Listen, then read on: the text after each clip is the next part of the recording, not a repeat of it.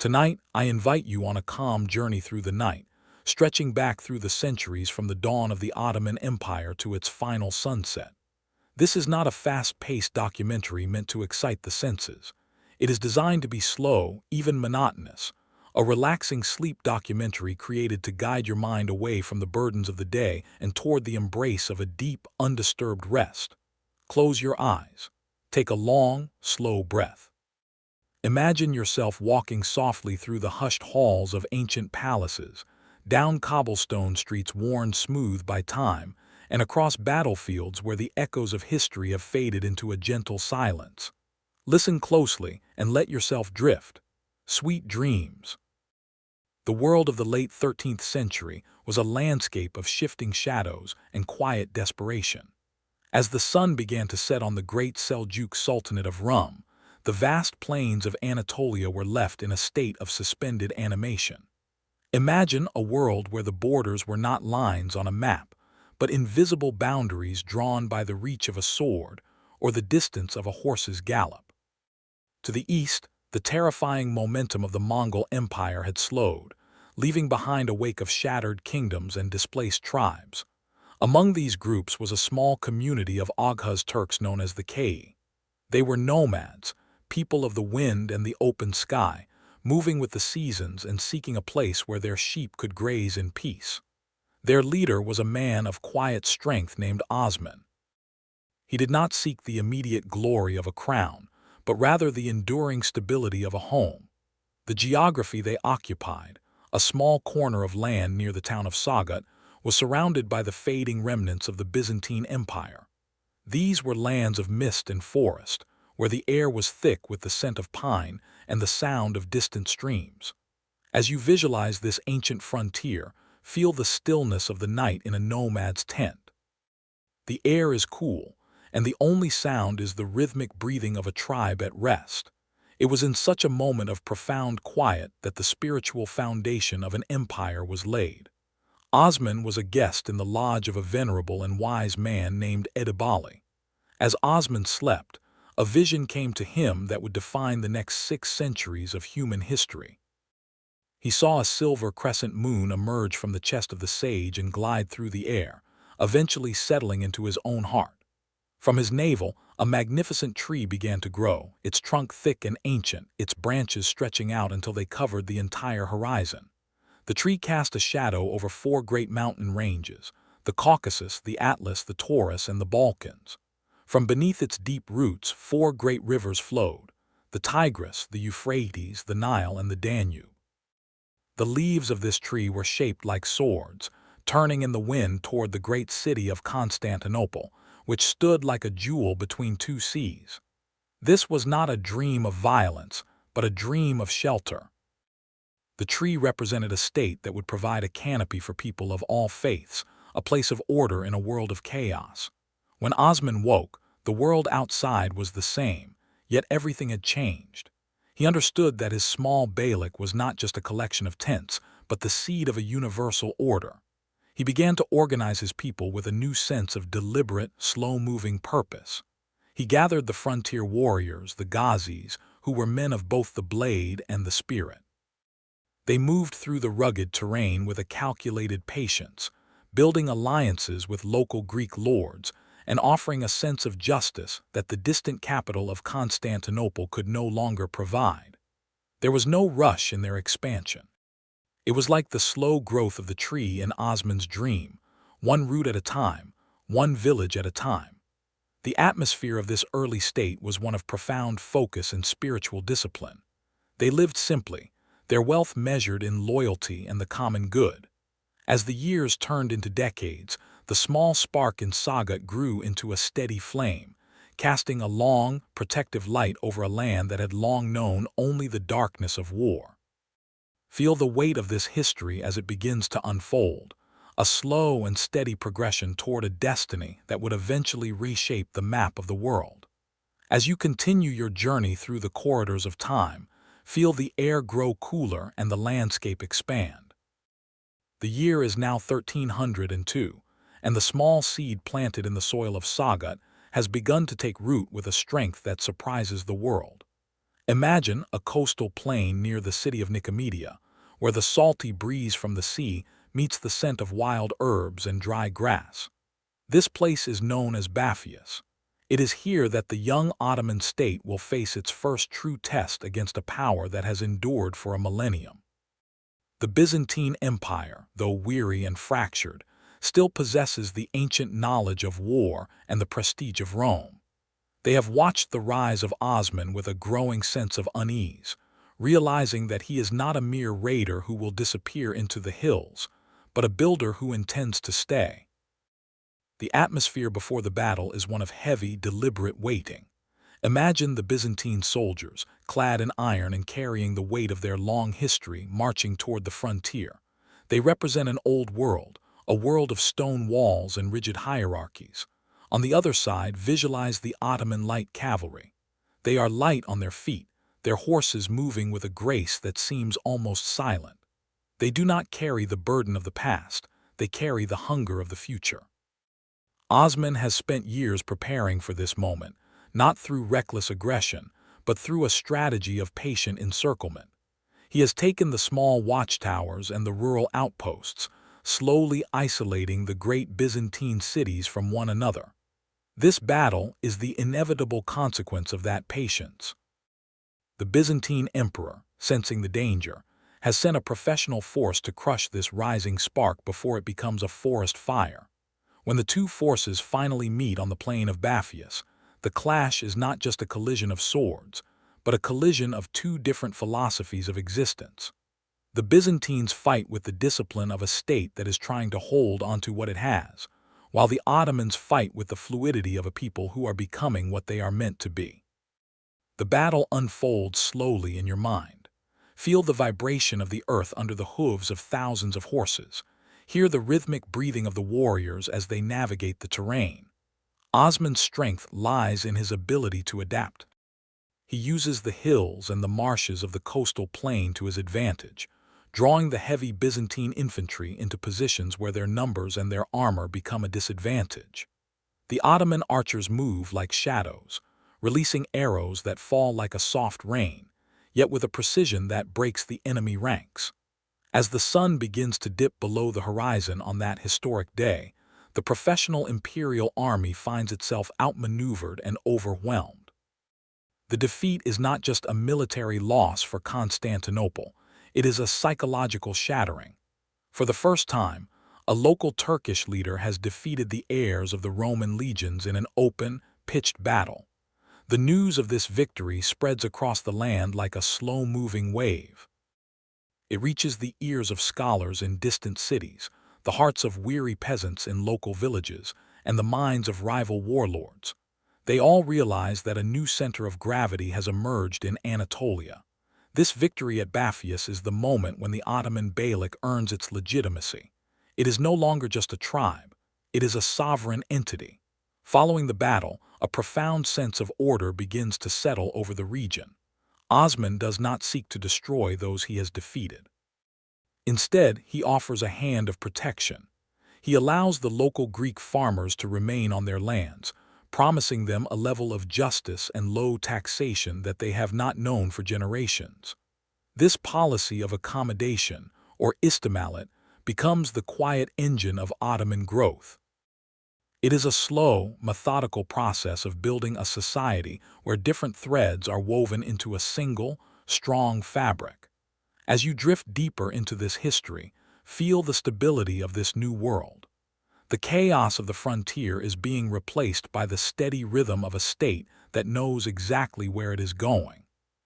The victory at Baphius was the first major stroke of a brush on a canvas that would eventually cover 3 continents, and the world was only beginning to understand the scale of the masterpiece that Osman was painting.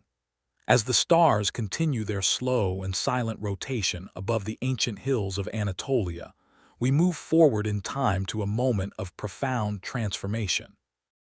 Imagine the air becoming heavy with the scent of mountain pine and the soft, rhythmic sound of 1,000 looms weaving silk. We are approaching the year 1326. For 10 long years, the city of the silk, known to the world as Bursa, has been held in a patient, unhurried embrace. It sits majestically at the foot of a great mountain, its white walls gleaming like a pearl against the dark green of the slopes. This was not a conquest of fire and thunder, but a conquest of time and quiet persistence. The leader of the rising state, the visionary who saw the great tree in his dream, was now nearing the end of his journey on this earth. He lay in the silence of his tent, his breath as soft as the evening breeze, waiting for the news that would finalize his legacy. He had not sought to shatter the city's walls with heavy machines. Instead, he had built two small forts on the hills overlooking the gates, slowly letting the world outside move on while the city within remained still.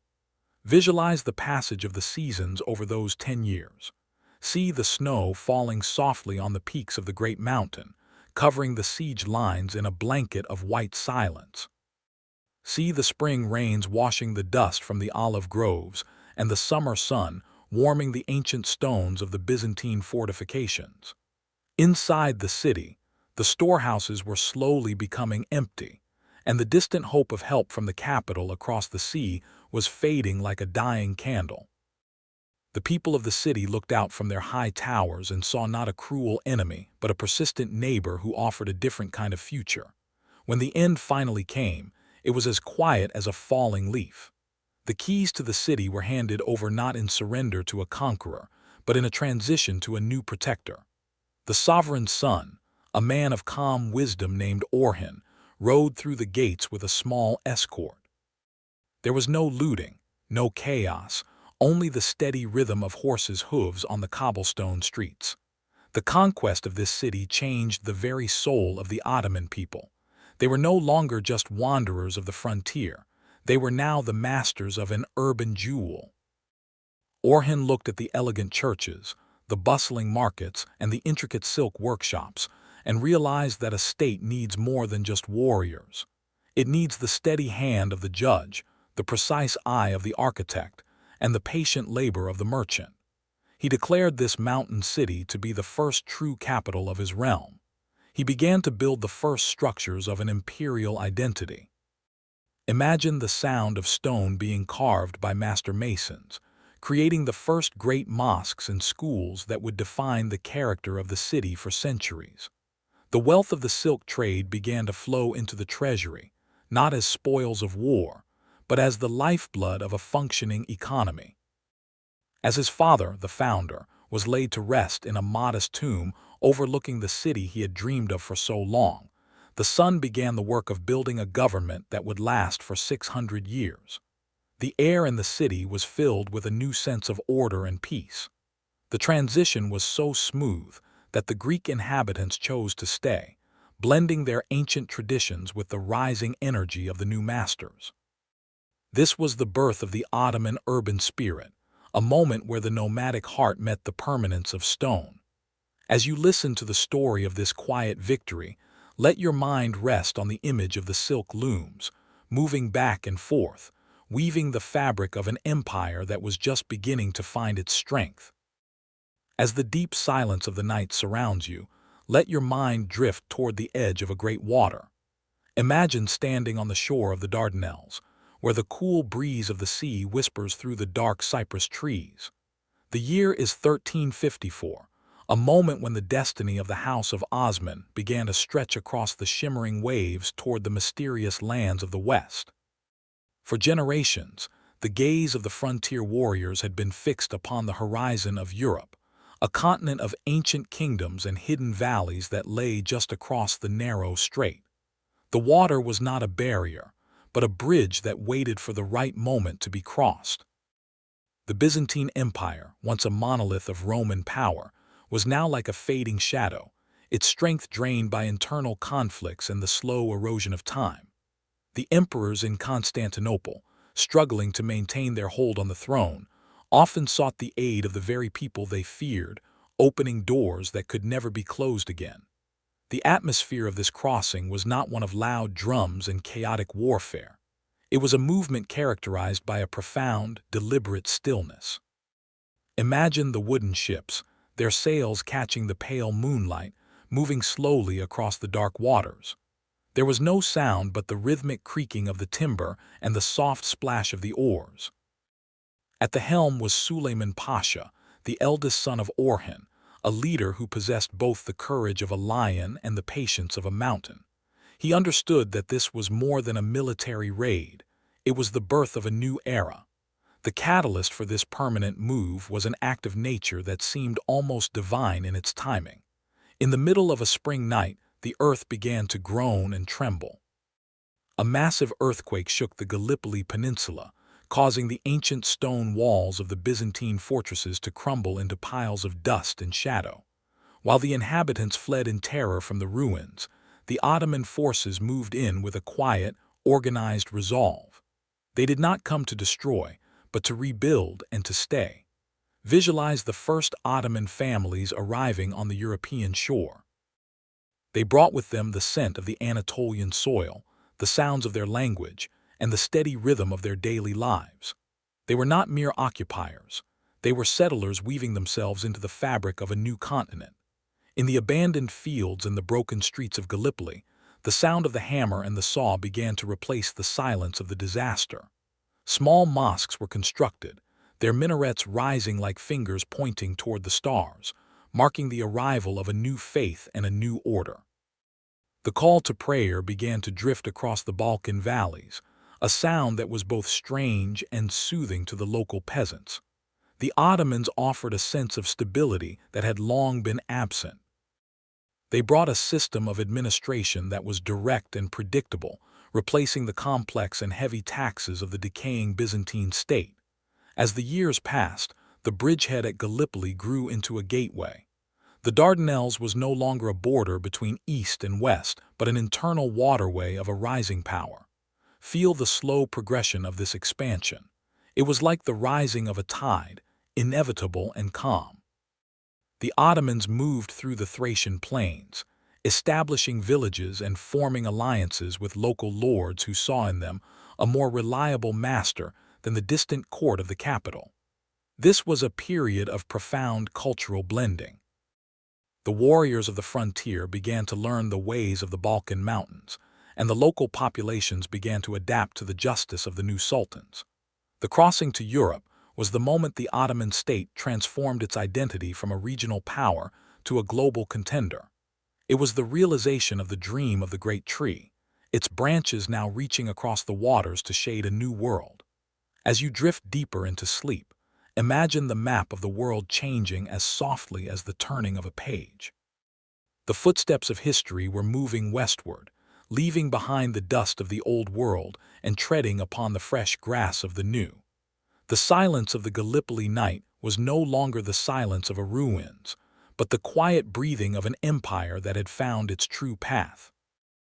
As the darkness of the night grows deeper and more rhythmic, imagine yourself standing on a high balcony overlooking a city that is caught between the dreams of the East and the awakening of the West. The air is cool, scented with the fragrance of the river and the ancient stone. We have arrived in the era of Murad, the son of Orhan, a man whose presence was as steady as the flow of the Maritsa River.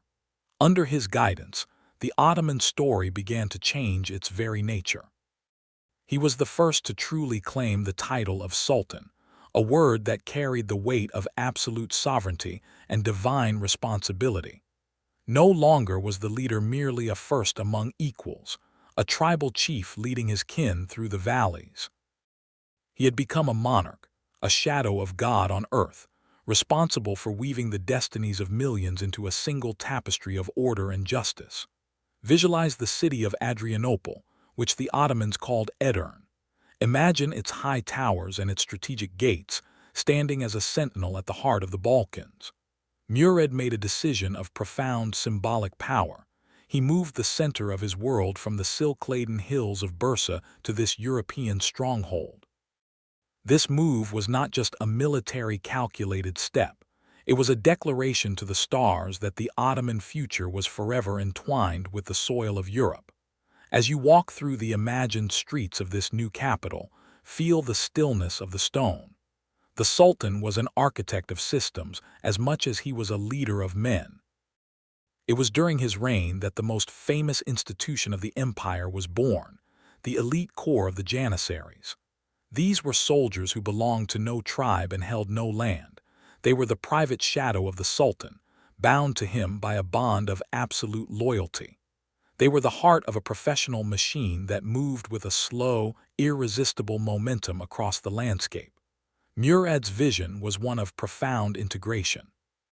He did not seek to erase the cultures he encountered, but to invite them into the shade of the great Ottoman tree.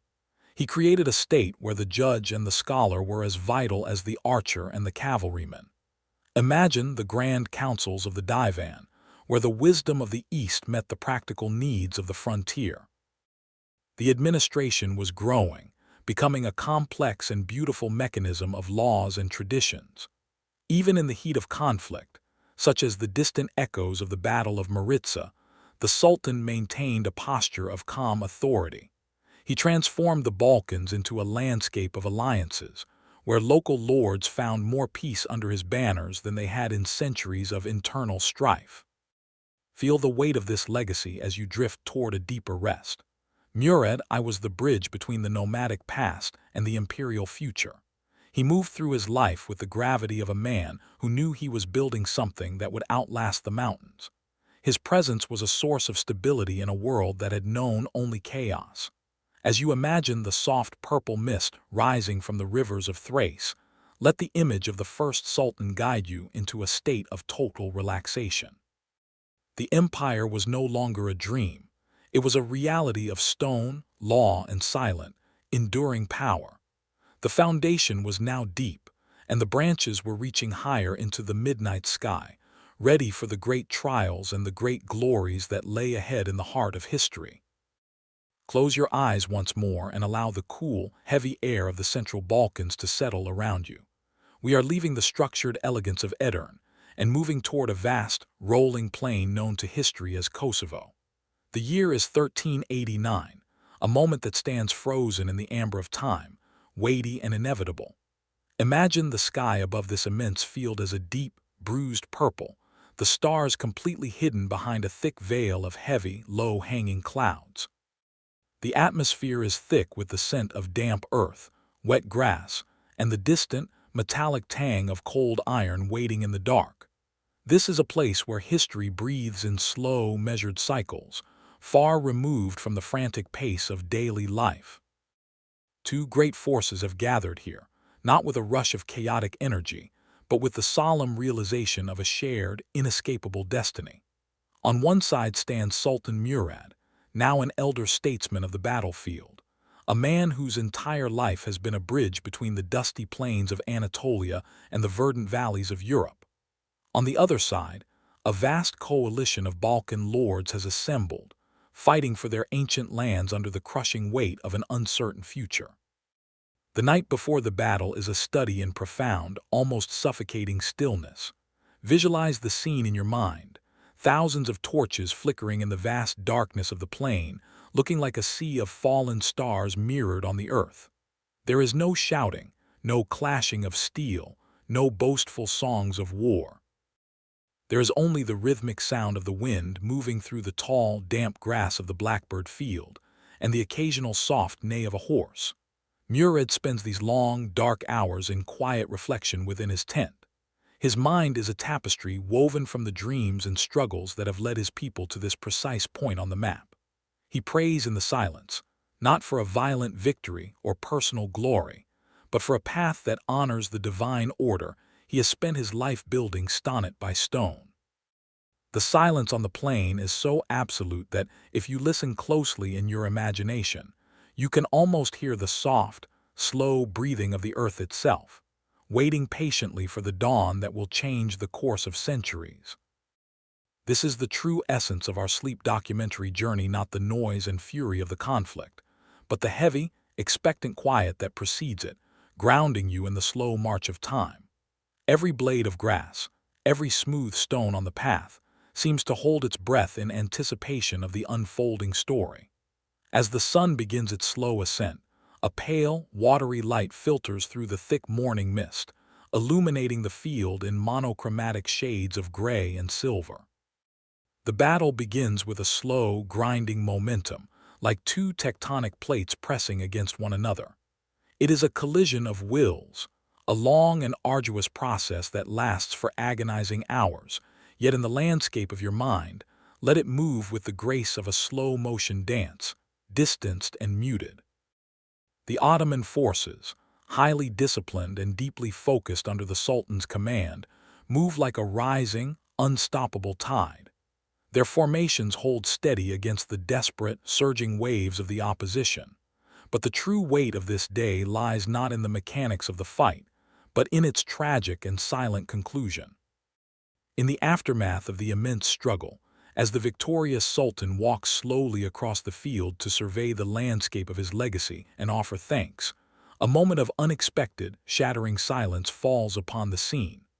A lone figure, hidden among the fallen, rises from the earth for a final, fateful act that defies the logic of the battle. Murad, the first Sultan to cross the water into Europe, the builder of lasting systems and the seeker of ultimate justice, meets his earthly end on the very soil he sought to bring under his protection.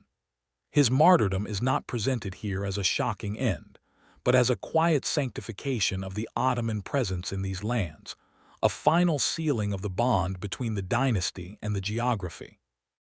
The silence that follows the Battle of Kosovo is fundamentally different from the anxious silence that preceded it. It is an eternal, echoing silence, one that resonates through the following centuries with a somber tone. As the great Sultan's spirit departs the physical realm, a deep, almost tangible sense of heavy peace settles over the plain. The land itself seems to absorb the immense gravity of the event, becoming a sacred, hushed space where the memory of the fallen is preserved forever in the rustling of the leaves and the flow of the nearby rivers. The immense weight of power transitions in the midst of this fog to his son, Bayezid. He stands amidst the swirling mist and the cooling shadows, realizing with a heavy heart that the empire is now truly baptized in the complex history of the West. Feel the absolute stillness of this historical moment pressing gently on your consciousness. Let the profound weight of this story anchor your wandering thoughts, pulling you deeper and deeper into a state of undisturbed rest. The great tree of Osman's dream has lost its first great planter, but its roots are now irrevocably and deeply entwined with the rich earth of the Balkans. As the purple and gray mist of Kosovo envelops your mind, let go of the day's worries completely and drift away into the eternal, peaceful, and rhythmic silence of history. As the deep, velvet cloak of the night settles even more firmly around your consciousness, we move into an era of sudden movement and intense, calculated energy. The transition of power on the plain of Kosovo was not just a change of names, it was the birth of a new kind of momentum. Imagine the son of Murad, a leader known to the stars as Bayezid, the one they called the Thunderbolt. The name was not given because of a loud or chaotic nature, but because of his ability to move his entire world with a speed that felt like a force of nature. Visualize him standing in the center of a vast map, his eyes moving with the precision of a hawk, seeing the connections between the East and the West as if they were threads in a single great loom. Under his rule, the pace of history seemed to accelerate, yet for us, as we drift toward sleep, this speed is observed from a distance, like the swift but silent passage of a shooting star across a dark and empty sky. Imagine the sound of thousands of horses moving across the Anatolian plains and the Balkan valleys. It is not a sound of panic, but a steady, rhythmic thrumming that vibrates through the earth, a heartbeat of a rising empire. Bayezid was a master of the horizon. One moment he would be at the gates of a fortress in the east, and before the moon had completed its cycle, he would appear beneath the walls of a city in the west. This movement was so fluid and so constant that it created a sense of omnipresence. The world began to feel smaller under his gaze. He looked toward the jewel that had eluded his ancestors for so long, the great city of Constantinople. Imagine the Sultan standing on the shores of the Bosphorus, the dark water churning at his feet. He did not seek to storm the walls with a frantic rush. Instead, he began a slow, deliberate siege, a tightening of the knot that would last for years. He built a great fortress of stone, the Anatolian castle, its towers rising like silent sentinels to watch over the passage of ships. The city, once the center of the world, was now becoming an island in an Ottoman sea, held in a quiet, relentless embrace. As the years of the 14th century drew to a close, a great shadow began to move from the heart of Europe. A coalition of knights and kings, the last great crusade of the Middle Ages, gathered to challenge the Thunderbolt. They moved down the Danube River, their banners bright and their armor shining in the sun. But Bayezid waited with the patience of a predator. He allowed the Crusaders to exhaust themselves against the walls of Nicopolis, a fortress perched high above the river. Imagine the night before the great confrontation. The air near the Danube is thick with mist, the water flowing with a heavy, ancient sound. The Sultan's camp is a place of absolute discipline. There are no loud celebrations, only the quiet sharpening of blades and the low murmurs of prayers. When the battle finally came, it was a display of the Thunderbolt's true nature. He moved his forces with such coordination and speed that the pride of European chivalry was overwhelmed in a single day. This victory at Nicopolis was a moment of profound silence for the Western world. It was a realization that the Ottoman state was no longer a frontier power, but a permanent master of the European landscape. Following the battle, Bayezid did not rush to conquer more lands. Instead, he returned to his capital, his mind focused on the administration of justice and the building of magnificent monuments. Imagine the Great Mosque of Bursa, its 20 domes rising like frozen clouds against the mountain sky. Inside, the air is cool and still, the sound of the falling water in the fountain creating a hypnotic rhythm that echoes through the vast space. This was the dual nature of the Thunderbolt, the speed of the storm on the battlefield and the stillness of the sage in the city of stone. As you sink deeper into your pillows, let the image of the Ottoman cavalry moving across the moonlit plains carry you away. Their journey is long, their purpose is clear, and the world they are building is one of order and enduring strength.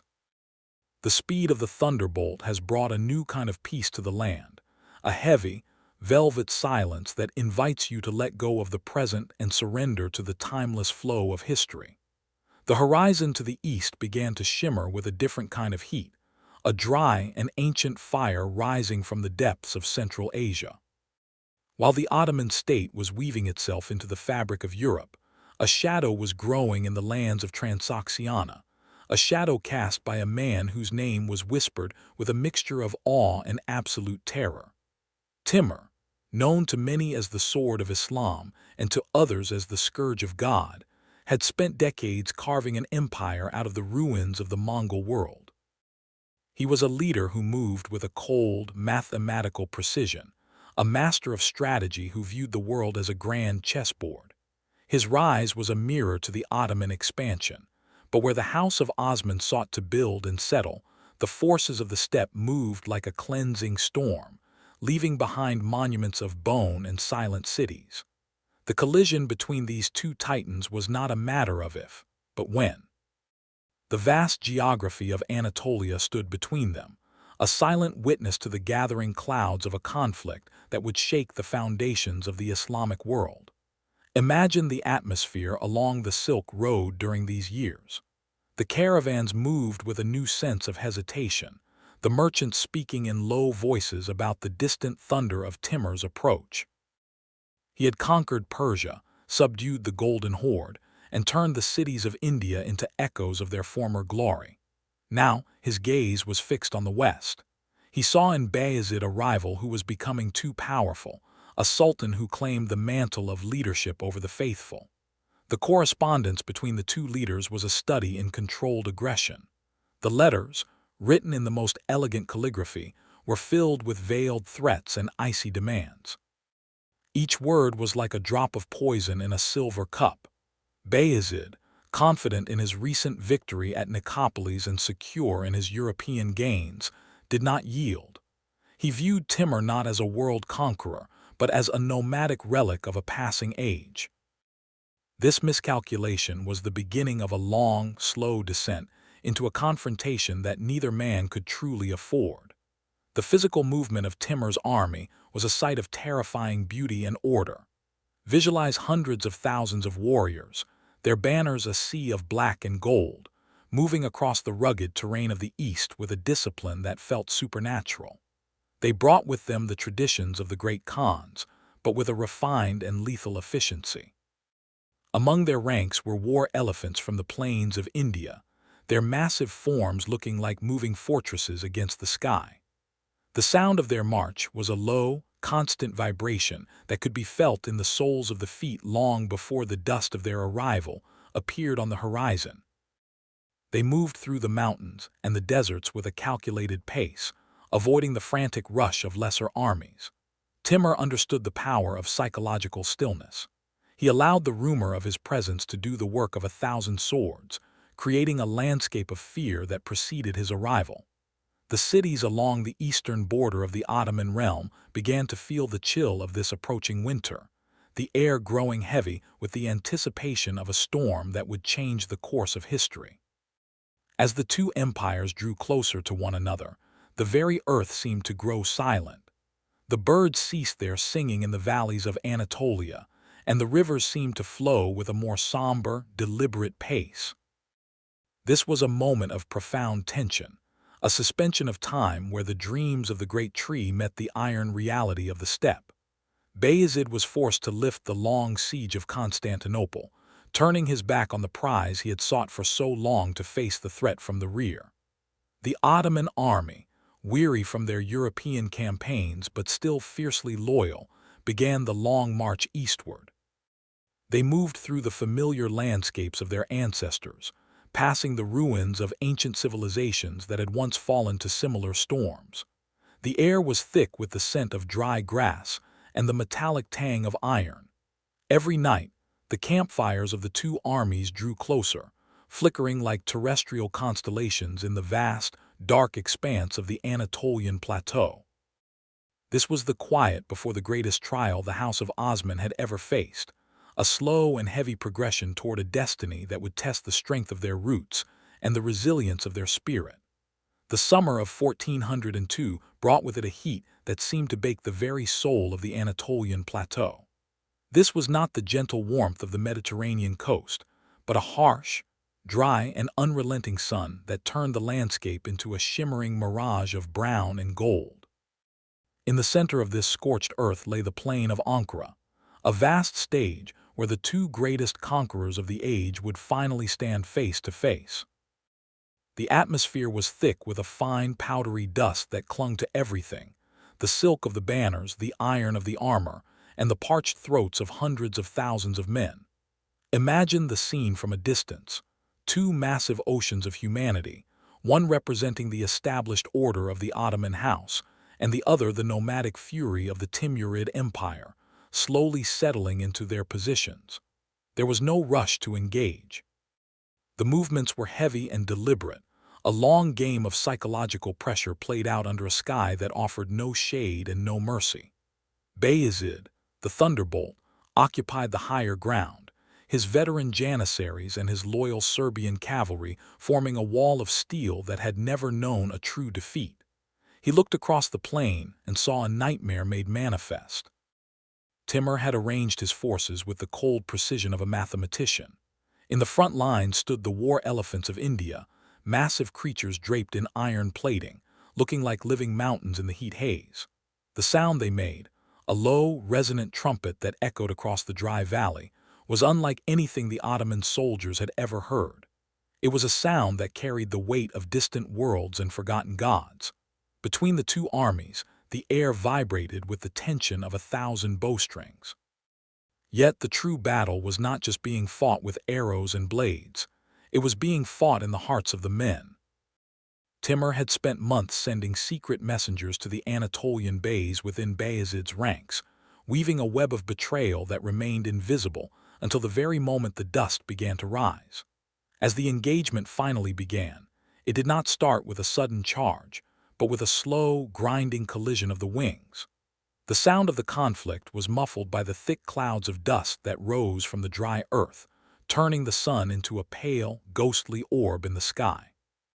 Men moved through this haze like shadows, the rhythmic clashing of steel against steel sounding like the distant work of a giant forge. The heat was an enemy to both sides, sapping the strength of the horses and the will of the warriors. In the midst of this confusion, the hidden trap was sprung.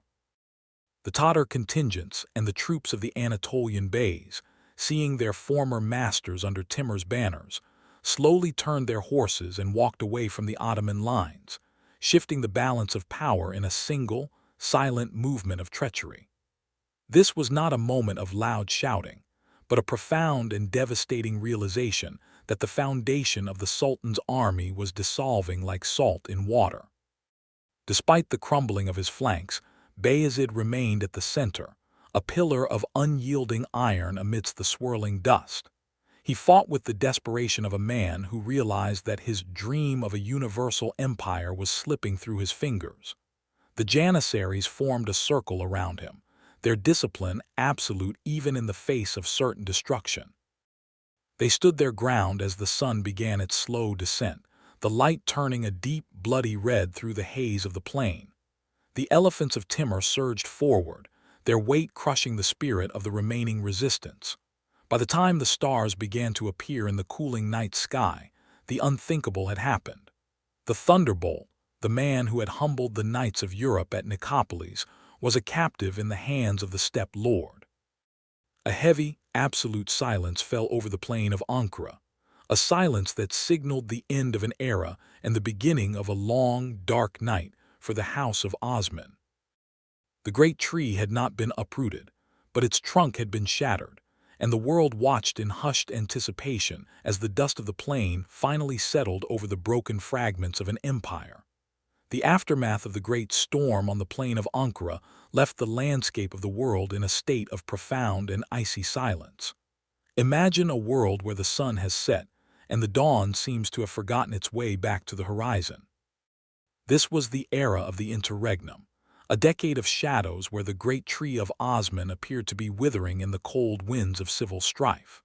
The throne in Edirne and the palaces in Bursa stood empty, their halls echoing only with the sound of the wind and the ghosts of a glory that had vanished in a single afternoon of dust and betrayal.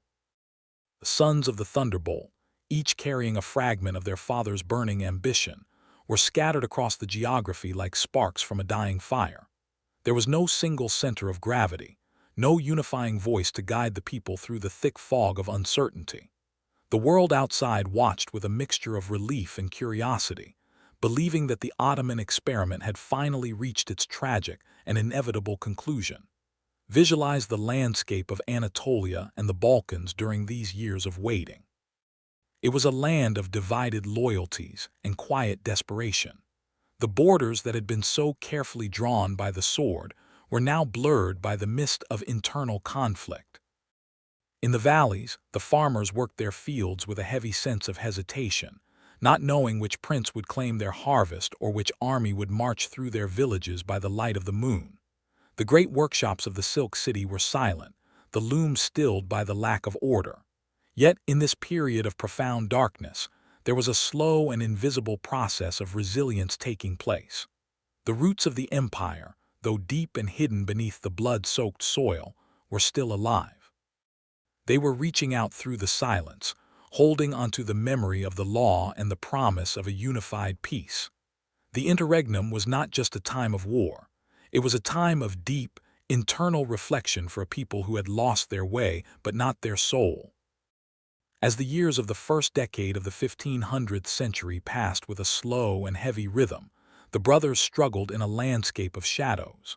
Imagine the cold, rainy nights in the mountains of central Anatolia, where the campfires of rival princes flickered like dying stars against the blackness. Each brother sought to reclaim the whole, believing himself to be the true heir to the dream of the great tree. There was Issa in the west, Suleiman in the European lands, Musa with his fierce and unyielding spirit, and Mehmed, the youngest, who watched the world with a patient and calculating eye from the fortress of Amasya. Their conflict was not a frantic rush of energy, but a long and exhausting game of endurance. It was a period where the very idea of the Ottoman state was tested to its breaking point. The silence of the empty throne was a heavy burden, a reminder of the price of pride and the fragility of human power. In the midst of this long night, a new kind of wisdom began to emerge from the silence. It was the realization that a state is more than just a single leader. It is a collective memory, a shared fabric of justice and tradition. The people, weary of the constant shifting of the winds, began to yearn for the stability of the old order. They looked toward the horizon, waiting for a single sun to rise and banish the shadows of the civil war. The atmosphere of these years was one of profound anticipation, a suspension of time that felt as if the world itself was holding its breath. As you drift deeper into the embrace of the night, imagine the broken fragments of the empire slowly beginning to move toward one another, drawn by an invisible force of destiny.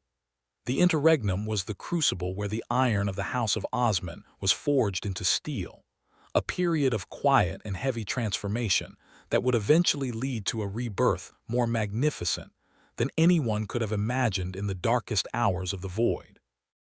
As the long, shadowed night of the Civil War finally began to recede, a profound and heavy stillness settled over the lands of Anatolia and the Balkans.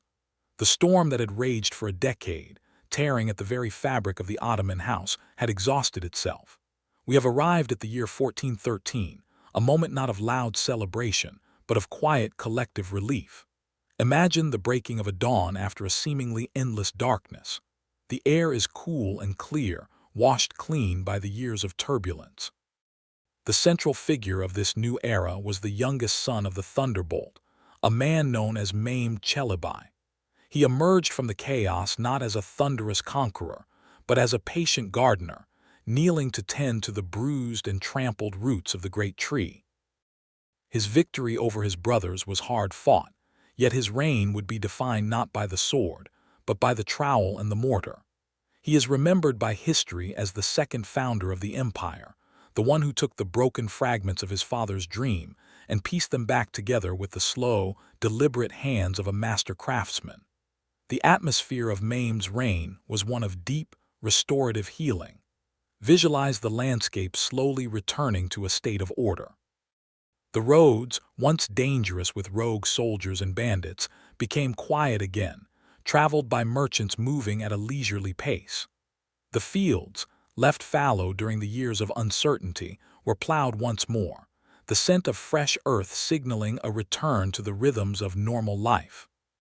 Mehmed understood that the state was fragile. It needed rest, not expansion. He avoided great foreign wars, turning his gaze inward to soothe the internal wounds of the realm. His administration was marked by a profound caution, a stark contrast to the lightning speed of his father. Every decision was measured, every appointment considered with the weight of the recent collapse in mind. He was a ruler who understood the immense power of silence and patience, allowing the turbulent waters of the state to settle slowly until they became a mirror reflecting a unified peace. The physical manifestation of this era is best seen in the ancient capital of Bursa. Imagine the city, cradled by the mountains, recovering its former dignity. It was here that Mehmed commissioned his greatest works, monuments that were not meant to intimidate, but to comfort and inspire tranquility. Visualize the construction of the Green Mosque and its accompanying tomb. The sound of the chisels on stone was not hurried. It was a steady, meditative rhythm that echoed through the city for years. The architects chose colors that spoke of deep peace, the lush greens of the forests and the cool blues of the sky, rendered in exquisite tiles that covered the interiors. Imagine walking into these spaces. The air is cool and still. The light filters softly through colored glass, casting gentle patterns on the carpets. The overwhelming sensation is one of serene enclosure, a sacred space designed to quiet the mind and mend the soul. The green tomb, where Mehmed would eventually rest, stands on a hill, a beacon of calm visible throughout the city, covered in tiles the color of a deep, quiet sea. As you drift further into relaxation, feel the stability of this period. It was not a time of glorious battles or dramatic expansions, but something far more vital, a time of convalescence. The empire was like a body recovering from a terrible fever, its strength returning slowly, day by day, in the quiet chambers of its cities. Mehmed's legacy was the enduring foundation he rebuilt. He proved that the idea of the Ottoman state was stronger than the transient failures of its leaders. By the time his reign drew to a quiet close, the roots of the tree were healthy again, gripping the earth with renewed strength, ready to support the magnificent growth that the future held. Let the image of the deep green tiles of Bursa, cool and smooth to the touch of your mind, guide you into a deep and healing sleep, resting in the certainty of an order restored through patience and silence. The year was 1421, and the air in the capital city of Adrianople was thick with a sense of quiet expectation. The empire, having survived the dark years of the Civil War, now looked toward a leader who possessed the heart of a poet and the mind of a sage. This was Murad II, a man who ascended the throne not with the frantic hunger of a conqueror, but with the heavy, solemn awareness of the duty he owed to his ancestors. Imagine the halls of the palace in those early days of his reign. The sounds were muted, the movement of the courtiers slow and respectful. The new sultan was a man of deep culture and spiritual reflection, a ruler who preferred the silence of a library or the tranquility of a garden to the deafening roar of the battlefield. Yet the world around him would not allow for the peaceful life he so deeply desired. The enemies of the house of Osman, seeing a young and reflective monarch, began to stir once more, testing the edges of the realm and looking for any sign of weakness in the newly restored foundations of the state. The landscape of this era was one of constant, rhythmic tension. To the west, the kingdoms of Europe were forming new alliances, their eyes fixed on the Ottoman territories in Rumelia. To the east, the Anatolian beyliks, still remembering the chaos of the Interregnum, sought to regain their lost independence. Murad moved through these challenges with a calculated and unhurried persistence. He understood that peace was not merely the absence of war, but a carefully maintained balance of power. He led his armies when he had to, his presence on the battlefield as steady as a mountain, but his true victories were often won through the art of the treaty and the wisdom of the council. Visualize the negotiations in the great halls of the palace, where diplomats from far distant lands sat in silence, watching the calm, steady gaze of the Sultan. He was building a system of administration that was as much about the spirit as it is about the law, inviting scholars and poets to his court, to create a culture of profound intellectual depth. As the years passed into the decade of the 1440s, the Sultan's desire for a life of spiritual contemplation grew even stronger.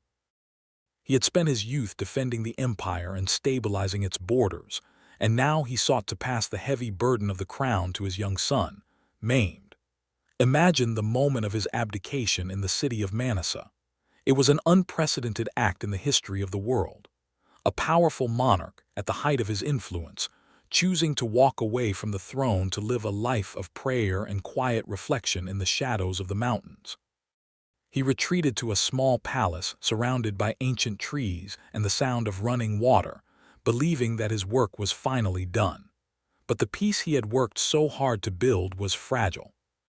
Seeing a child on the throne in Adrianople, the Crusader armies of Europe gathered for one final, massive assault, moving toward the city of Varna with the intention of driving the Ottomans out of Europe forever. The return of Murad to the throne was a moment of profound historical gravity. It was not a return driven by ambition, but by the ultimate sacrifice of personal peace for the survival of the state. Imagine the elder sultan riding back across the plains to lead his army once more. The Battle of Varna in 1444 was a collision that decided the fate of the Balkans for centuries. Murad stood at the center of the storm, his calm authority providing the anchor for a victory that shattered the Crusader dream. Even after this triumph, he did not seek the glory for himself.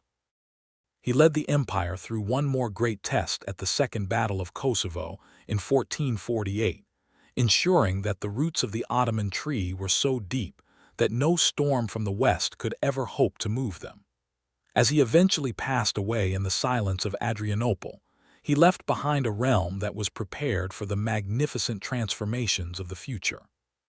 The weight of peace had been heavy, but he had carried it with a dignity that ensured the enduring legacy of his house, a legacy of stone, spirit, and silent, unyielding strength that would soon conquer the heart of the world. The heir in the year 1451 carried a weight that was both ancient and entirely new.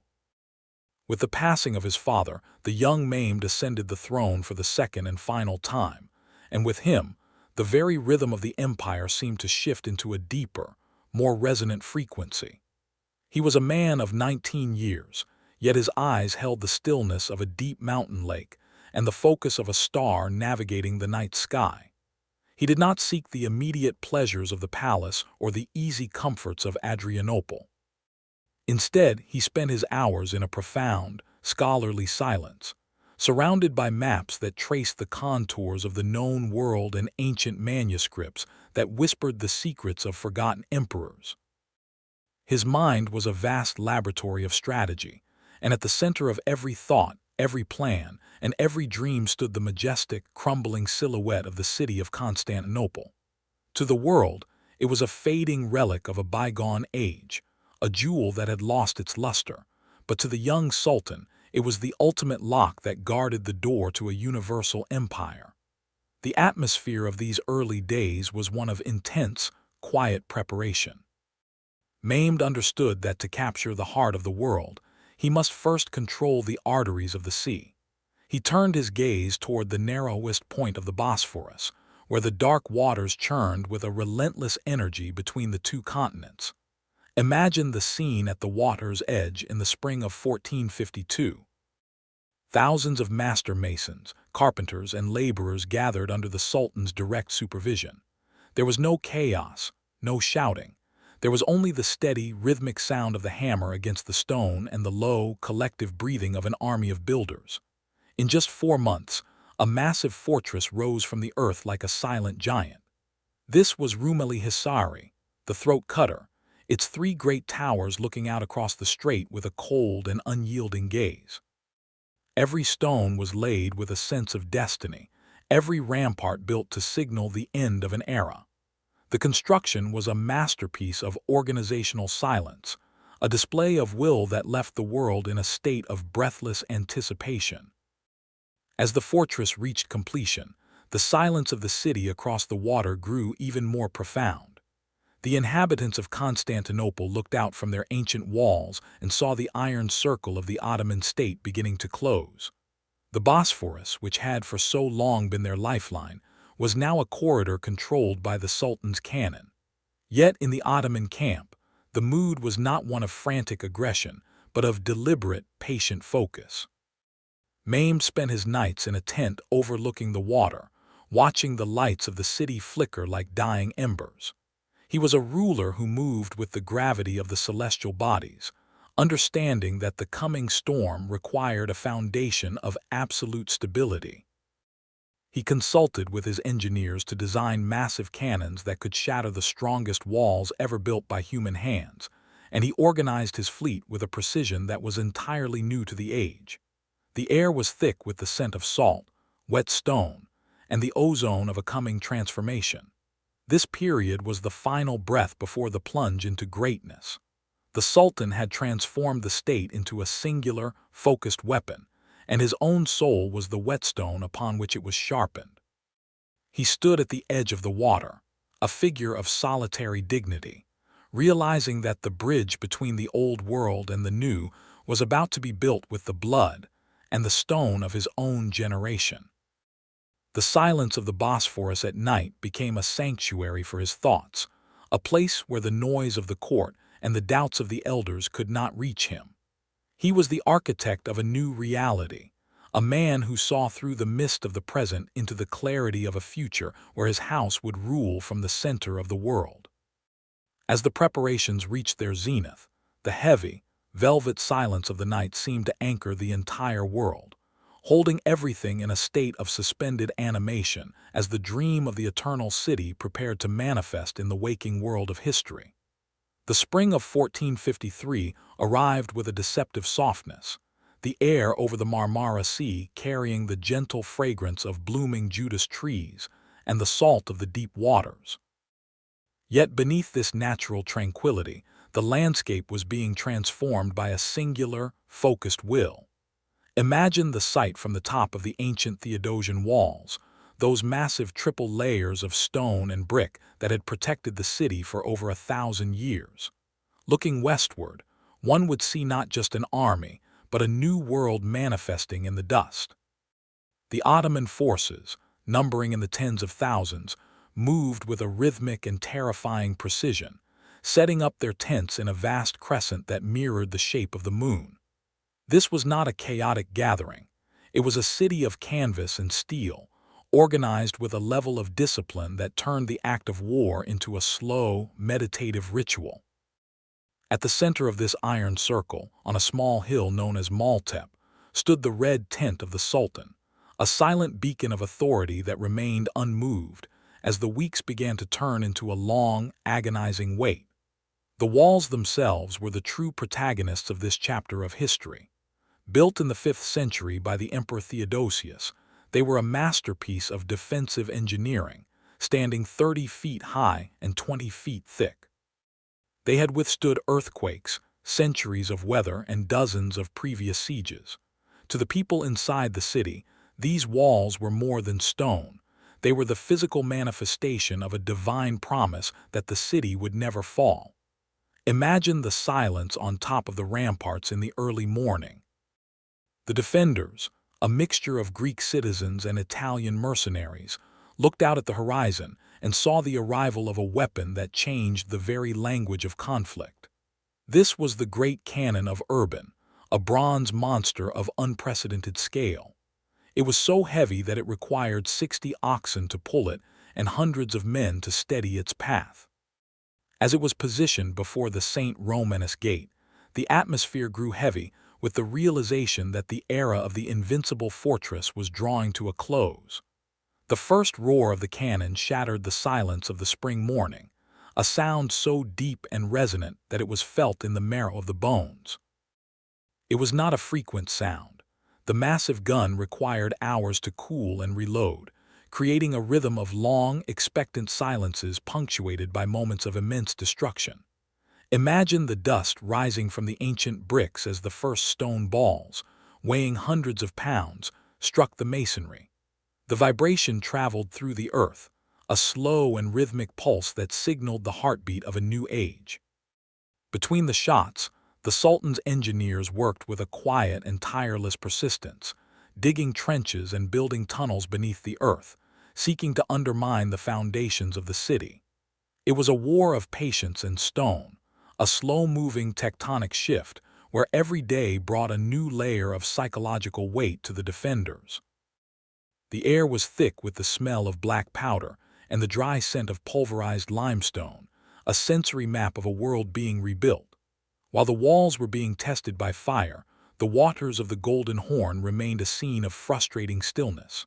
A massive iron chain, stretched across the mouth of the inlet, blocked the Sultan's fleet from entering the harbor. The Byzantine ships sat safely behind this barrier, a constant reminder that the city still held a lifeline to the sea. Mehmed spent his nights watching the harbor, the moonlight reflecting off the water and the dark silhouettes of the enemy ships. He understood that a partial victory was no victory at all.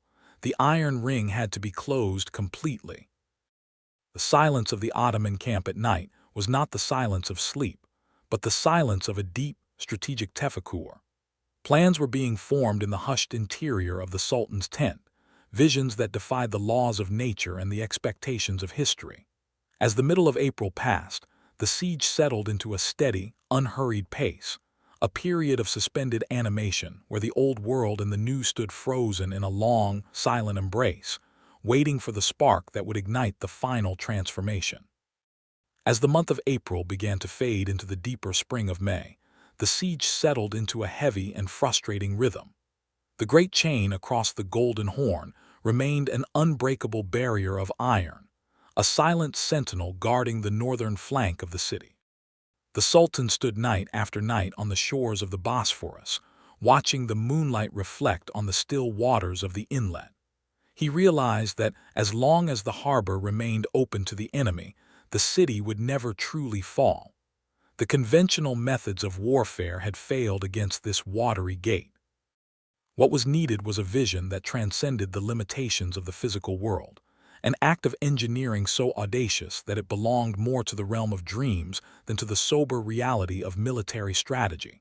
In the quiet solitude of his tent, surrounded by charts and the low flickering light of oil lamps, Mehmed conceived a plan that would defy the very nature of the landscape. If the ships could not pass through the water, they would have to pass over the land. The preparations for this impossible journey began with absolute secrecy behind the Genoese settlement of Galata. Imagine the landscape of these hills, covered in dense brush and olive trees, suddenly becoming the site of an intense, silent industry.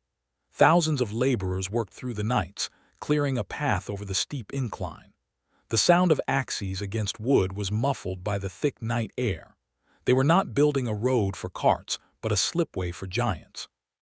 Imagine the smell of the operation. The rich, damp scent of freshly turned earth mixed with the heavy, pungent aroma of olive oil and animal grease. Massive logs were laid side by side, creating a shimmering wooden river that flowed uphill, lubricated to allow heavy timber to slide against heavy timber.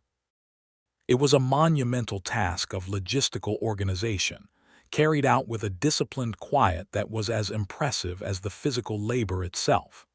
The air was thick with the collective breath of men working in unison, a silent machine preparing to alter the geography of the city.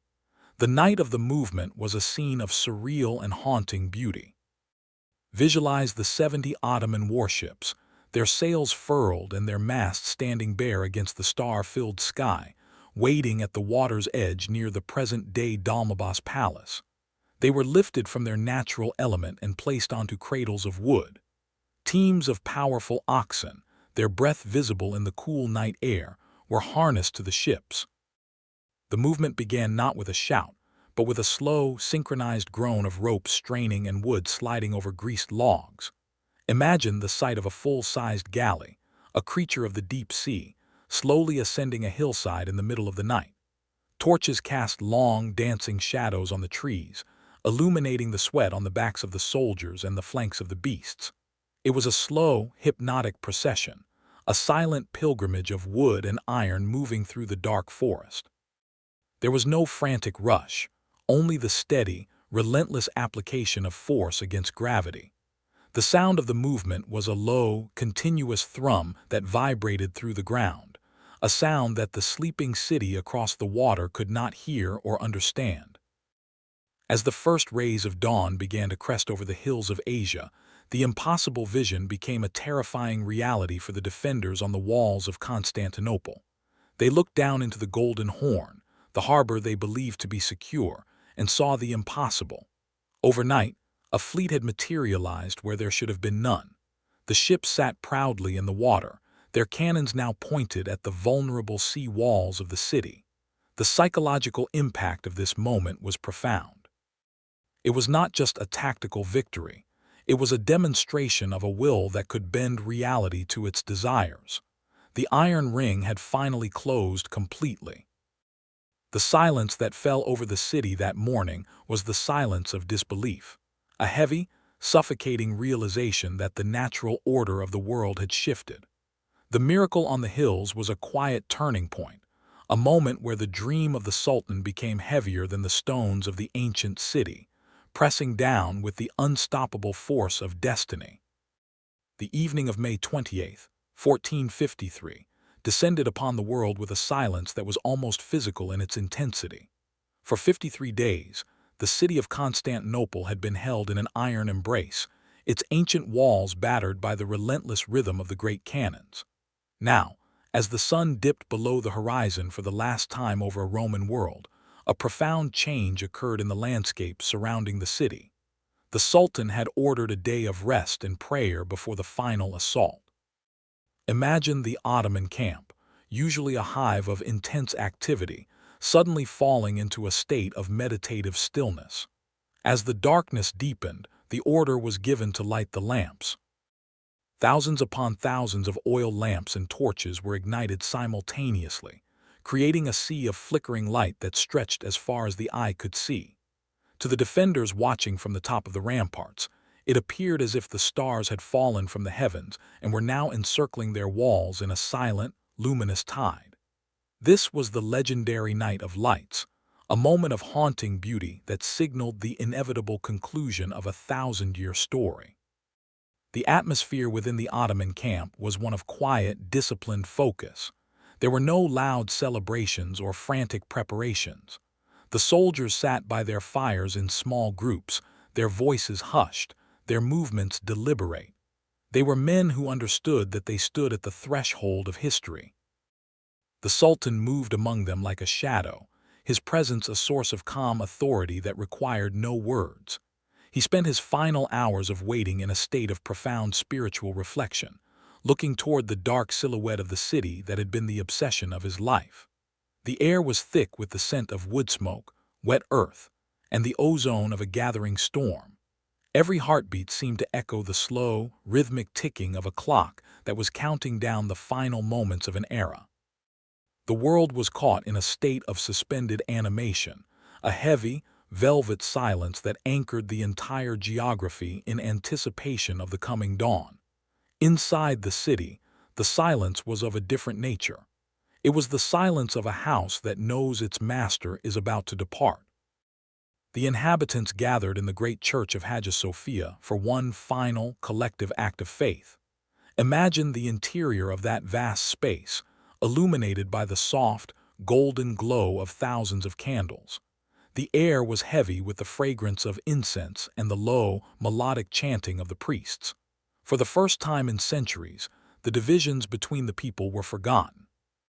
Latin and Greek, rich and poor, stood together in a landscape of shadows, their faces reflecting a mixture of profound sorrow and stoic resignation.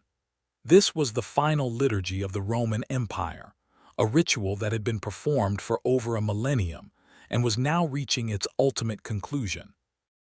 The sound of the hymns drifted out through the high windows, fading into the dark streets where the only other sound was the soft, rhythmic footsteps of the final patrols. As the middle of the night passed, the Sultan gave the command for the lights to be extinguished. The vast sea of fire vanished in an instant, leaving the world in a darkness so absolute that it felt like the beginning of time. This was the moment of the greatest stillness, a period where the two worlds stood frozen in a long, silent embrace. The air grew cold, and a thin mist began to rise from the Golden Horn and the Marmara Sea, shrouding the walls in a veil of gray mystery. The soldiers in the trenches and the defenders on the towers could no longer see one another, yet they felt each other's presence with an intensity that defied the darkness. The only sound was the rhythmic breathing of 100,000 men and the distant, lonely cry of a nocturnal bird. It was the final breath of the Middle Ages, a suspension of history where the old world and the new were perfectly balanced. As the first faint gray of the morning began to appear over the hills of Asia, the silence was not broken but deepened, holding everything in a state of absolute, expectant tranquility as the destiny of the world prepared to manifest in the waking light of the final day. The final transition began in the deepest part of the morning, during that fragile hour when the world is caught between the fading memory of the night and the cold, gray promise of the dawn. It was the 29th of May, 1453. There was no sudden explosion of noise. Instead, there was a steady, rhythmic increase in the vibration of the earth. The Ottoman forces, having waited in the silence for hours, began to move toward the battered walls of Constantinople. This final movement was characterized by a profound and heavy discipline. Imagine the Janissaries, the Sultan's elite, moving through the gray mist of the morning like a singular iron machine. Their breathing was synchronized, their footsteps muffled by the soft, churned earth of the battlefield. They did not carry the frantic energy of a desperate charge. They carried the weight of a destiny that had been centuries in the making. The air was thick with the scent of damp stone and the sharp, metallic tang of the great cannons that had finally fallen silent. The breach occurred at a point near the St. Romanus Gate, where the ancient stones had been pulverized by weeks of bombardment. As the first light of the sun began to touch the tops of the towers, a small group of warriors found a path through the debris. It was a moment of profound historical stillness. Imagine the sight of the first Ottoman banner being raised upon the ramparts. It did not flutter in a violent wind. It moved slowly in the gentle morning breeze, a signal that the thousand-year reign of the Caesars was reaching its ultimate conclusion. The gates of the city, which had remained closed against the world for so long, were now open to a new master. The sound of the entry was not a roar of chaos, but a steady, echoing rhythm of boots and hooves on the ancient cobblestone streets. The silence that followed the breach was more powerful than the noise of the struggle. It was the silence of a new reality manifesting in the physical world. The Sultan, now known as the Conqueror, waited until the first heat of the sun had begun to dry the dew on the grass before he made his entrance.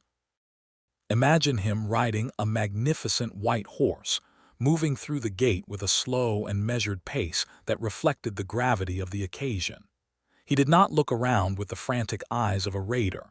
He looked upon the city with the contemplative gaze of a man who had finally captured the jewel of his dreams. He rode toward the great church of Hagia Sophia, the spiritual heart of the Roman world. As he approached the vast structure, he dismounted and knelt, pouring a handful of dust over his turban as an act of profound humility before the divine. The sound of his horse's hooves on the marble pavement of the courtyard was a rhythmic ticking of the clock of history, marking the exact second when the Middle Ages ended and the modern era began. Inside the city, the landscape was one of profound and heavy transformation. The ancient palaces and the narrow, winding streets were filled with a new kind of silence. It was the silence of a city that was being reborn. Mehmed gave strict orders that the architecture and the inhabitants were to be protected, seeking to transform the ruins of the past into the foundation of a magnificent future. He walked into the Hagia Sophia, his footsteps echoing through the vast, vaulted space. He looked up at the great dome, which seemed to float in the morning light, and he saw not an end but a beginning. The air was thick with the scent of incense and the cool, damp breath of the ancient stones. This was the moment the Ottoman state truly became an empire, a transcontinental power centered in the middle of the world.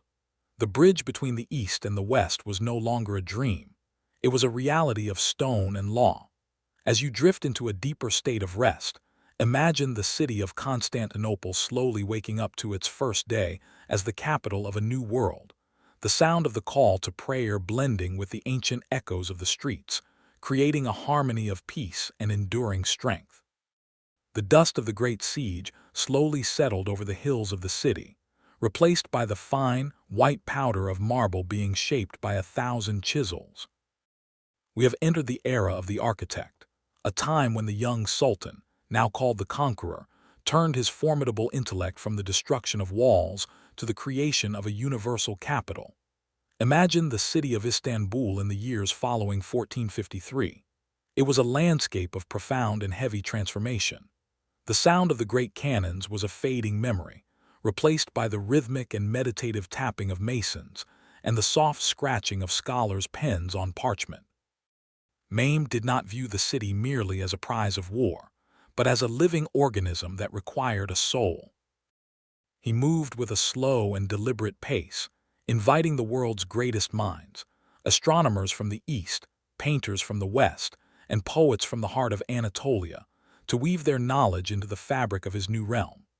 The atmosphere was one of intense, quiet industry, a period where the foundations of a golden age were laid stone by stone in the silence of the rising imperial dawn.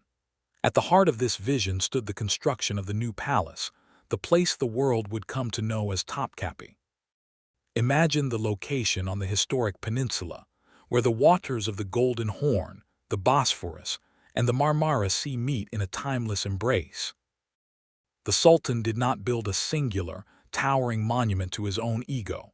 Instead, he designed a series of courtyards and pavilions that mirrored the nomadic heritage of his ancestors, translated into the permanence of stone. Visualize the silence of the first court, a vast space where the public world met the order of the state.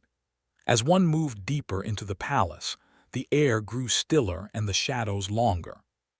The second court was a landscape of cypress trees and marble walkways, where the business of the empire was conducted in a hushed, respectful atmosphere. Every archway, every fountain, and every garden was designed to reflect a sense of eternal stability. The scent of cedar wood and the cool breath of the marble floors created a sanctuary for the mind, a place where the heavy burdens of sovereignty could be carried with a quiet and solitary dignity. Beyond the palace walls, the city itself was being reborn as a center of universal learning.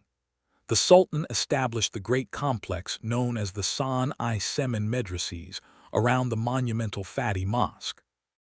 Imagine these halls of wisdom, where the light filtered through high windows onto the open books of students and sages.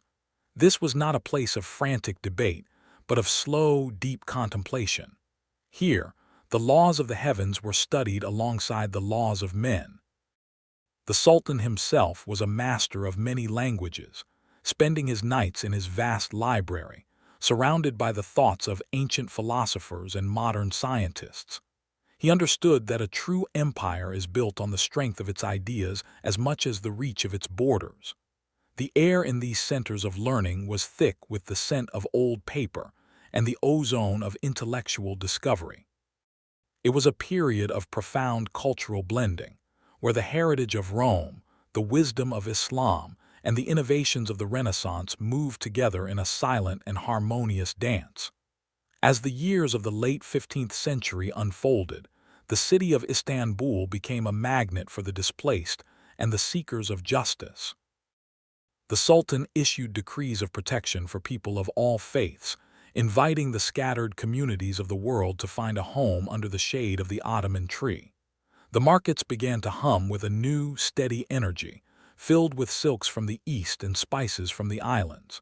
Yet, through all this growth, the Sultan maintained a posture of detached and scholarly calm. He was the architect who stood back to watch his creation breathe, understanding that the strength of a civilization lies in its ability to provide a peaceful canopy for a diverse humanity. The night in Istanbul during this golden age was a time of absolute tranquility, the city's silhouette marked by the rising minarets and the ancient domes, all held in the silver light of the moon. As you drift into a state of total rest, imagine the rhythmic sound of the waves against the city walls, a constant and soothing pulse that reflected the enduring strength of an empire that had finally found its true home at the center of the world. The dawn of the 16th century brought with it a different kind of wind, a dry and piercing breeze that carried the scent of the eastern deserts and the ancient dust of Mesopotamia. We have entered the era of Selim I, a man known to history as the Grim, not because of a lack of soul, but because of a singular, uncompromising focus that moved like a cold blade through the complexities of his age. Imagine the transition of energy in the capital of Istanbul. The scholarly calm of the previous decades was now joined by the rhythmic, heavy sound of an army preparing for a journey that would redefine the spiritual geography of the world. Selim was a ruler who looked not toward the green valleys of Europe, but toward the golden, sun-drenched horizons of the East. He understood that for the House of Osman to be truly universal, it had to hold the keys to the sacred heart of the Islamic world. His movements were characterized by a profound and heavy silence, the silence of a predator who waits for the perfect moment to strike, and the silence of a dervish who knows that his path is written in the stars. Visualize the long march through the rugged highlands of eastern Anatolia in the year 1414. The landscape was one of stark, unforgiving beauty, vast mountain passes where the air was thin, and the light of the sun felt like a weight upon the shoulders. The Ottoman army moved with a discipline that was almost supernatural, a sea of steel and canvas flowing through the valleys with a slow and inevitable momentum. Selim rode at their head, his eyes fixed on the distant horizon where the Safavid Empire of Persia stood as a rival to his vision of unity. The confrontation at Chaldıran was not just a battle of kings. It was a collision of two different souls of the East. Imagine the sound of the great cannons echoing through the mountain gorges, a slow and rhythmic thunder that signaled the end of the old nomadic cavalry. The victory was a moment of profound gravity, securing the eastern flank of the empire and establishing Selim as the undisputed master of the Anatolian heartland. Yet, for the Sultan, this was merely the first step on a much longer, more spiritual journey. As the years of the second decade of the century unfolded, the gaze of the Sultan turned toward the ancient lands of the south, the fertile plains of Syria and the golden sands of Egypt. The Mamluk Sultanate, once the proud guardians of the holy cities, was now a fading shadow of its former glory.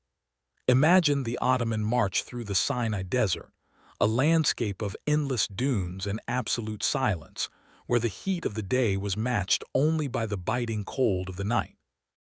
The soldiers moved through this void with a patient and unhurried persistence, their footsteps leaving a trail in the sand that would soon be erased by the wind. At the battles of Marj Dabik and Ridania, the Ottoman discipline and their mastery of fire and iron proved decisive. The sound of the conflict was muffled by the vastness of the desert, a distant and somber pulse that marked the transition of power from the old masters to the new. When Selim finally entered the ancient city of Cairo, he did not come as a conqueror seeking spoils, but as a pilgrim reaching the end of a long and arduous quest. The ultimate significance of this era lay in the silent and profound transition of the Caliphate. Imagine the Sultan standing in the presence of the last Abbasid shadow caliph, receiving the sacred relics of the Prophet, the cloak, the sword, and the banner.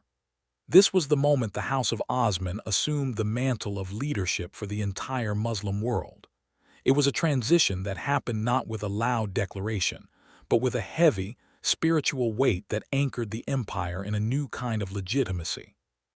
The Sultan was now the servant of the two holy cities, Mecca and Medina, a title he held with a deep and solitary humility. The atmosphere of Istanbul upon his return was one of immense and hushed reverence. The air was thick with the scent of rosewater and incense, the sounds of the city muted in respect for the new spiritual authority. As you drift into the deepest state of rest, imagine the long, golden caravans returning from the south, carrying the weight of history and the silent, enduring promise of a world united under a single, sacred canopy. The empire had reached its full spiritual height, its roots now drinking from the ancient wells of the prophets, preparing for a future where its shadow would cover the entire world. The year 1520 marked the beginning of an era that history would come to remember as a perpetual golden noon.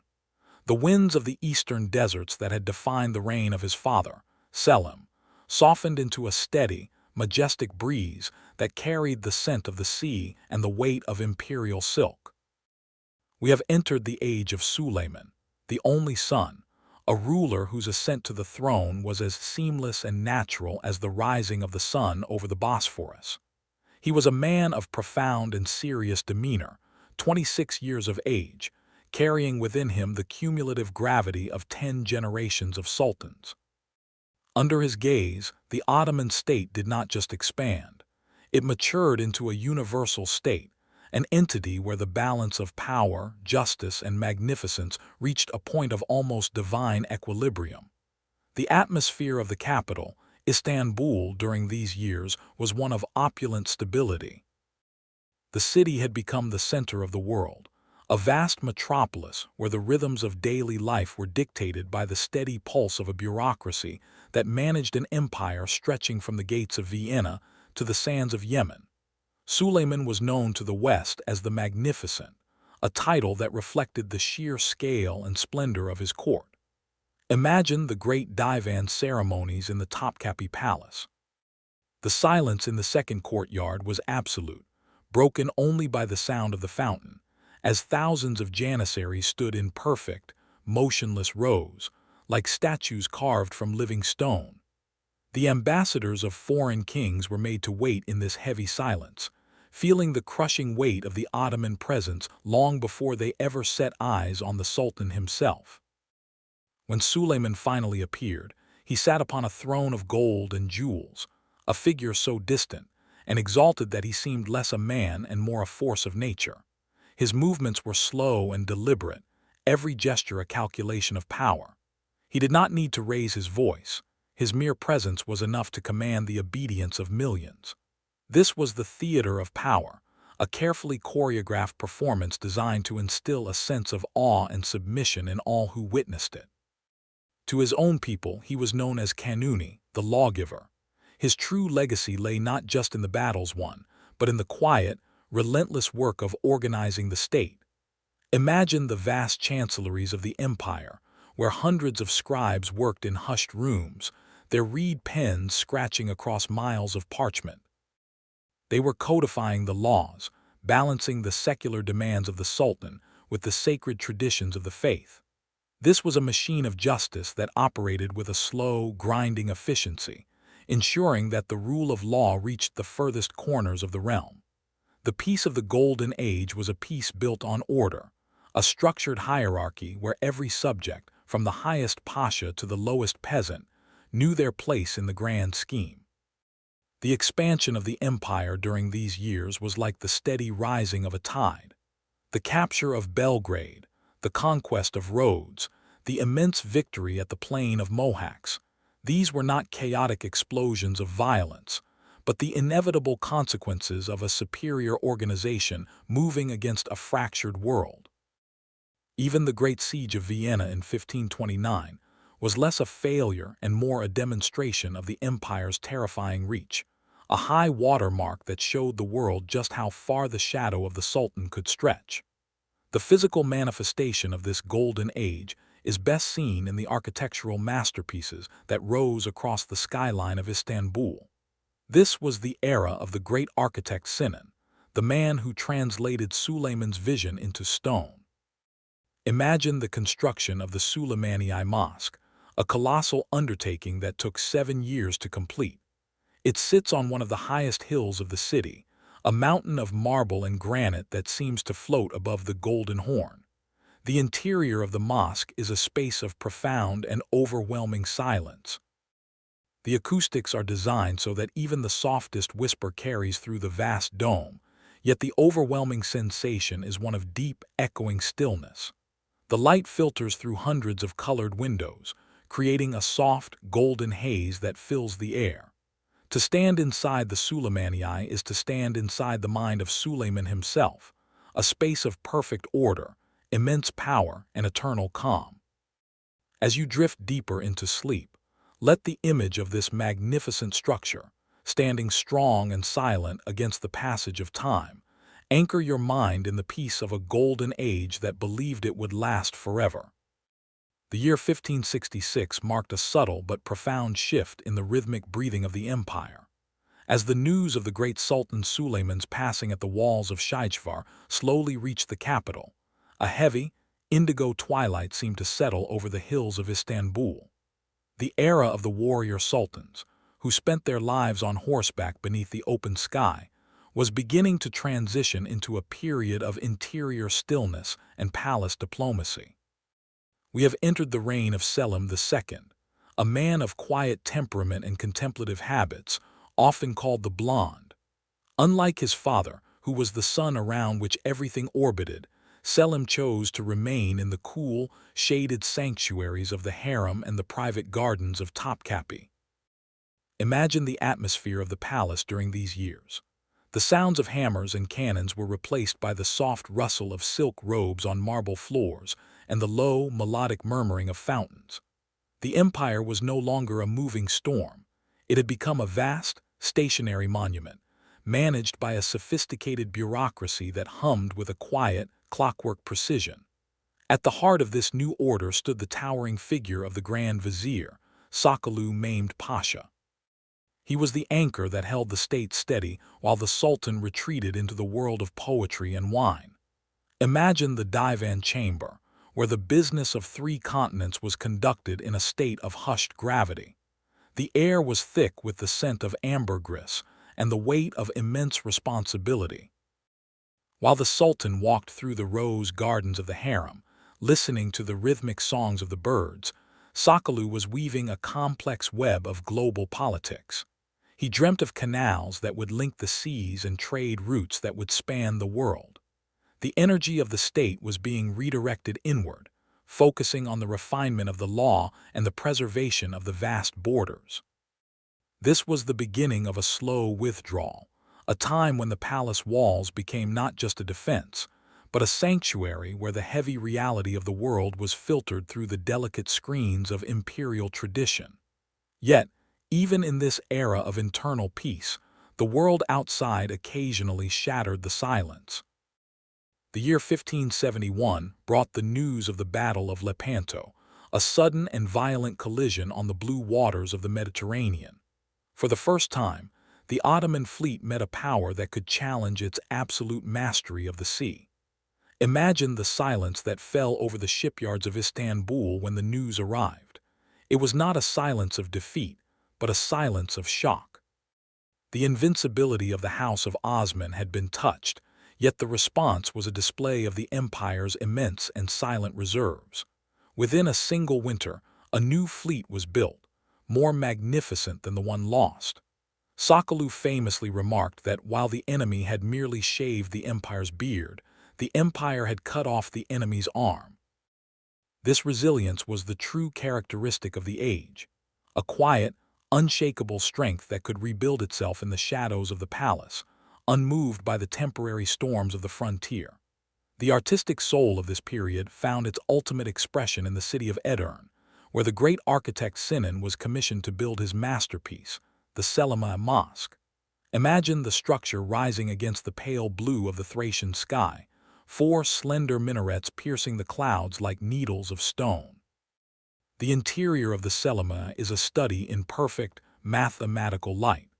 The vast dome seems to rest on nothing but the air itself, creating a space of such profound tranquility that the mind instantly let go of all earthly concerns. The tiles are a sea of deep blues and vibrant turquoises, reflecting the Sultan's love for the cool colors of the twilight. This was the legacy of Selim II, a world that was becoming more introspective, more refined, and more focused on the beauty of the interior life.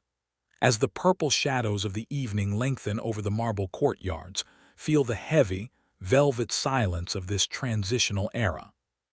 The empire is resting, its foundations still deep and strong, as it settles into a long, melancholic autumn of magnificent proportions. As we move deeper into the final decades of the 16th century, the atmosphere of the empire becomes even more layered with mystery and internal contemplation. We have arrived at the year 1574, the beginning of the reign of Murad III. This was a period when the great physical expansions of the past were replaced by a profound and almost mystical obsession with the invisible forces that governed the universe. Murad was a man of the shadows, a sultan who rarely left the confines of the Topkapi Palace, preferring the company of scholars, poets, and mystics to the dust of the campaign trail. Imagine the palace at night during these years. It was no longer just a center of government, but a vast, silent observatory of the human soul. The air was thick with the scent of burning oud and the rhythmic ticking of mechanical clocks, a new passion that had taken hold of the imperial mind.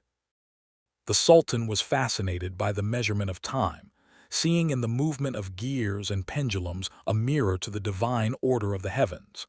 Visualize the highest hill of the city near Tafane, where a magnificent new structure began to rise against the indigo sky.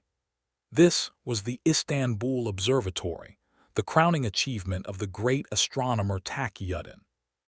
It was a place of absolute and scholarly silence, where the heavy instruments of bronze and wood were pointed toward the infinite reaches of the stars.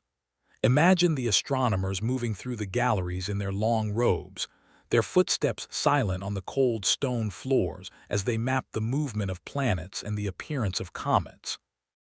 They were seeking to read the heartbeat of the cosmos, believing that the fate of the empire was written in the alignment of the celestial bodies. The atmosphere of this observatory, was one of sacred focus, a sanctuary of knowledge where the noise of the world was forgotten in the pursuit of eternal truths. The Sultan often looked toward this hill from the windows of his private apartments, feeling a deep connection to the silent rotation of the spheres.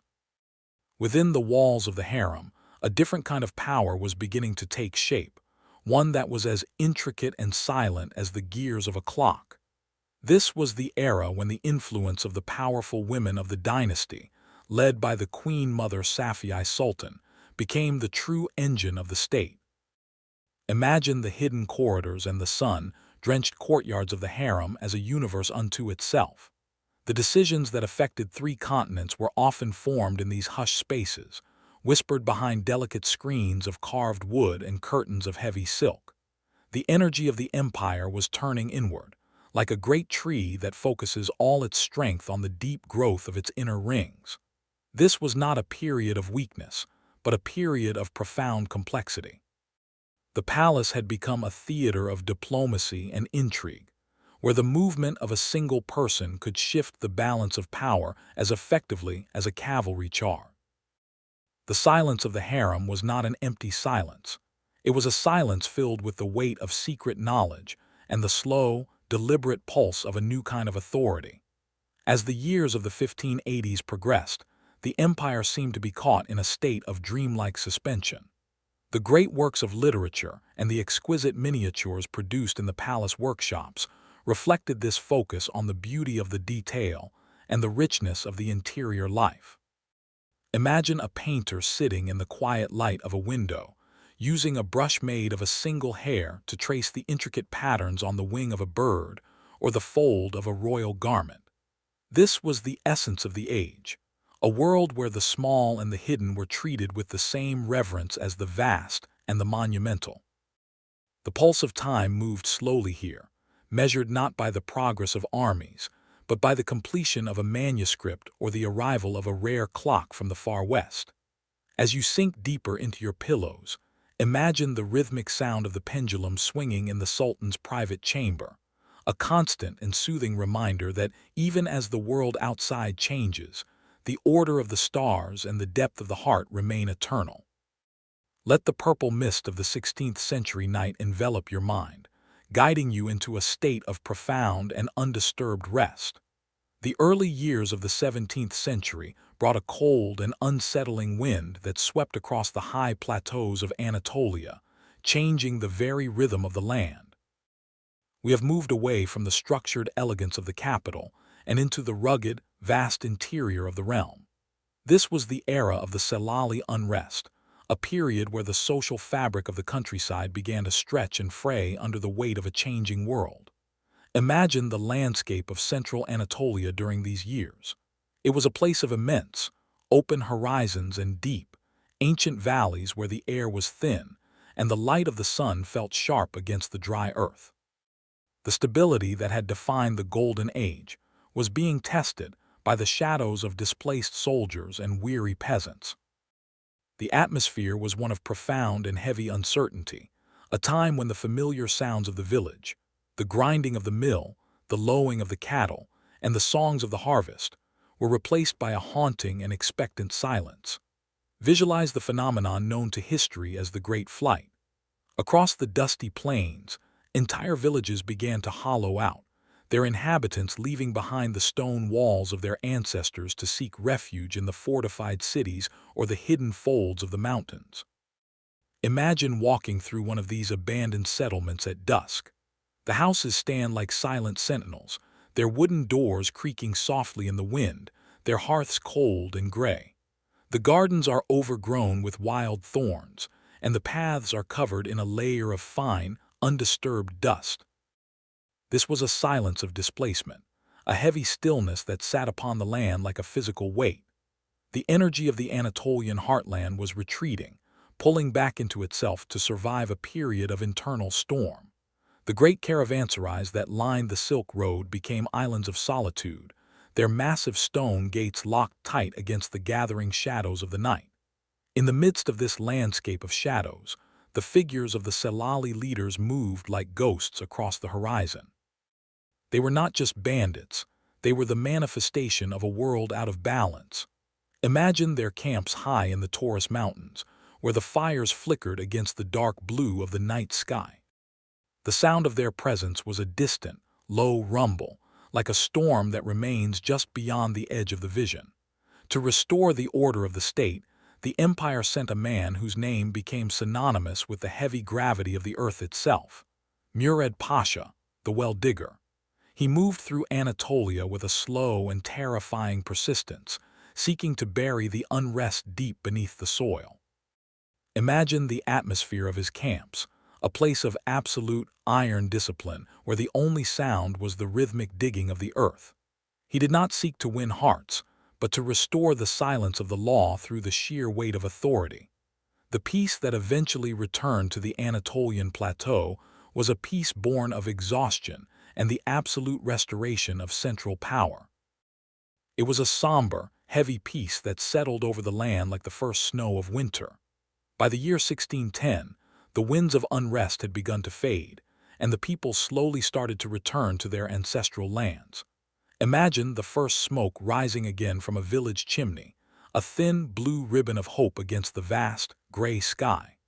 The mills began to turn once more, their rhythmic clashing sounding like a heartbeat returning to a body that had long been still. The silence of Anatolia was no longer the silence of fear, but the silence of recovery, a deep, restorative rest that allowed the roots of the empire to find their strength in the earth once again. As you sink deeper into your bed, let the image of the endless Anatolian horizon, quiet and peaceful under the silver light of the moon, anchor your mind in a state of profound and undisturbed tranquility. The land is at rest, the winds have passed, and the rhythm of history moves forward in a slow, steady, and eternal cycle. The year 1618 brought a sudden, sharp clarity to the atmosphere of the Topkapi Palace. A youth of only 14 years, known to history as Osman II, ascended the throne with an energy that had not been seen in the imperial halls for generations. He was a prince of deep intellect and restless spirit, a young man who looked upon the vast machinery of the state not with the passive acceptance of his predecessors, but with the critical eye of a reformer. Imagine the corridors of the palace during these early years. The air was no longer thick with the heavy incense of stagnation. Instead, it carried the crisp, cold scent of a winter morning.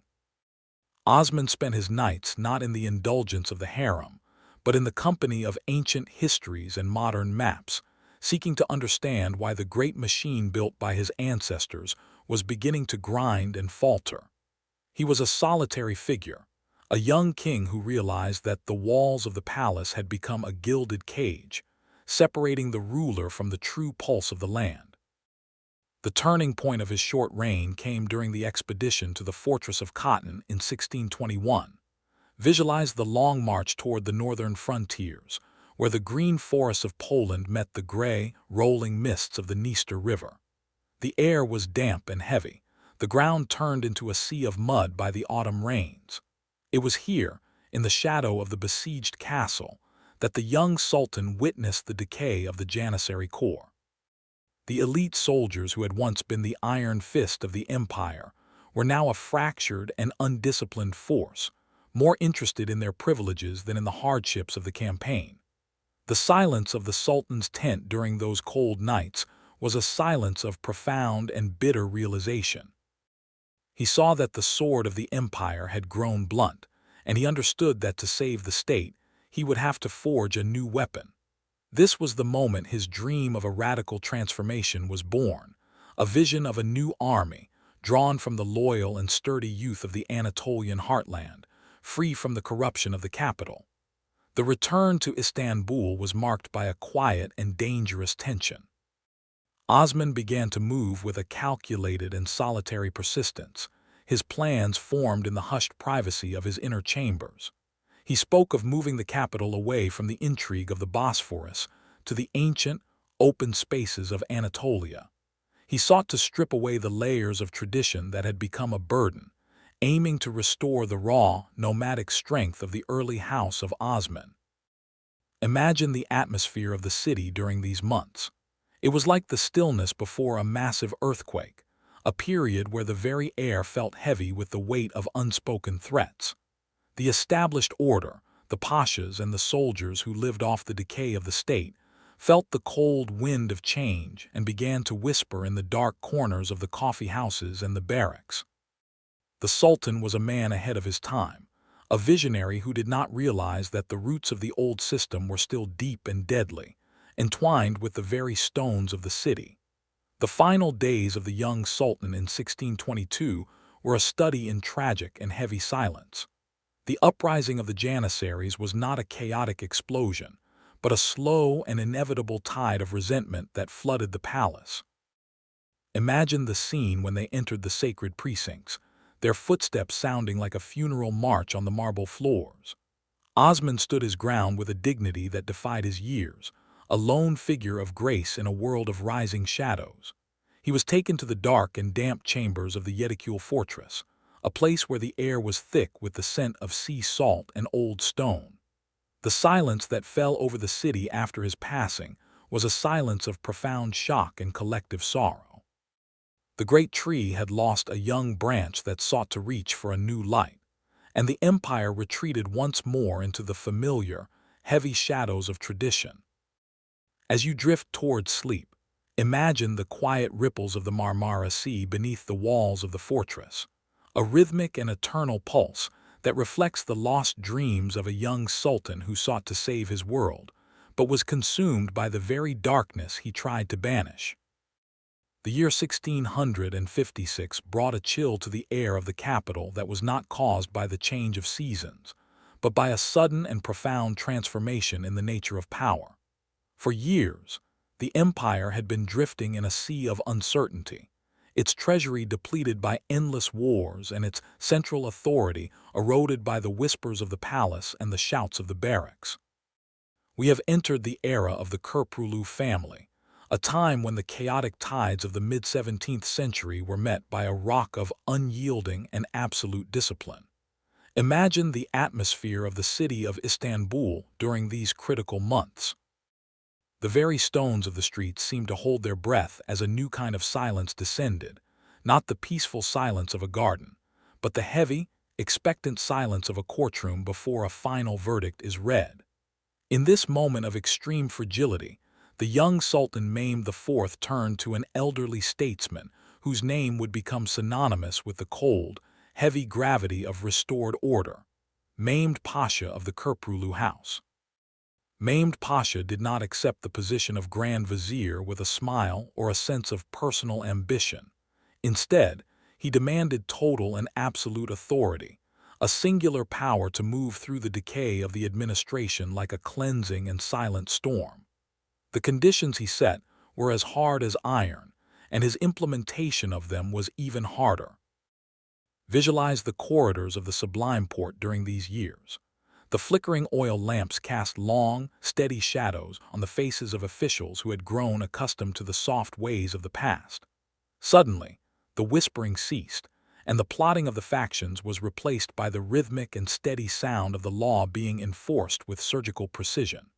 The Grand Vizier moved with the deliberation of a man who knew he was fighting against time itself. He was a figure of solitary and stern dignity, believing that the only way to save the great tree of the Ottoman state was to prune the dead branches with a cold and relentless blade. Imagine the landscape of the empire's frontiers during this era of restoration. The discipline of the Janissaries was restored not through empty words or promises, but through the silent and undeniable weight of consequences.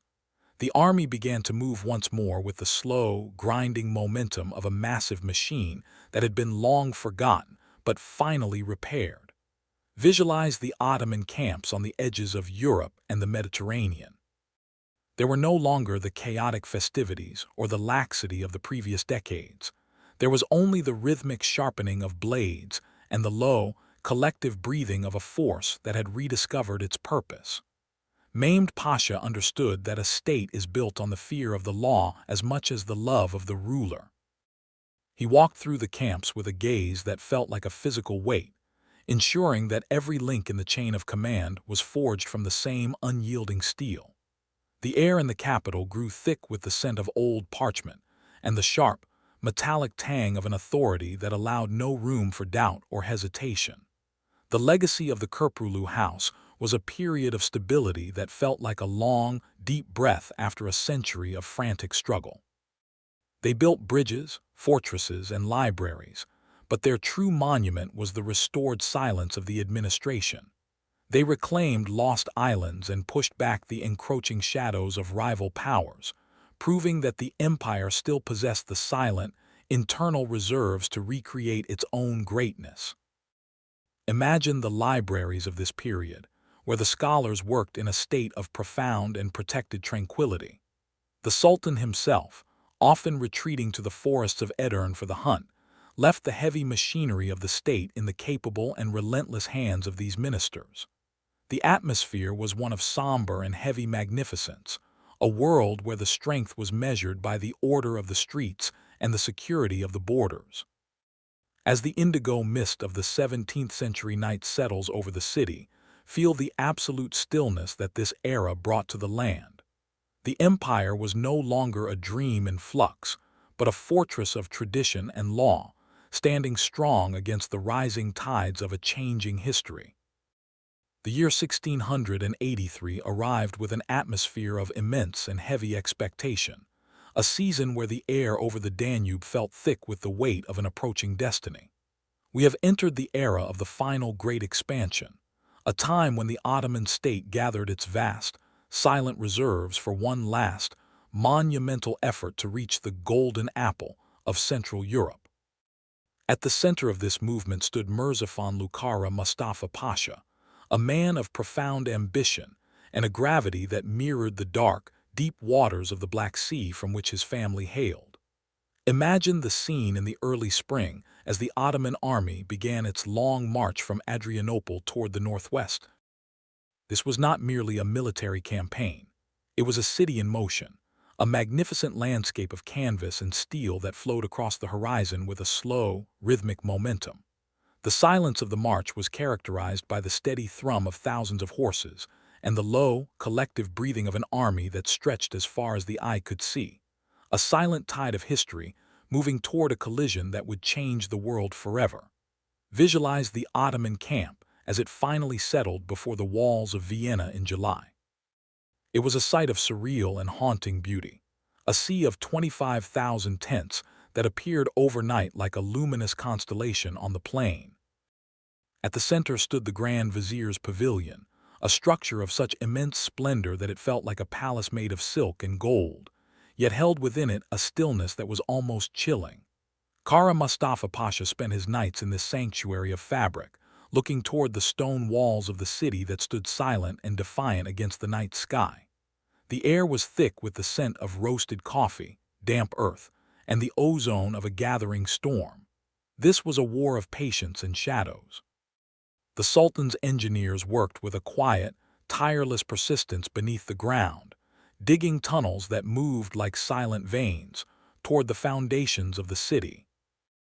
The atmosphere was one of suspended animation, where the two worlds, the ancient walls of the Habsburgs and the vibrant tents of the Ottomans, stood frozen in a long, silent embrace, waiting for the spark that would ignite the final transformation. The silence of the siege was punctuated by the deep, rhythmic roar of the cannons, a sound that felt like the earth itself was groaning under the weight of the conflict. Yet between these moments of destruction, there were long periods of profound, expectant quiet.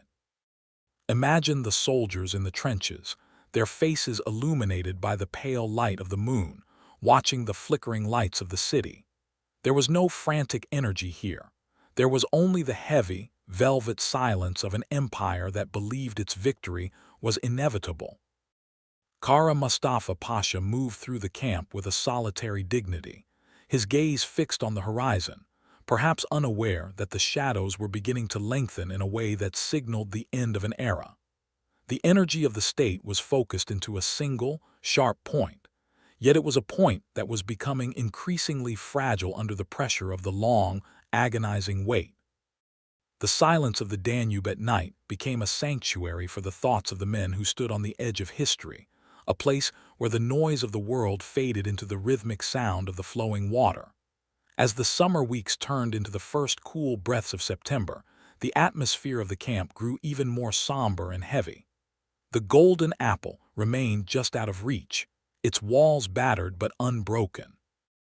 The silence that now sat upon the plain was no longer the silence of confidence, but the silence of a looming uncertainty. Rumors of a relief army approaching from the north moved through the tents like a cold, invisible wind. Yet, the Grand Vizier maintained his posture of absolute and unyielding calm, a man who had staked the entire future of his house and his empire on the capture of this single city. The final days before the great battle were characterized by a deep, meditative stillness, a period where the old world of the Middle Ages and the rising world of the modern era stood perfectly balanced. As the indigo mist of the European night settles over the tents, feel the weight of this historic moment. The empire is at its furthest reach, its shadow covering the heart of the continent, holding everything in a state of absolute, breathless anticipation before the final fall of the curtain. The silence of the dawn on September 12, 1683, was broken by a sound that the Ottoman camp had not expected, the rhythmic, thunderous descent of ironclad cavalry from the heights of the Kahlenberg. Imagine the atmosphere of that fateful morning. The air over the Vienna woods was cool and damp, a pale blue mist clinging to the trees as the first rays of light touched the steel armor of the approaching Polish hussars. In an instant, the suspended animation of the siege was shattered. The Ottoman army, which had stood for months in a state of confident, heavy waiting, was suddenly faced with a force that moved with the unstoppable momentum of a mountain avalanche. This was the moment the dream of the golden apple dissolved like mist under a rising sun. The retreat began not as a chaotic flight, but as a slow, agonizing realization that the era of absolute Ottoman expansion had reached its ultimate boundary. The silence that followed the battle was a new kind of silence, a heavy, melancholic stillness that signaled the end of an imperial afternoon. As the news of the defeat reached the capitals of Europe, a new and formidable force began to take shape in the shadows: the Holy League. For the first time, the rival powers of the West, the Habsburgs, the Venetians, the Poles, and the Russians, united their disparate wills into a single, focused weapon directed at the receding heart of the Ottoman state. Imagine the landscape of the Balkans and the Hungarian plains during the 16 years that followed. This was an era of the long, dark retreat. The air was thick with the scent of wet wood and the cold, metallic breath of an endless winter. The Ottoman forces moved backward with a somber and heavy dignity, their footsteps tracing a path across lands that had been part of their identity for generations. Every river crossed, every fortress left behind, was a silent chapter closing in the book of history.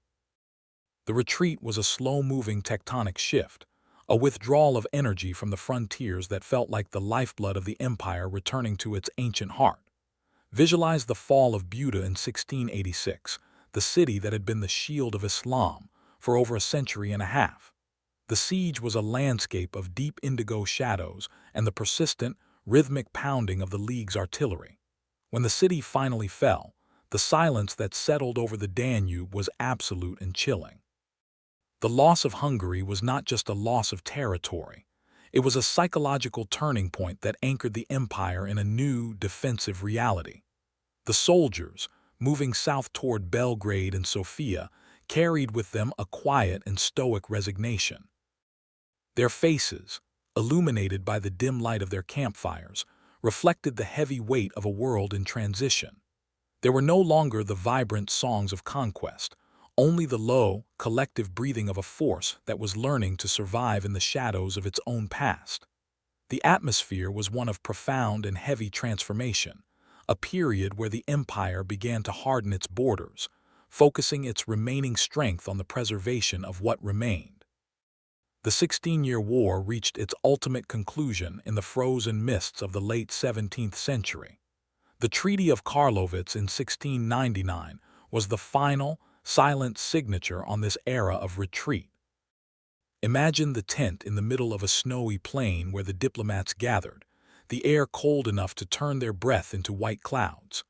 The ink on the parchment was the color of the midnight sky, marking the first time the Ottoman state formally acknowledged the loss of vast territories to its rivals. This was the birth of the modern borders, a moment where the dynamic, outward-flowing energy of the House of Osman was permanently contained. Yet through all this sorrow and loss, the empire maintained a posture of solitary and resilient strength. It was a bridge being narrowed, but its foundations were still rooted deep in the ancient stones. As the violet shadows of the night envelop the receding horizons of the empire, feel the rhythmic and enduring pulse of a state that is learning to find its peace in the stillness of the interior, waiting for a new kind of light to appear in the waking world of the future. The dawn of the 18th century brought a soft, perfumed breeze to the hills of Istanbul, a wind that carried the scent of blooming gardens and the quiet rustle of silk rather than the smoke of distant battlefields. We have entered the era known to history as the Tulip Era, a period of 12 years starting in 1718, where the Ottoman state sought a new kind of existence. After the long and agonizing retreat of the previous century, a profound and weary desire for peace settled over the capital like a silken veil. Imagine the atmosphere of Istanbul during these years. The city began to breathe with a slower, more rhythmic elegance. The focus of the empire shifted from the expansion of borders to the cultivation of beauty. Under the reign of Sultan Ahmed III and his visionary Grand Vizier, Nevşehirli Damat Ibrahim Pasha, the Ottoman soul found a sanctuary in the aesthetics of the garden and the precision of the library. It was a time of suspended animation, a golden afternoon where the empire looked inward, seeking to capture the divine in the curve of a petal and the ink of a new book. Visualize the valley of Cajithane, known then as Sadabad, the place of happiness. Imagine the landscape at dusk, where the water of the stream was diverted into marble canals, flowing with a constant, soothing melody. Along the banks, thousands of tulips, the lail, were planted in intricate patterns that mirrored the stars in the night sky. These were not just flowers, they were symbols of a fragile and fleeting perfection. The Sultan and his court spent their evenings in these gardens, where the air was thick with the fragrance of jasmine and the low, melodic sound of the ney. The gatherings were illuminated by thousands of candles placed on the backs of slow-moving tortoises, creating a sea of flickering, dancing lights that turned the night into a dreamscape of indigo and violet. This was the theater of the refined life, a world where the heavy burdens of the state were whispered behind delicate fans and hidden within the verses of complex poetry. The silence of the Tulip Era was a silence of deep appreciation, a collective breath held in the face of a beauty that everyone knew could not last forever. Yet, beneath this surface of floral tranquility, a quiet intellectual revolution was beginning to stir. Imagine the small, hushed room in the capital, where the first Ottoman printing press began its work under Ibrahim Mutefarika. The sound of the press was a new kind of rhythm in the city, a steady thrum that signaled the birth of a new age of knowledge. The smell of fresh ink and damp paper filled the air, a scent that represented the empire's desire to bridge the gap between the ancient wisdom of the East and the rising innovations of the West. This was a period of profound curiosity, where the scholars and the pashas began to look across the borders not with the eyes of a conqueror, but with the eyes of a student. They studied the maps of distant lands and the science of new stars, seeking to rejuvenate the great tree by feeding its roots with new ideas. The atmosphere was one of scholarly calm, a sanctuary of the mind, where the noise of the world was forgotten in the pursuit of a modern and enlightened reality. As the decade of the 1720s drew to a close, the atmosphere of the Tulip Era grew even more melancholic and heavy with the weight of its own fragility. The obsession with the tulip, a flower that blooms brilliantly and then fades in an instant, became a metaphor for the state itself. The piece was a delicate glass structure, held together by the will of a few men against the rising tides of social tension and the traditionalist shadows that lingered in the dark corners of the city. Imagine the Sultan standing on the shore of the Bosphorus, watching the moon reflect on the dark, glassy water. He was a ruler who chose the pen over the sword, the garden over the fortress. The silence of the nights in Istanbul during this time was the silence of an era that had found its soul in the beauty of the moment, a world that was preparing for a sudden and violent awakening. As you sink into the deepest state of rest, let the image of a single, perfect tulip, swaying gently in the midnight breeze under a violet sky, anchor your mind in the peace of an aesthetic dream. The empire is at rest, its heart beating to the slow and elegant rhythm of a lost golden age. The dream of the tulip was a silken thread, a fragile and luminous strand of beauty that had been stretched to its absolute limit across the fabric of the 18th century. As the autumn of 1730 approached, the atmosphere of Istanbul began to change, the perfumed air of the gardens growing heavy with a new kind of static, a silent tension that moved through the back streets like a cold, invisible fog. We have reached the moment of the Great Awakening, the point where the refined isolation of the palace was finally shattered by the raw, unwashed reality of the city. The tulip era, for all its grace and intellectual curiosity, had become a world of shadows, a golden bubble that excluded the very people who were its foundation. While the Sultan and his court spent their nights in the indigo glow of the Cajithane Valley, watching the rhythmic dance of tortoises and the flickering of 10,000 candles, the people in the markets and the barracks were living in a different kind of silence, the silence of hunger, the silence of resentment, and the silence of a world that felt forgotten by its masters. Visualize the figure of Patrona Halil, a man whose name would become the hammer that broke the aesthetic glass of the age. He was not a prince or a general, but a common seaman, a former janissary who moved through the dark coffee houses of the city like a quiet spark looking for tinder. Imagine the atmosphere of those hidden spaces, the air thick with the scent of bitter tobacco, and the low, rhythmic murmuring of men who felt the weight of the empire's taxes and the sting of its distant wars. This was the birth of the rebellion, a movement that did not begin with a roar, but with a series of silent nods and shared glances in the indigo shadows of the evening. On a fateful morning in September, Patrona and a small band of followers marched into the heart of the city, their footsteps sounding like a slow, deliberate drumbeat on the ancient stones. It was the sound of the old world reasserting its gravity against the fleeting dream of the new. The destruction of the Sadabad palaces was a scene of surreal and haunting melancholy.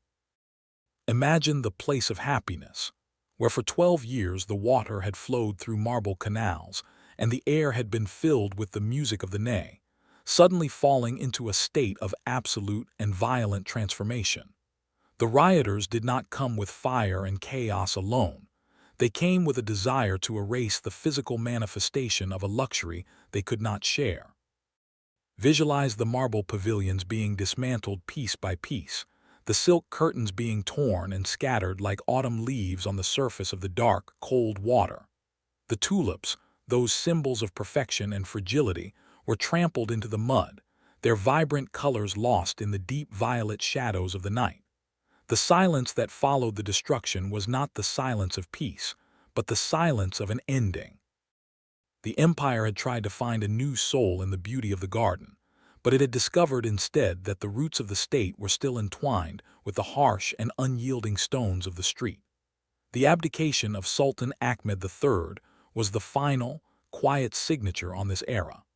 Imagine the Sultan in the private chambers of the Topkapi Palace, surrounded by the shadows of a world he had tried to transform into a masterpiece of aesthetics.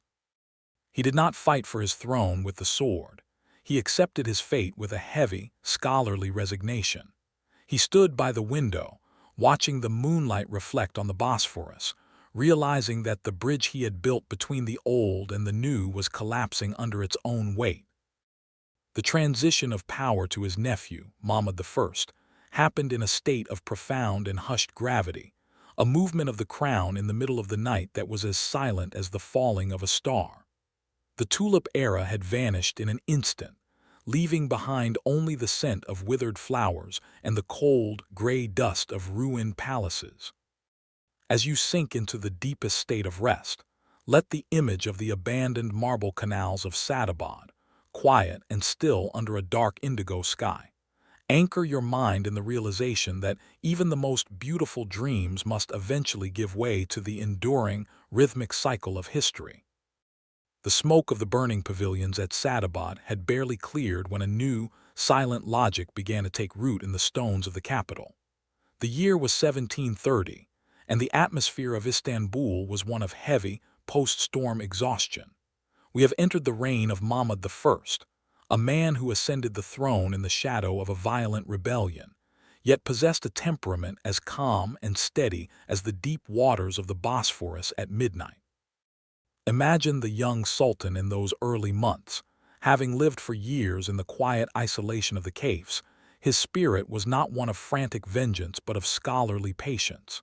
He was a jeweler by trade, a man who understood the value of precision, the beauty of the small detail, and the necessity of a firm, steady hand. The tulip era had been a dream of aesthetics, but Mahmud realized that, for the empire to survive the coming century, it needed to ground its dreams in the hard reality of mathematics and the cold logic of engineering. The silence that fell over the palace was no longer the silence of hedonistic retreat, but the silence of a laboratory where the foundations of a new kind of state were being meticulously assembled. Visualize the shift in the intellectual landscape of the city. The Sultan, moving with a calculated and unhurried grace, began to invite a different kind of guest to his court. These were not the poets of the previous decade, but men of science and masters of technical warfare. At the center of this movement stood a mysterious figure, a French nobleman turned Ottoman officer, known to history as Humbarasi Ahmed Pasha.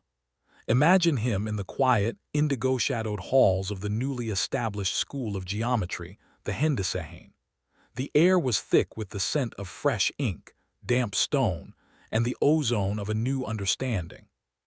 This was the birth of modern Ottoman military science, a place where the chaotic energy of the battlefield was being translated into the rhythmic language of geometry and the precise trajectories of the bombardier. The silence in these rooms was a sacred focus, a sanctuary where the old world of raw courage was being reinforced by the new world of technical mastery. The Sultan understood that the strength of the great tree now depended on the precision of its measurements as much as the depth of its roots. The atmosphere of Istanbul during these years was one of profound and restorative recovery. While the world outside was caught in the rising tides of enlightenment and the early tremors of the industrial age, the Ottoman capital sought a quiet, internal stability. Mahmud was a builder of libraries and fountains, a ruler who believed that the true magnificence of a state was seen in the availability of knowledge and the purity of its water. Imagine the silence of the Nuri Osmaniye Mosque as its foundations were first laid, a structure that would eventually bridge the aesthetic grace of the past with the rising influence of the European Baroque. The construction was a slow-moving tectonic shift, a manifestation of a will that sought to modernize the soul of the city without shattering its sacred traditions.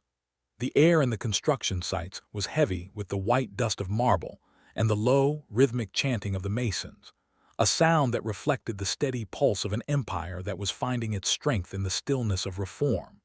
As the years of the 1730s and 40s unfolded, the Sultan maintained a posture of detached and scholarly calm. He was a ruler who preferred the quietude of his private library to the noise of the court, a man who watched the moon reflect on the dark, glassy surface of the Bosphorus and saw a world that required a new kind of order. The silence of the nights in Istanbul during his reign was a silence of preparation, a period of suspended animation where the Ottoman state was quietly absorbing the lessons of the West while remaining anchored in its own eternal identity. The energy of the state was being redirected toward the refinement of the bureaucracy and the technical training of a new generation of leaders. As you sink into the deepest state of rest, Let the image of the Sultan's steady hand, carefully carving a precious stone under the cool, indigo light of a single lamp, anchor your mind in the peace of a restorative age. The empire is at rest, its heart beating to the rhythmic and precise tempo of a quiet transformation, preparing for the challenges of a world that is forever changing.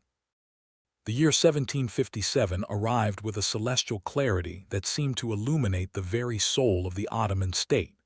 We have entered the reign of Mustafa III, a man whose spirit was a complex tapestry of deep-seated anxiety and a tireless, intellectual hunger for order. Imagine the Sultan in the quiet, late hours of the night, standing upon the terraces of the Topkapi Palace. The air is cool, carrying the salty breath of the Marmara Sea, while the sky above is a vast, velvet expanse of indigo and violet, pierced by the cold, distant light of the stars. Mustafa was not a ruler of the hunt or the feast. He was a man of the library and the observatory, a sultan who looked toward the heavens not out of idle curiosity, but out of a profound belief that the secrets of the empire's survival were written in the alignment of the planets. He was an Ayyar sultan, one who was perpetually awake, a watchful sentinel in a world that he felt was slowly slipping into a chaotic and unpredictable era. The silence of his reign was a silence of intense calculation, a period where the Ottoman mind sought to reconcile ancient cosmic wisdom with the urgent, mechanical demands of a changing world. Visualize the Sultan's private study, where the flickering light of a single candle reflects off the brass surfaces of astrolabes and the ink-stained pages of celestial charts. Mustafa was obsessed with the idea of Tayli, the concept of imperial luck or destiny. He spent his nights studying the movements of the stars, seeking a sign that would signal a return to the glory of his ancestors. He famously looked toward the west, specifically toward the rising power of Prussia and its king, Frederick the Great. Imagine the hushed conversations in the palace as the Sultan sought to discover the secret of Frederick's military success, believing it might be hidden in the precise calculations of the Prussian court's astrologers. This was a time of profound and heavy searching, a moment where the Ottoman state realized it was no longer the sole master of its fate and began to look for external keys, both scientific and spiritual, to unlock a new future. The atmosphere was thick with the scent of old leather, drying ink, and the sharp, intellectual ozone of a ruler who felt the weight of history pressing down upon his shoulders. The architectural soul of this period found its expression in the construction of the Layli Mosque, a structure of profound and airy elegance that seemed to reach for the very stars the Sultan so admired. Imagine the scene at the construction site on the historic peninsula. The air is heavy with the white dust of marble and the rhythmic, meditative sound of the masons' chisels. Mustafa supervised the work with a precise and demanding eye, seeking to build not just a place of prayer, but a monument to the order and the stability he craved. The interior of the Layli Mosque is a landscape of soft, filtered light, where the blue and purple shadows of the tiles create a space of deep, echoing tranquility.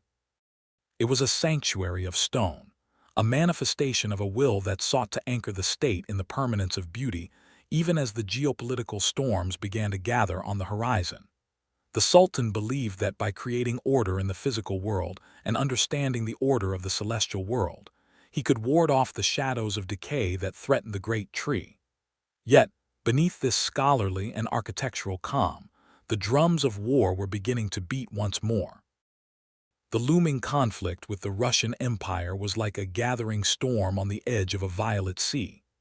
Mustafa, ever the realist, understood that the stars could warn him, but they could not fight the battles for him.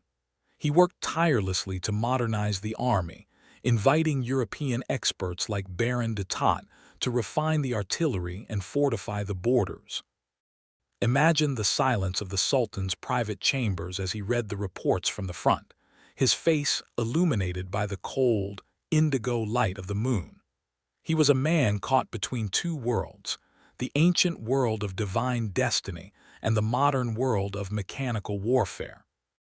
As you sink into the deepest state of rest, Imagine the rhythmic sound of the stars rotating in their eternal cycles above the city of Istanbul, a constant and soothing pulse that reflects the Sultan's search for a timeless stability.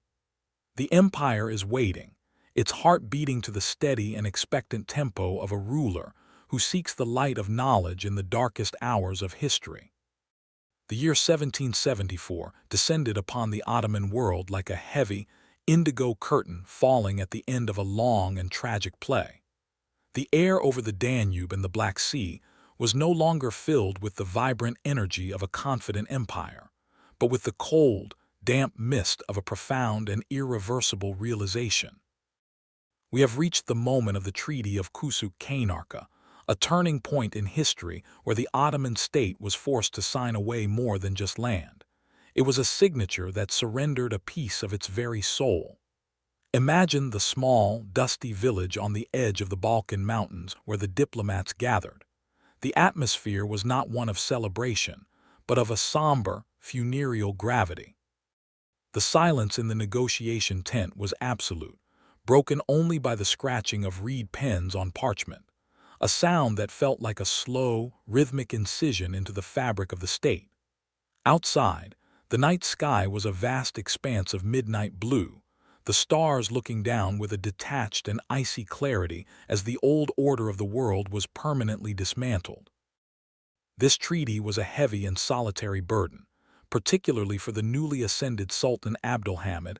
I imagine him in the quiet, secluded chambers of the Topkapi Palace, a ruler who had spent 44 years in the stillness of the caves before finally entering the blinding light of the throne. He was a man of deep piety and gentle spirit, a sultan who carried the sorrows of his people as if they were his own.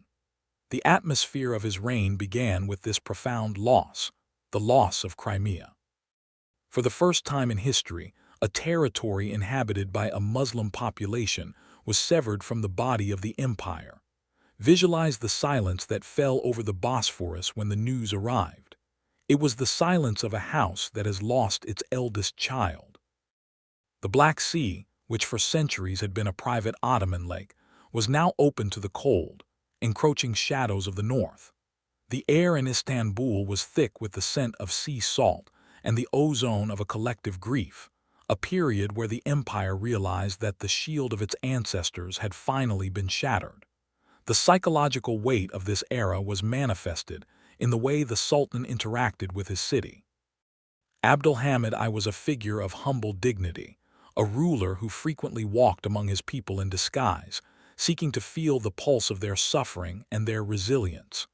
Imagine him moving through the indigo shadows of the Grand Bazaar or the quiet courtyards of the mosques at night. He did not seek the empty magnificence of the court, but the silent comfort of the faith. He established soup kitchens and libraries, believing that in a time of external retreat, the empire must find its strength in internal compassion and knowledge. The architecture of his era, such as the Hamidite complex, reflected this shift toward a more intimate and protective form of beauty. The air around these structures was heavy with the fragrance of rosewater and the low, rhythmic chanting of prayers, a sound that sought to heal the wounds of the state through a profound and spiritual restoration. Yet the silence of the late 18th century was also a silence of intense, hidden preparation. Beneath the heavy veil of sorrow, the empire began to harden its remaining foundations. The Sultan worked tirelessly to reform the navy and the artillery, realizing that the survival of the great tree now required a new kind of iron strength. Imagine the shipyards of the Golden Horn at night, where the flickering light of torches reflected off the dark, glassy water. The sound of the hammer against the oak and the steady, rhythmic breathing of the laborers were the heartbeat of a new defensive reality. This was a period of suspended animation, where the Ottoman state stood frozen in a long, melancholic embrace with its own history, waiting for the strength to face a world that was becoming increasingly hostile. As you sink into the deepest state of rest, let the image of the Sultan's solitary figure, kneeling in prayer under the vast, violet dome of a silent mosque, anchor your mind in the peace of a resilient soul. The empire is at rest, its heart beating to the slow and somber tempo of a heavy farewell, preparing for a future where its light must shine from within the darkness. The year 1789 brought a sudden, electric clarity to the atmosphere of the Ottoman capital, a season where the air felt charged with the energy of a new world struggling to be born. We have entered the reign of Selim III, a man whose spirit was a delicate balance of ancient poetic grace and a modern, revolutionary fire. Imagine the Sultan in the quiet hours of the night within the inner sanctuaries of the Topkapi Palace. He was a composer of music, a master of the ney, and a poet whose verses were filled with a profound and melancholic beauty. Yet, beneath this artistic exterior, Selim was a ruler of intense and calculated determination. He looked upon the great tree of the empire and realized that it could no longer survive on its ancient roots alone. It needed to be grafted with the new sciences and the modern disciplines of the West. The silence of his reign was not the silence of stagnation, but the expectant quiet of an orchestra tuning its instruments before a grand and world-changing performance. The atmosphere was one of profound hope, a period where the indigo shadows of the night were beginning to be pierced by the first, sharp rays of a modern dawn.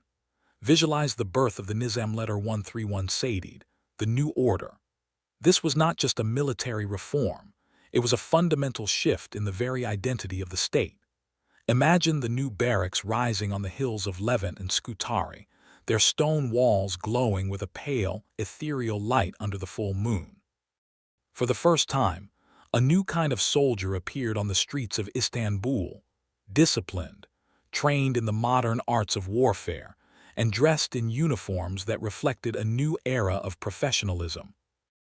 The air around these barracks was thick with the scent of fresh lime, damp earth, and the rhythmic, steady sound of marching feet, a sound that was a sharp contrast to the chaotic energy of the past. The Sultan spent his nights studying the blueprints of these new structures and the manuals of modern tactics, his mind a vast map of a future he was determined to build. He was a solitary sentinel of progress, a man who understood that the survival of the House of Osman now depended on its ability to embrace the cold, mechanical logic of the coming century. The intellectual landscape of Istanbul during this era was one of vibrant and scholarly curiosity. Selim III turned the palace into a center of global learning, inviting diplomats, engineers, and artists from across Europe to share their knowledge. Imagine the printing houses and the translation bureaus during the quiet hours of the evening. The air was heavy with the smell of ink and the rustle of maps that depicted a world that was rapidly changing. The Sultan sought to create a new generation of leaders, men who were as comfortable with the geometry of a fortress as they were with the verses of a divan. This was a period of profound and heavy transformation, where the old traditions of the Janissaries and the new ideals of the reformers stood in a state of silent and dangerous tension. The atmosphere was like the stillness before a great storm, a time when the very air of the city felt thick with the weight of unspoken conflicts. Yet, Selim moved with a poetic and unyielding grace, believing that the light of reason could guide the empire through the darkest of transitions. The artistic expression of this era found its ultimate form in the music composed by the Sultan himself. Imagine the sounds of the Söğüt al-Amara, Mahkem echoing through the marble halls of the palace at midnight, a melody of such profound and haunting beauty that it seemed to capture the very essence of the Ottoman soul in transition. It was a music of shadows and light, of sorrow and hope. The architecture of the period, with its blend of traditional motifs and European influences, reflected this same search for a new identity. As the violet mist of the 18th century night settles over the domes and minarets of Istanbul, feel the rhythmic and expectant pulse of a state that is trying to reinvent itself. The empire is awake, its heart beating to the steady and courageous tempo of a poet king who seeks to lead his people into the light of a new world. As you sink into the deepest state of rest, let the image of the Sultan's hand, delicately holding a reed pen under the cool, indigo light of the moon, Anchor your mind in the peace of a visionary dream. The great tree is reaching for the stars, its branches swaying in the winds of change, as it prepares for the challenges of a future that is already here. The silence that descended upon the hills of Istanbul in May 1807 was of a different nature than the poetic stillness of the previous years. It was a heavy, suffocating silence, the kind that precedes the breaking of a massive dam. We have reached the moment of the Kabaksi Mustafa rebellion, the dark turning point where the light of the Nizam letter 131 Saidid was extinguished by the rising shadows of the past. Imagine the atmosphere of the capital during those fateful days. The air was no longer filled with the melodies of the Sultan's music or the rhythmic marching of the new troops. Instead, it was thick with the scent of damp earth, cold stone, and the ozone of a gathering fury. In the back streets and the hidden corners of the barracks, a new energy was stirring, a raw, chaotic resentment that looked upon the reforms of Selim III not as progress, but as a threat to the very soul of the tradition. The indigo mist of the Bosphorus seemed to carry the whispers of a world that refused to change, a world that was preparing to reclaim its gravity through fire and steel. Visualize the figure of Kabaksi Mustafa, a man whose name would become a symbol of the ultimate reaction against the new order. He was a commander of the Bosphorus forts, a man of the old world who moved with a slow and terrifying persistence. Imagine the scene at the great portals of the palace as the rebels gathered, their torches casting long, distorted shadows on the ancient marble walls. This was not a refined political struggle. It was a violent collision between two incompatible dreams. The Sultan, the poet king who had spent his life seeking to modernize the empire, now found himself a prisoner within the very walls he had tried to fill with light. The silence of the palace during these hours was profound and chilling, a landscape of empty corridors and hushed chambers where the only sound was the rhythmic ticking of the European clocks, a constant reminder of a time that was running out for the visionary ruler. The tragedy of Selim III reached its ultimate conclusion in the dark, secluded chambers of the Topkapi Palace. Imagine the scene when the assassins entered, their footsteps sounding like a funeral march on the cold floor. The Sultan, ever the man of grace, met his fate with a quiet and dignified resignation. He was a ruler who had tried to bridge the gap between the ancient and the modern, but he was consumed by the very darkness he had sought to banish. The air in the chamber was thick with the scent of incense and the heavy weight of a lost future. As the light faded from his eyes, the light of the Nizam letter 131 Saidid faded with it, leaving the empire in a state of sudden and profound darkness.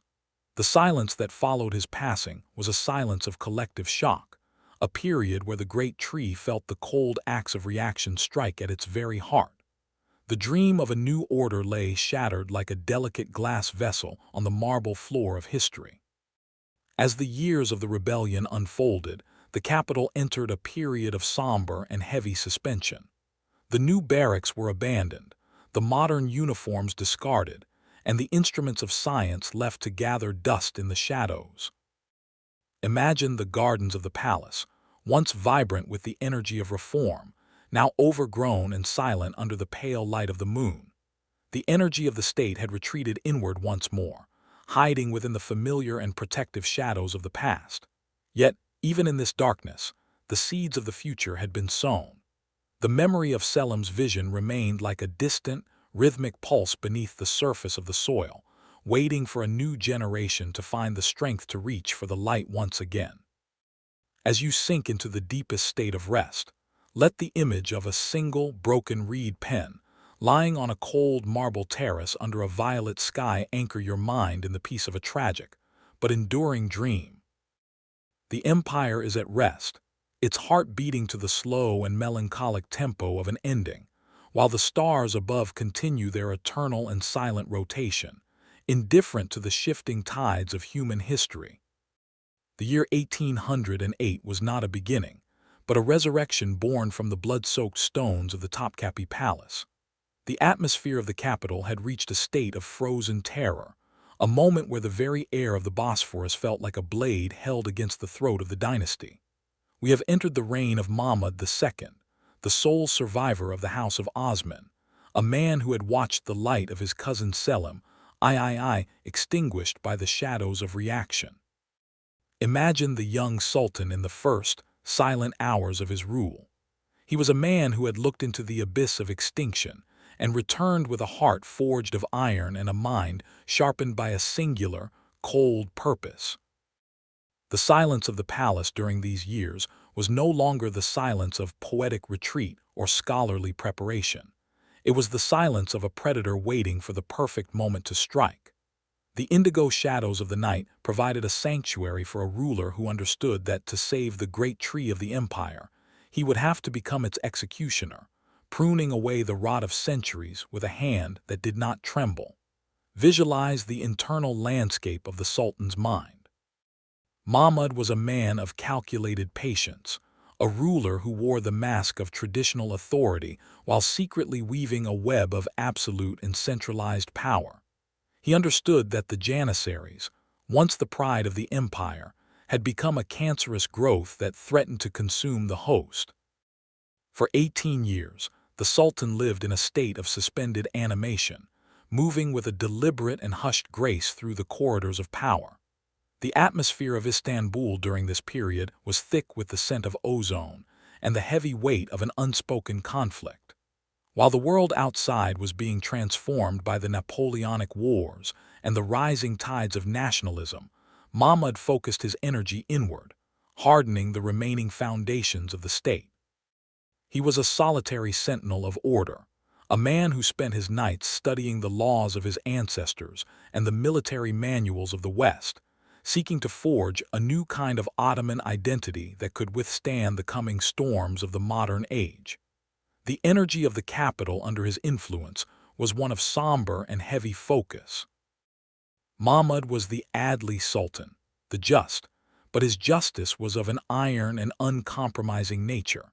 He began to strip away the power of the local lords and the autonomous factions, pulling the disparate threads of the empire back toward the center. Imagine the silent meetings in the private gardens of the palace, where the Sultan met with his most trusted advisors under the cool, violet light of the moon. The air was heavy with the scent of damp earth and the sharp, metallic tang of a resolution that allowed no room for doubt. This was a period of intense preparation, where the Ottoman state was quietly building its internal reserves, creating a new bureaucracy and a new sense of discipline that would eventually challenge the old world.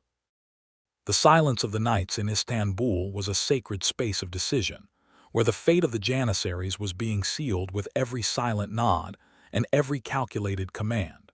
As the decade of the 1820s approached, the atmosphere of the empire grew even more tense and expectant. The Sultan had become a figure of distant and formidable dignity, a ruler who rarely showed his hand but whose presence was felt in every corner of the realm.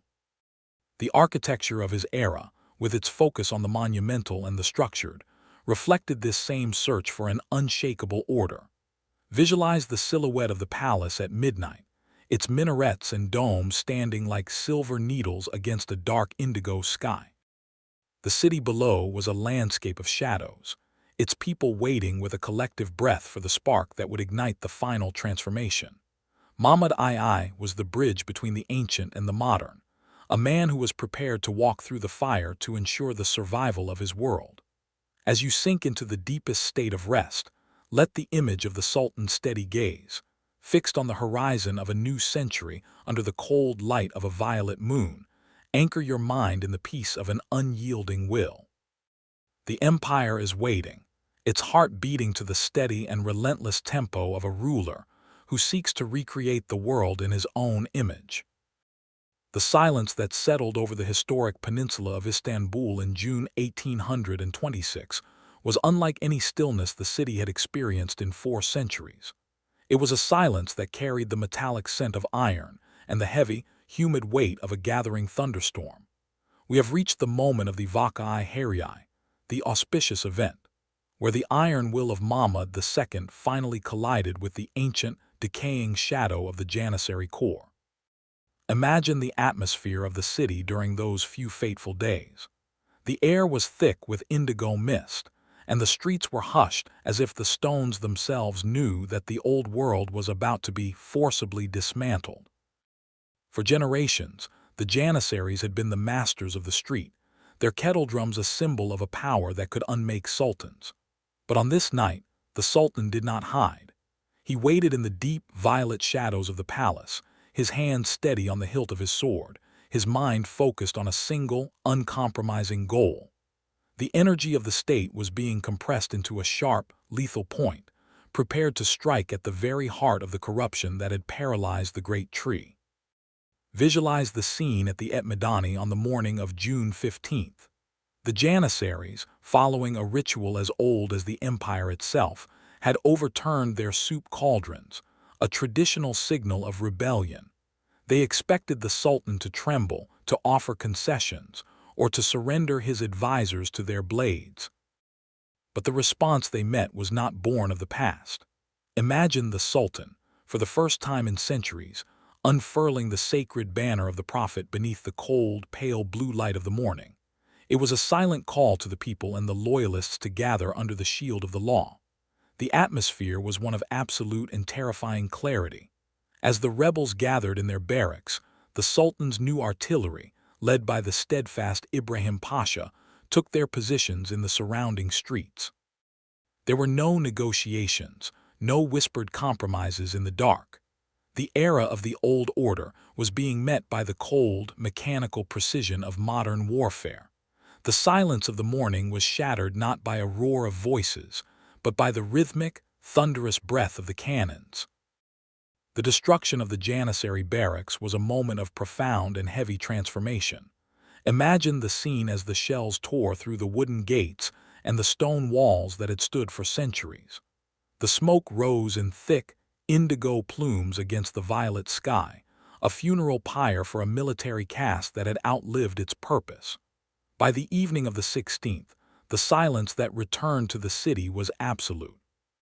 The Janissary Corps, the once invincible fist of the House of Osman, had been erased from the face of the earth in a single, violent stroke.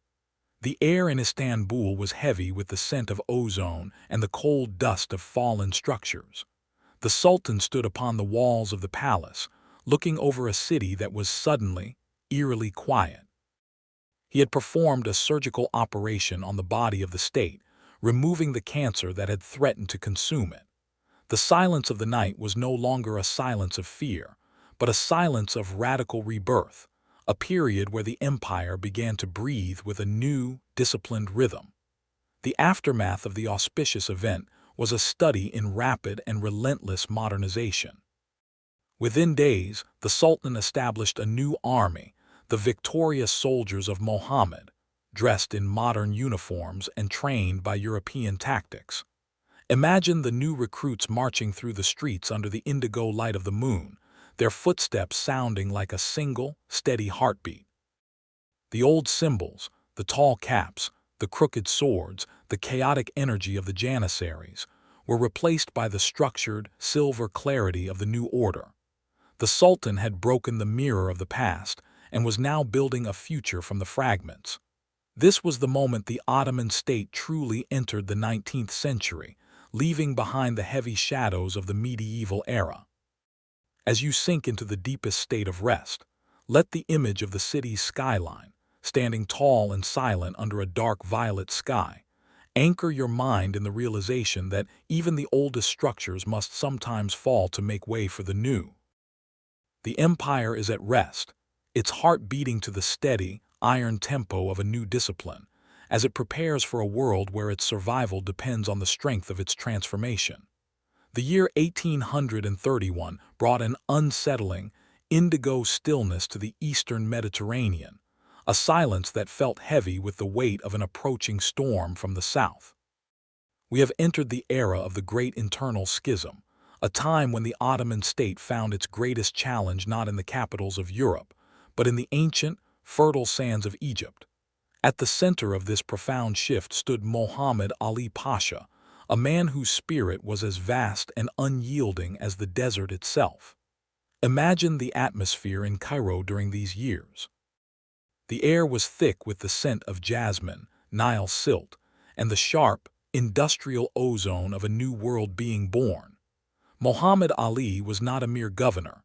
He was a visionary who had transformed Egypt into a modern powerhouse, while the Central Empire was still struggling to break the chains of the past.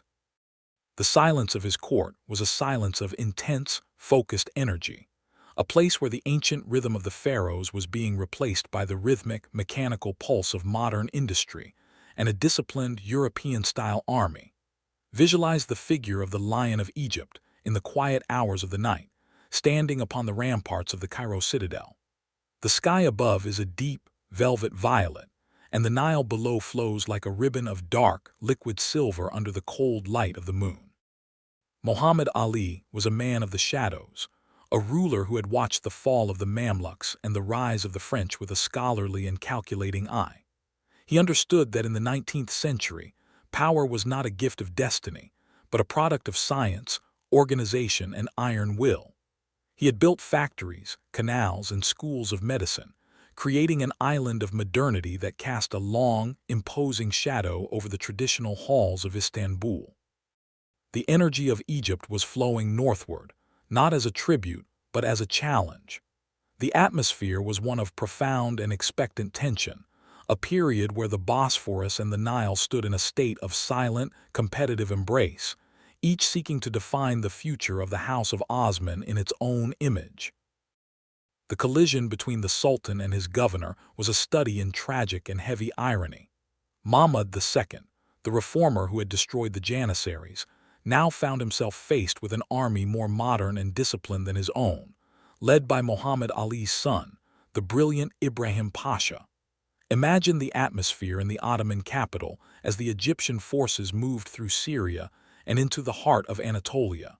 The air was thick with the indigo mist of uncertainty. The silence of the nights in Istanbul was no longer the silence of internal consolidation, but the silence of an empire that felt its own limbs turning against its heart. The Sultan stood in the Topkapi Palace, looking toward the southern horizon, realizing that the great tree was being tested by a branch that had grown stronger than the trunk. This was a war of brothers, a conflict of two different paths toward the same modern light. The energy of the state was being torn in two, its heart beating to the discordant and heavy tempo of a civil struggle that threatened to undo centuries of tradition. The landscape of this era was one of refined and somber complexity. While the armies moved across the dusty plains, the diplomats in the indigo shadows of the embassies were weaving a complex web of global intrigue. The Eastern question had become a theater of shadows, where the great powers of the West watched the struggle between the Sultan and the Pasha with a detached and predatory clarity. Imagine the silent rooms where the maps were redrawn, the air heavy with the scent of old parchment, and the cold breath of a geopolitical winter. The silence of the Nile at night became a sanctuary for the thoughts of a man who dreamt of a new caliphate, while the silence of the Bosphorus remained a fortress of the ancient dynasty. As you sink into the deepest state of rest, let the image of the Nile's dark waters, reflecting the violet sky of Egypt and the silent stars of the south, anchor your mind in the peace of a vast and enduring mystery. The empire is waiting, its heart beating to the steady and expectant tempo of a world divided, as it seeks to find its balance between the rising shadow of the south and the ancient light of the north. The dawn of November 3rd, 1839, broke over the city of Istanbul with a peculiar, electric stillness, a morning where the very air of the Bosphorus seemed to hold its breath in anticipation of a world being reborn. We have reached the moment of the Edict of Gülhane, the beginning of the Tanzimat era, a period where the Ottoman state sought to anchor its survival not in the strength of the sword alone, but in the sacred, enduring power of the law. Imagine the atmosphere in the Gülhane Park, the Rose Garden, beneath the ancient walls of the Topkapi Palace. The ground was damp with the early morning mist, and the indigo shadows of the century-old plane trees stretched across the gathered crowds like silent witnesses to a tectonic shift in history. This was the moment the great tree of the empire was to be grafted with a new kind of light, a vision of equality and justice that sought to bridge the gap between the medieval past and the modern future. The silence in the garden was profound and heavy, a collective pause as the empire prepared to sign a new contract with its own destiny. Visualize the young Sultan Abdülmecid I, a youth of only 16 years, standing in the shadows of the imperial pavilion. He was a ruler of a different temperament than his iron-willed father, Mahmud II. Abdülmecid was a prince of the Tanzimat, gentle, sensitive, and deeply committed to the ideal of a modern, enlightened state. The air around him was thick with the scent of wet earth and the cold, metallic tang of the morning, yet his presence brought a soft, almost ethereal clarity to the proceedings. Beside him stood Mustafa Rashid Pasha, the architect of the edict, a man who had spent his life in the diplomatic halls of Europe and now brought the light of the Enlightenment back to the stones of Istanbul. Imagine the sound of the Pasha's voice as he began to read the document, a rhythmic, steady cadence that echoed through the silent garden, reaching the ears of diplomats, pashas, and common subjects alike. This was the hope on paper, a declaration that for the first time in centuries, the Sultan would voluntarily limit his own absolute power beneath the overarching majesty of the law. The energy of the Tanzimat was manifested in the promise of universal rights, the guarantee of life, honor, and property for all subjects, regardless of their faith or origin. Imagine the landscape of the empire's soul during these minutes. The silence of the crowd was not a silence of fear, but a silence of profound shock and awakening. The words being read were like ripples on the dark, glassy surface of the Bosphorus, moving outward to the furthest corners of the three continents. The atmosphere was one of refined and somber complexity. It was the birth of the Ottoman citizen, a transition from a world of subjects to a world of rights. The indigo mist of the morning seemed to carry the weight of this new reality, a period where the empire realized that its resilience depended on the inclusivity of its vision. The Sultan watched the scene with a solitary and hopeful dignity, realizing that by signing this paper, he was planting a seed of change that would outgrow even the palace walls. The intellectual landscape of the capital following the edict was one of vibrant and scholarly curiosity. The Tanzimat was more than a legal document. It was a cultural revolution. Imagine the new schools, the translation bureaus, and the first modern newspapers during the quiet hours of the evening. The air was heavy with the smell of fresh ink and the rustle of newspapers that spoke of progress and reform. The Sultan and his ministers sought to create a new kind of bureaucracy, men who were trained in the modern sciences and the legal traditions of the West, yet remained anchored in the ethics of the East. This was a period of profound and heavy transformation, where the old world of tradition and the new world of reform stood in a state of silent, delicate balance. The atmosphere of Istanbul was like a landscape of shadows and light, a city that was trying to find its new identity in the beauty of the law and the precision of the administration.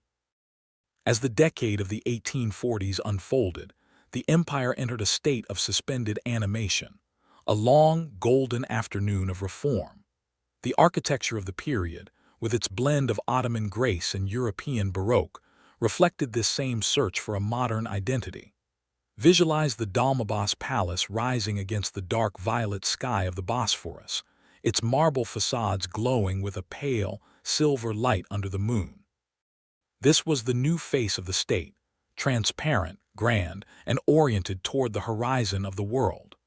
The silence of the nights in Istanbul during this time was the silence of a dream being painstakingly built, a world that believed it could save itself through the power of the written word.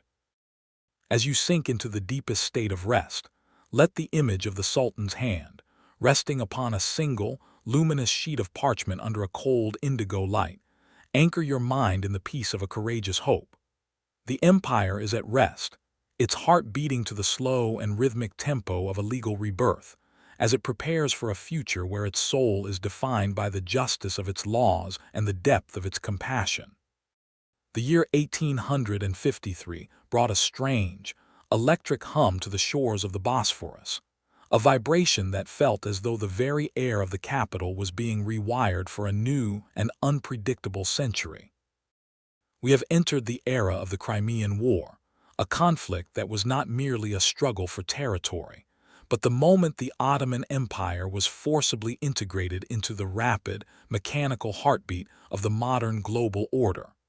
Imagine the atmosphere of the city during these months. The indigo waters of the Bosphorus were no longer dominated solely by the rhythmic oars of wooden galleys. Instead, they were filled with the massive, dark silhouettes of British and French steamships, behemoths of iron and coal that moved against the current with a slow, relentless power. The sky above the city was a tapestry of midnight blue and deep violet, often streaked with the gray smoke of the new machines. This was the first time the empire fought a war not as a solitary giant, but as a formal ally of the Western powers, a transition that brought the light of the industrial age into the ancient, shadowed corridors of the Ottoman state. The silence of the night was now punctuated by the low, distant thrum of engines and the sharp, rhythmic clicking of a device that would change history forever: the telegraph. Visualize the interior of the Selim III barracks in Scutari during the quiet, indigo-lit hours of the evening. It was within these massive stone walls that the world witnessed a different kind of revolution. The atmosphere was one of profound and heavy transformation, a landscape where the ancient reality of the battlefield met the new, scientific discipline of nursing. Imagine the long, echoing corridors, where the pale light of a single lamp flickered against the cold marble floors. This was the sanctuary of Florence Nightingale, the lady with the lamp, a figure of solitary and tireless grace who moved through the shadows of the wounded. The air was thick with the scent of lavender and carbolic acid, a sharp contrast to the smell of gunpowder and damp earth from the front lines. The silence of the barracks was a sacred, focused stillness, a period where the empire began to realize that the strength of its survival lay not only in the precision of its cannons, but in the compassion and organization of its care. The energy of the state was being redirected toward the preservation of life, a movement that reflected the humanitarian ideals of the Tanzimat era. The arrival of the telegraph was the most profound rhythmic shift of the century. Imagine the first wires being stretched across the hills of Istanbul and into the deep, dark forests of the Balkans. For the first time, information began to move faster than the fastest horse, carrying the whispers of the battlefield to the ears of the Sultan in a matter of hours. The atmosphere in the translation bureaus and the telegraph offices was one of intense, scholarly concentration. The air was heavy with the scent of fresh ink and the ozone of the new technology. This was the birth of the global village within the Ottoman realm, a moment where the vast distances of the three continents began to shrink beneath the weight of copper and electricity. The Sultan, watching the silent movements of the telegraph needles, realized that the empire was now permanently connected to the pulse of the world. This connection brought with it a new kind of transparency and a new kind of pressure, a world where the decisions made in the indigo shadows of the palace were instantly reflected in the financial houses of London and Paris. The financial soul of the empire also underwent a radical transformation during this war. To fund the defense of the Great Tree, the Ottoman state turned to the foreign markets, securing its first international loan in 1854. Imagine the silent rooms in the Galata district where the bankers and the pashas gathered under the cool light of the moon. The atmosphere was one of refined and somber gravity. It was the moment the empire anchored its economy to the rising tides of global capitalism. This was a period of profound and heavy consequence, where the hope of modernization was balanced against the growing weight of external debt. The energy of the state was now being measured in pounds and francs as much as in grain and steel. As you sink into the deepest state of rest, let the image of the Bosphorus at night, its surface reflecting the flickering lights of the Allied fleets and the steady glow of the new lighthouses. Anchor your mind in the peace of a world in transition. The empire is at rest, its heart beating to the steady and mechanical tempo of a modern era, as it prepares for a future where its light is part of a vast, interconnected constellation of nations. The year 1856 marked a threshold in the Ottoman soul, a moment where the ancient, labyrinthine silence of the Topkapi Palace was exchanged for the transparent, airy grandeur of the Bosphorus. We have reached the completion of the Dolmabahce Palace, a monument of stone and glass that signaled the definitive shift of the empire toward the western horizon. Imagine the atmosphere of that first night when the imperial household moved from the shadowed hills of the historic peninsula to the water's edge. The air over the Bosphorus was a deep, velvet indigo, carrying the cool scent of salt and the soft rhythm of the waves against the new marble quays. The palace rose against the violet sky like a massive, crystalline dream, its facades glowing with a pale, silver light under the moon. This was not merely a change of residence. It was a rejection of the medieval past. The heavy, protective walls of the ancestors were replaced by vast windows and grand halls, reflecting a state that wished to be seen, understood, and integrated into the family of modern nations. The silence of Dolmabahce was a new kind of stillness, a silence of immense, echoing spaces and the constant, hypnotic presence of the flowing water. Visualize the interior of the grand ceremonial hall during the quiet hours after a state banquet. The atmosphere is one of profound and heavy magnificence. Above, the world's largest crystal chandelier hangs like a frozen constellation, its thousands of glass facets reflecting the indigo light of the moon. In this narrative, imagine the light not as the warm yellow of candles, but as a cold, ethereal blue, casting long and steady shadows across the immense carpets and the polished parquet floors. This was the era of Sultan Abdülmecid I, a man of refined sensitivity whose spirit seemed to mirror the transparency of his new palace. He moved through these halls with a hushed and solitary grace, a ruler who sought to modernize the image of the empire while carrying the invisible weight of a growing external debt. The energy of the palace was one of European Baroque and Ottoman elegance, a landscape where the ancient traditions of the Caliphate were whispered beneath the weight of monumental mirrors and gilded, yet cold, ornamentation. The energy of the capital during this era was focused on the Bosphorus, which had become the new artery of the state.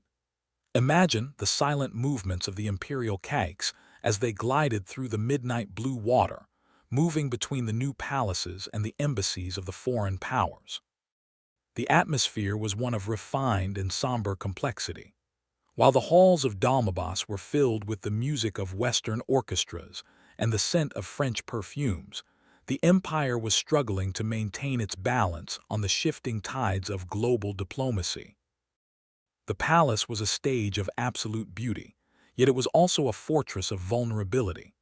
Every crystal drop in the chandeliers seemed to vibrate with the tension of a world that was changing too fast. The Sultan, standing on the marble terrace and looking toward the dark silhouette of the Asian shore, realized that his palace was a bridge, a magnificent structure of stone that sought to hold the two worlds together in a state of aesthetic and political harmony. As the years of the 1850s progressed, the silence of the nights at Dolmabahce became a sanctuary for the dreams of a modernized state. The empire had traded its ancient, defensive shadows for the light of the Bosphorus, seeking to rejuvenate its spirit through the beauty of the European ideal. The architecture of the period, from the clock towers to the grand gates, reflected a desire for order, precision, and global prestige. Yet beneath this crystalline surface, the heart of the empire continued to beat with its own ancient rhythm. As you sink into the deepest state of rest, let the image of the palace's marble facade, reflecting the violet light of the moon and the dark, glassy surface of the Bosphorus, anchor your mind in the peace of a magnificent transition.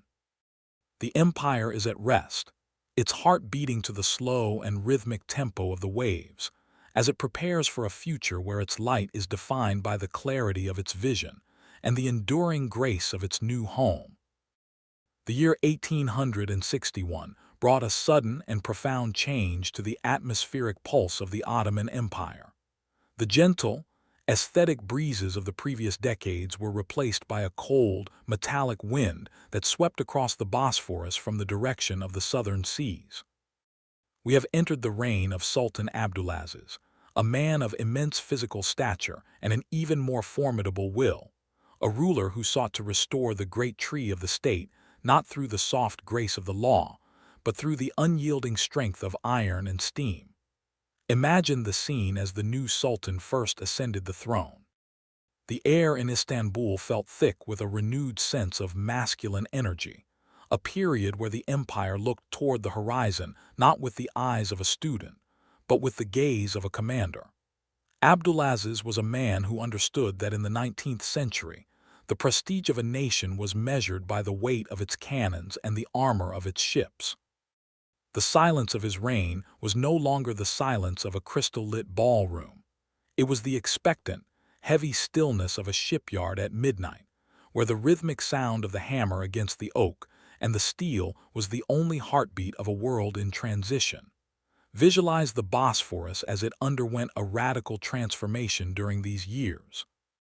The indigo waters, once the realm of graceful wooden caiques and merchant sailships, were now being dominated by the dark, imposing silhouettes of the ironclads, the Zırhlılar.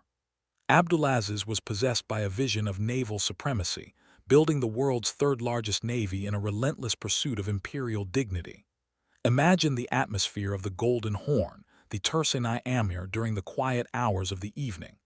The air was heavy with the scent of coal, hot iron, and the salty mist of the sea. The ironclads stood like floating fortresses against the violet sky, their massive hulls reflecting the pale, silver light of the moon. These ships were not just instruments of war. They were monuments of industrial ambition, representing a state that was determined to hold its own against the rising shadows of the great powers. The energy of the state was being forged in the fires of the furnace and the precision of the steam engine, a movement that reflected the Sultan's belief that power was the only true language of survival.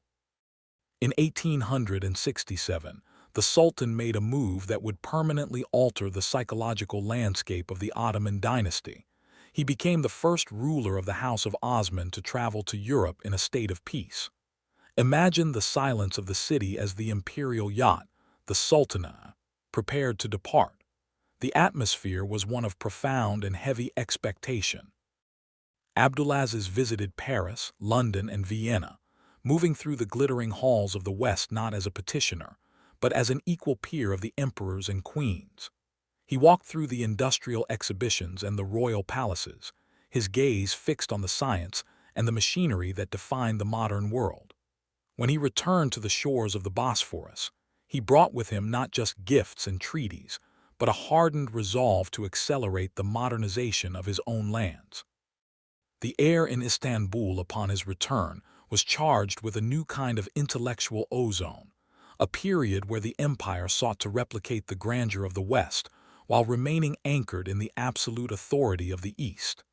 Yet, this era of iron and splendor carried within it a deep and growing shadow. The massive naval buildup and the grand architectural projects were fueled by a sea of external debt that was slowly rising to engulf the foundations of the state. Imagine the silent, candle-lit rooms of the Ministry of Finance, where the pashas sat under the weight of mounting interests and diminishing reserves. The atmosphere was one of refined and somber tragedy. While the ironclads glowed under the moonlight, the financial soul of the empire was being stretched to its absolute limit.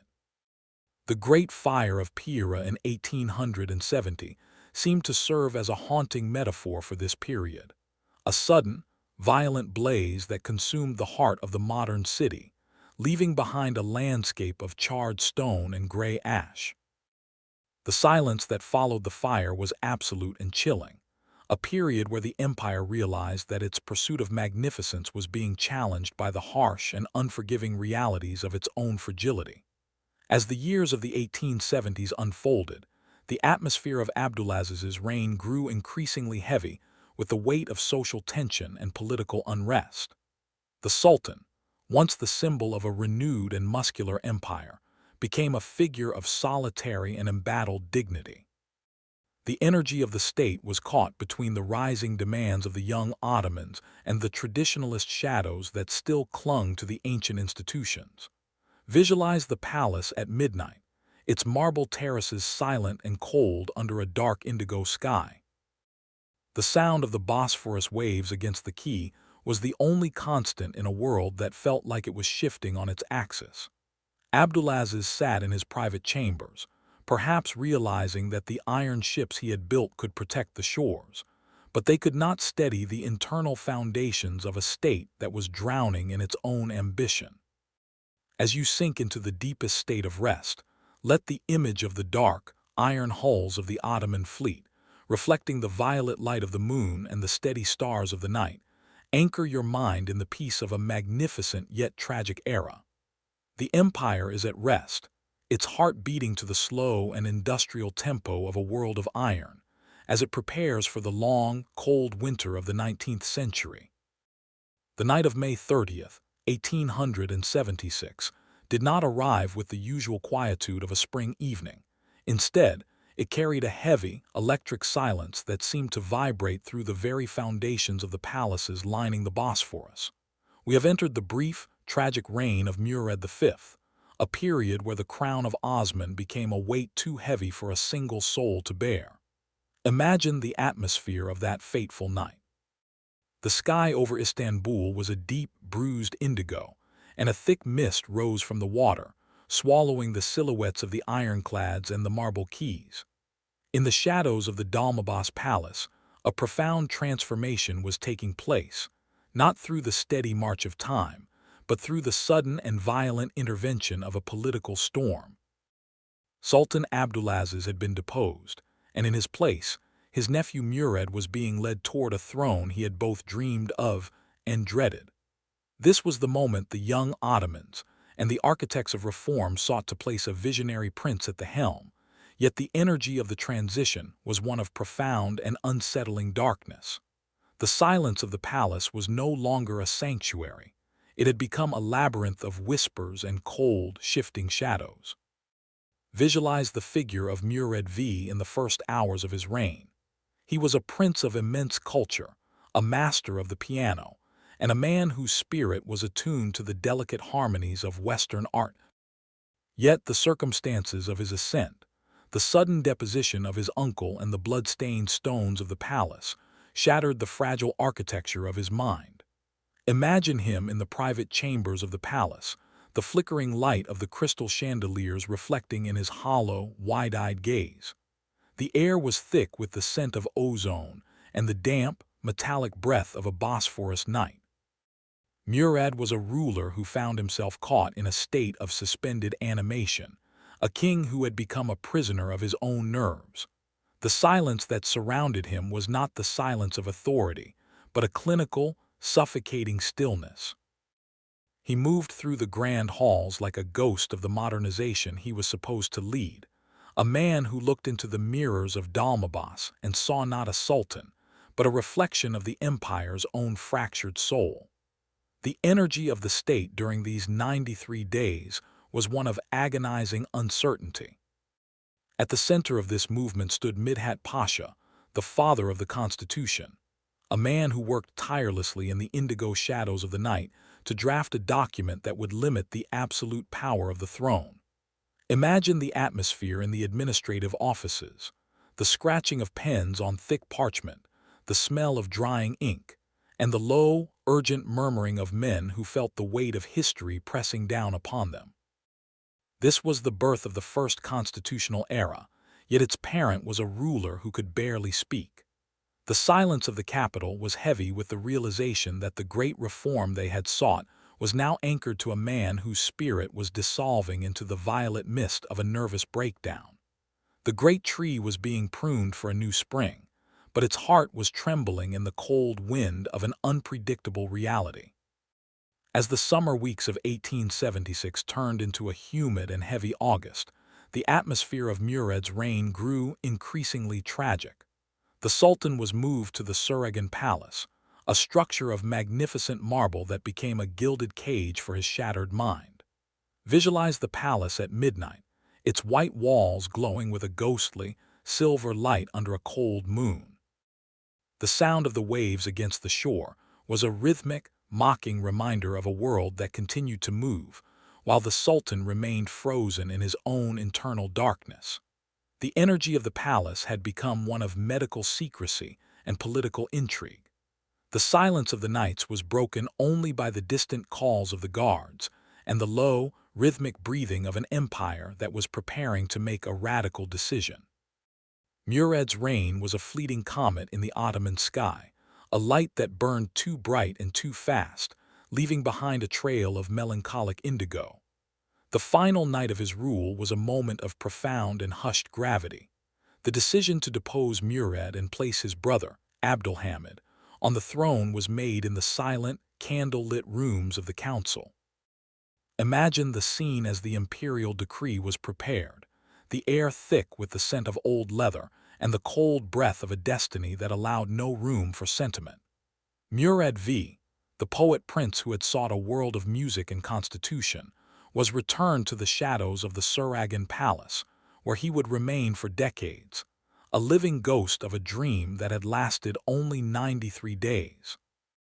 As you sink into the deepest state of rest, let the image of the Bosphorus mist, swirling gently around the silent marble pillars of the palace under a violet sky, anchor your mind in the peace of a tragic but fleeting memory. The empire is moving forward, its heart beating to the steady and relentless tempo of a new era, as it prepares for the long, complex reign of the last great sultan of the Old World. The year 1876 did not conclude with the fading echoes of a single reign, but with the emergence of a figure whose shadow would stretch across the next 33 years like a vast, indigo cloak. We have entered the era of Sultan Abdülhamid II, a man of profound and meticulous intelligence, a ruler who understood that the survival of the House of Osman required a new kind of sanctuary, one built not of transparent glass, but of fortified silence and strategic isolation. Imagine the atmosphere as the Sultan made the decision to move the imperial seat from the magnificent, vulnerable shores of Dalmabas to the wooded heights of the Yıldız Palace. The air in Istanbul was thick with the scent of damp pine needles and the cold, salty mist of the Bosphorus. The move was a symbolic retreat from the gaze of the Western powers, a transition into a world where power was exercised through the silent precision of the bureaucracy and the rhythmic clicking of the telegraph. The energy of the state was being pulled inward, focused into a single point within the quiet, candle-lit rooms of a palace hidden behind high walls and ancient gardens. Visualize the figure of Abdülhamid II in the private sanctuaries of the Yıldız Palace during the midnight hours. He was a man of solitary habits, a ruler who found his peace in the meticulous work of the carpenter and the silent study of the diplomat. Imagine him at his desk, the flickering light of a green-shaded lamp illuminating the thousands of reports, photographs, and telegraphs that flowed into his hands from every corner of the 3 continents.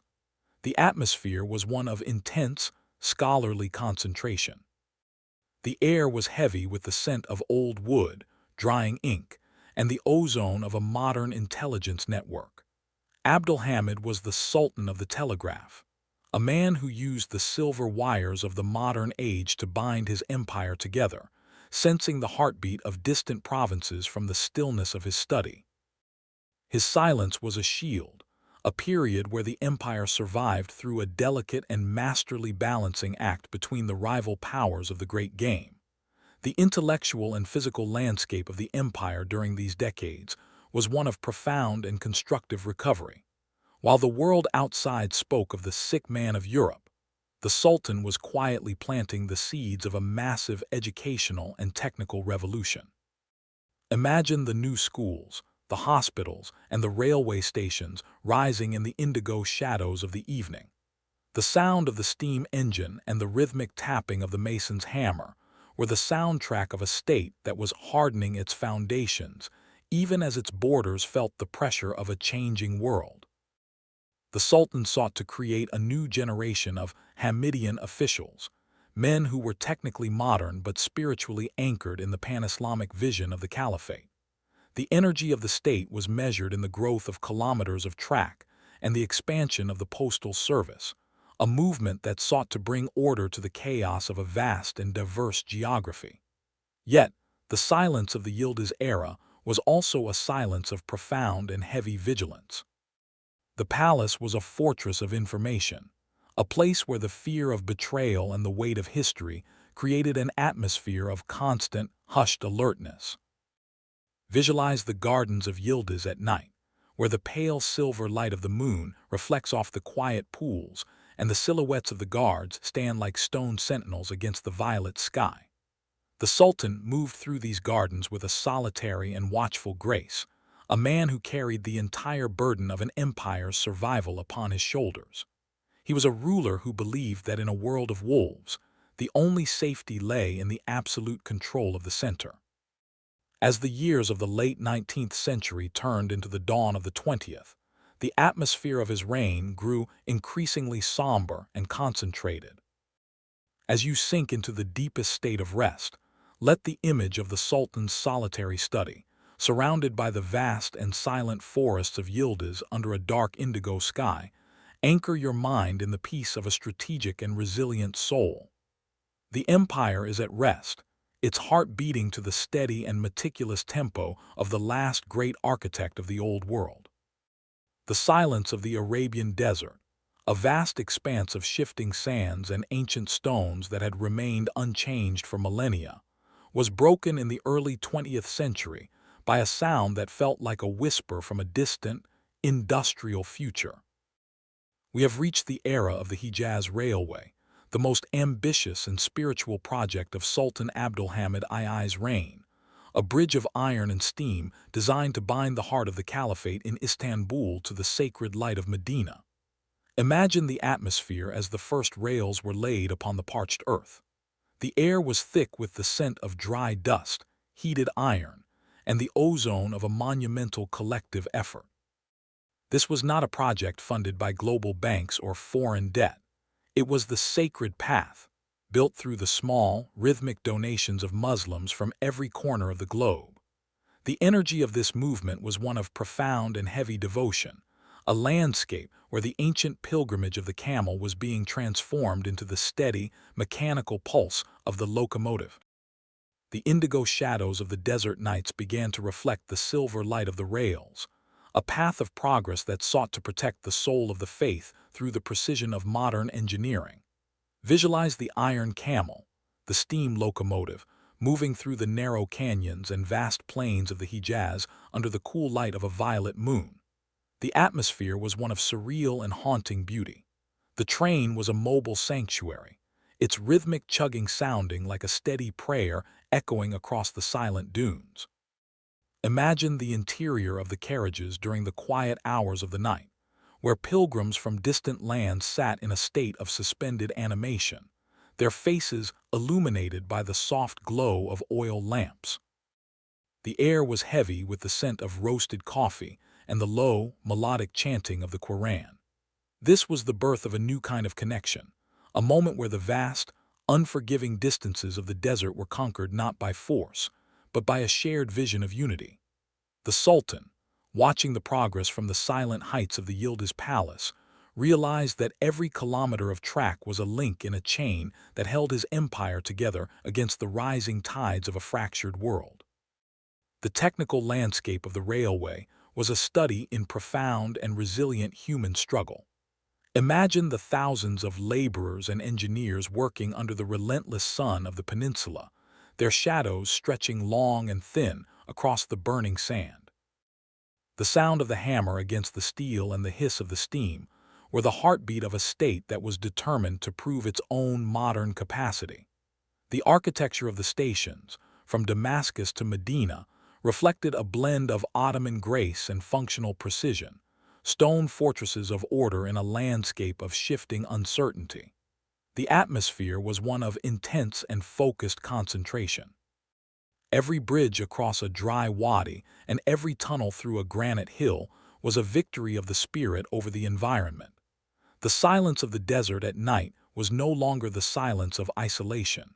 It was a silence of achievement, a period where the empire felt its own strength returning through the rhythmic flow of the trains. As the railway finally reached the outskirts of the sacred city of Medina in 1908, the atmosphere was one of overwhelming and somber joy. To honor the presence of the Prophet, the Sultan ordered that the final kilometers of track be laid over felt, so that the sound of the iron wheels would not disturb the eternal peace of the sanctuary. Visualize the arrival of the first train at the Medina station at midnight, its steam rising like a ghostly mist against the dark indigo sky. The silence of the city was profound and respectful, a moment where the ancient world and the modern era met in a hushed, sacred embrace.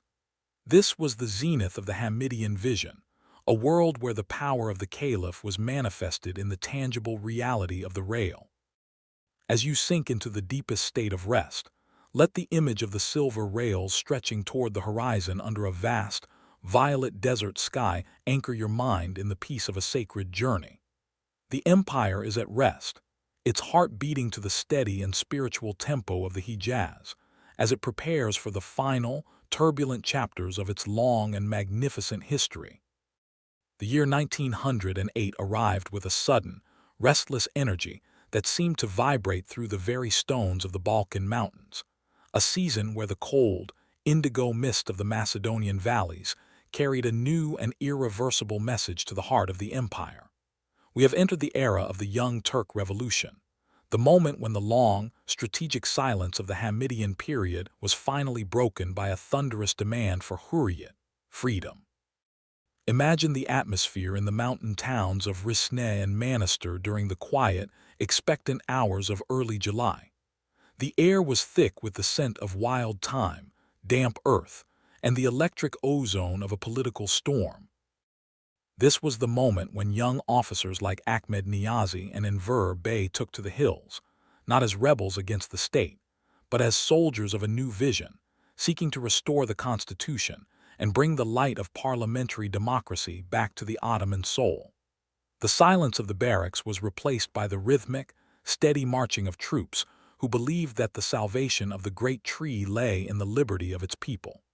Visualize the scene in the telegraph offices of the empire during these fateful weeks. The silver wires, once the exclusive tools of the Sultan's centralized power, now began to carry a different kind of heartbeat. The clicking of the machines was constant and urgent, a rhythmic pulse that signaled a loss of control from the center. Imagine the Sultan, Abdülhamid II, in the quiet sanctuaries of the Yıldız Palace, watching the needles of the telegraph move with a message he could no longer ignore. The atmosphere was one of profound and heavy realization. The energy of the state, which had been pulled inward for 33 years, was now being reclaimed by the streets. On July 24, 1908, the Sultan made the decision to restore the constitution, and in an instant, the psychological landscape of the empire was transformed. The silence of the palace was met by a roar of joy from the capital, a movement of the soul that sought to bridge the gap between the old world of absolute authority and the rising world of modern citizenship. The atmosphere of Istanbul during the Summer of Freedom was one of surreal and intoxicating beauty. Imagine the streets of Galata and the historic peninsula beneath the violet glow of the evening sky. For the first time in generations, the people moved with a sense of collective belonging and unburdened hope. The air was thick with the scent of flowers, roasted coffee, and the rhythmic chanting of the slogans of the revolution. Hurriyet, Musavat, Yuhavat, freedom, equality, fraternity. Visualize the crowds where Turks, Greeks, Armenians, and Jews embraced in the streets. A moment of suspended animation where the diverse nations of the empire believed they had found a common destiny under the shield of the law. The energy of the city was vibrant and scholarly, as new newspapers, journals, and political clubs sprouted like wildflowers after a long winter. This was the era of the Second Constitutional Order, a golden afternoon, where the empire sought to reinvent itself through the power of debate and the structure of the parliament. Yet, beneath this surface of celebration, the silence of the new era was also a silence of profound uncertainty and growing tension. The transition from a world governed by a single, solitary will to a world governed by a fractured parliament was a landscape of immense complexity. Imagine the silent rooms of the Committee of Union and Progress, where the young leaders of the revolution gathered under the cool, indigo light of the moon. Their faces, once filled with the idealism of the mountains, now reflected the heavy weight of governance and the rising shadows of internal rivalry. The atmosphere was one of refined and somber gravity. While the people celebrated in the light, the architects of the new order were realizing that freedom brought with it the harsh and unforgiving reality of political responsibility. The great tree was now swaying in the winds of a world that was becoming increasingly unpredictable and hostile. As the months of 1908 turned into the dawn of the next year, the energy of the revolution began to harden into a new kind of discipline. The landscape of the capital was transformed by the presence of political parties and the constant, rhythmic flow of public discourse. The Sultan remained in his palace, a figure of distant and embattled dignity, while the center of power shifted toward the parliament building. The silence of the nights in Istanbul was no longer the silence of the Yıldız era. It was the expectant quiet of a nation that was learning to find its voice in the middle of a storm. As you sink into the deepest state of rest, let the image of the crowds gathered under the vast, violet dome of the city's sky, their faces illuminated by the pale silver light of a new dawn, anchor your mind in the peace of a courageous hope. The empire is at rest, its heart beating to the steady and revolutionary tempo of a world in transition, preparing for the challenges of a century that will test its resilience to the absolute limit. The silence that settled over the city of Istanbul in April 1909 was not the silence of a peaceful spring night, but a heavy, breathless stillness that seemed to portend the final collapse of an ancient world. We have reached the moment of the March 31 incident, a chaotic and profound rupture where the old guard of the tradition and the new architects of the revolution collided in a violent, nocturnal struggle for the soul of the empire. Imagine the atmosphere of the capital during those 10 days of suspended animation. The air was thick with the scent of ozone, damp earth, and the cold, metallic breath of a gathering storm. In the barracks of the historic peninsula, a counter-revolutionary fire was being lit, a movement of soldiers and religious traditionalists who sought to erase the recently restored constitution and return to the absolute authority of the Sultan. The indigo shadows of the streets were filled with the whispers of an era that refused to pass away, a world that was making its final, desperate stand against the rising tides of modernity. The energy of the state was fractured, its heart beating to the discordant and erratic tempo of a city that had lost its center. Visualize the arrival of the Army of Action, the Hareket Ordusu, as it marched from the Balkan shadows toward the gates of Istanbul. The atmosphere was one of profound and heavy gravity. Imagine the train journey from Salonika during the quiet, indigo-lit hours of the night. The rhythmic clanking of the iron wheels against the rails was a steady, relentless heartbeat that signaled the approach of a modern, disciplined destiny. Under the command of Mahmud Şevket Pasha, and led by young, determined officers, this force moved with a calculated and unhurried grace, a silent tide of steel that sought to restore order and protect the revolution. The air in the railway stations was heavy with the smell of coal smoke and the sharp, intellectual ozone of a military elite that believed it was the only true guardian of the great tree. Every kilometer of track covered was a movement toward a confrontation that would permanently alter the fate of the House of Osman. The silence of the nights along the path was a sacred focus, a period where the empire stood perfectly balanced between the ancient past and an uncertain future. The atmosphere in the Yildiz Palace during these fateful days was one of solitary and embattled dignity. Imagine Sultan Abdülhamid II in the private sanctuaries of his palace, watching the flickering lights of the city below from the wooded heights. He was a ruler who had governed through silence and information for 33 years, but now he found himself caught in the middle of a storm he could no longer control. The air in his study was thick with the scent of old wood and the cold breath of a history that was preparing to turn its page. Despite the calls for action from his loyalists, the Sultan maintained a posture of profound and hushed restraint, refusing to allow a civil war that would bathe his capital in blood. The energy of the palace was one of intense, nocturnal vigilance, a place where the Sultan sat in the deep violet shadows, perhaps realizing that his long and strategic reign was reaching its ultimate boundary. The silence of the Yildiz Gardens was a melancholic stillness, a landscape of ancient pines and quiet pools that seemed to share the Sultan's heavy realization. On the night of April 24th, the army of action entered the city, and the silence of the historic peninsula was shattered by the rhythmic, thunderous sound of the new artillery. Imagine the scene as the troops moved through the streets of Pera and toward the barracks of the rebels. The atmosphere was one of surreal and haunting intensity.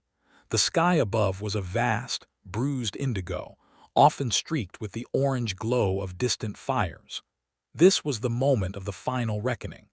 By the time the sun rose, the counter-revolution had been suppressed, and the authority of the Committee of Union and Progress was absolute. The silence that returned to the city was not the silence of peace, but the silence of a radical and irreversible transformation. On April 27th, a delegation arrived at the Yildiz Palace to inform the Sultan of his dethronement. Visualize the scene in the imperial chamber, the reading of the fatwa, the cold clarity of the words, and the heavy, dignified silence of the departing ruler. It was the end of an era that had defined the late 19th century. The departure of Abdülhamid II into exile in Salonika was a moment of profound and hushed tragedy.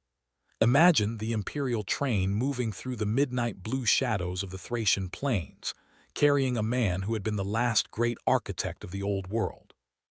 The air was cool and damp, and the only sound was the steady, rhythmic breathing of the locomotive.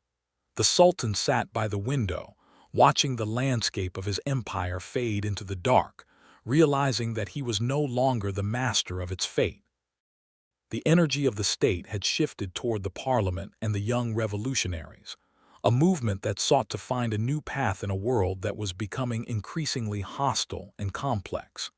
As you sink into the deepest state of rest, let the image of the silent, dark train moving toward the western horizon under a vast violet sky anchor your mind in the peace of a historic transition. The empire is at rest, its heart beating to the steady and relentless tempo of a new discipline, as it prepares for the final, turbulent years of its long and magnificent story. The year 1911 arrived with a hot, dusty wind that swept across the Mediterranean from the ancient sands of Libya, carrying with it the scent of salt, dry earth, and the metallic ozone of a gathering colonial storm. We have entered the era of the Italo-Turkish War, a moment where the Ottoman Empire was forced to defend its last remaining fragment of the African dream against the rising industrial ambitions of the West. Imagine the atmosphere in the coastal towns of Tripoli, Benghazi, and Tobruk during the quiet, expectant hours of early October. The air was heavy with the weight of an approaching destiny. The indigo waters of the Mediterranean, which for centuries had been the realm of Ottoman galleys, were now dominated by the dark, imposing silhouettes of the Italian fleet, massive machines of steel and coal that represented the new, aggressive logic of the 20th century. The silence of the desert was about to be shattered by a conflict that would test the resilience of the Ottoman soul to its absolute limit, a struggle where the ancient wisdom of the dunes met the cold, mechanical precision of modern warfare. Visualize the arrival of the young Ottoman officers who volunteered to travel to the desert, moving through the shadows of the Mediterranean in disguise. Among them was Mustafa Kemal, known then as Journalist Sharif, and Enver Bey, men who carried the fire of the 1908 revolution in their hearts and the heavy responsibility of the empire's defense on their shoulders. Imagine their journey through the indigo mists of the Egyptian border, traveling by camel and foot across the silent, shifting landscapes of the desert. The atmosphere was one of profound and scholarly concentration. These officers did not come with massive armies or heavy artillery. They came with the power of organization and a shared vision of resistance. The silence of the desert nights became a sanctuary for their strategic thoughts, a period where they worked to unite the local Senussi tribes under the banner of the Caliphate. The energy of the movement was one of deep and resilient devotion, a landscape where the nomadic tribes and the modern officers found a common language in the stillness of the dunes. The technical landscape of the war in Tripoli was a study in haunting and revolutionary intensity. It was here, in the vast violet shadows of the Libyan desert, that the world witnessed the first use of aircraft in combat. Imagine the scene as the first Italian planes rose into the clear, indigo sky, their rhythmic buzzing sounding like a mechanical omen from a future that the empire was not yet prepared for. The atmosphere was one of surreal and unsettling clarity. The Ottoman defenders, hidden among the ancient stones and the desert scrub, watched these steel birds with a mixture of scholarly curiosity and battlefield defiance. The sound of the first aerial bombs hitting the dry earth was a new kind of rhythm, a pulse that signaled the beginning of a world where the sky was no longer a sanctuary.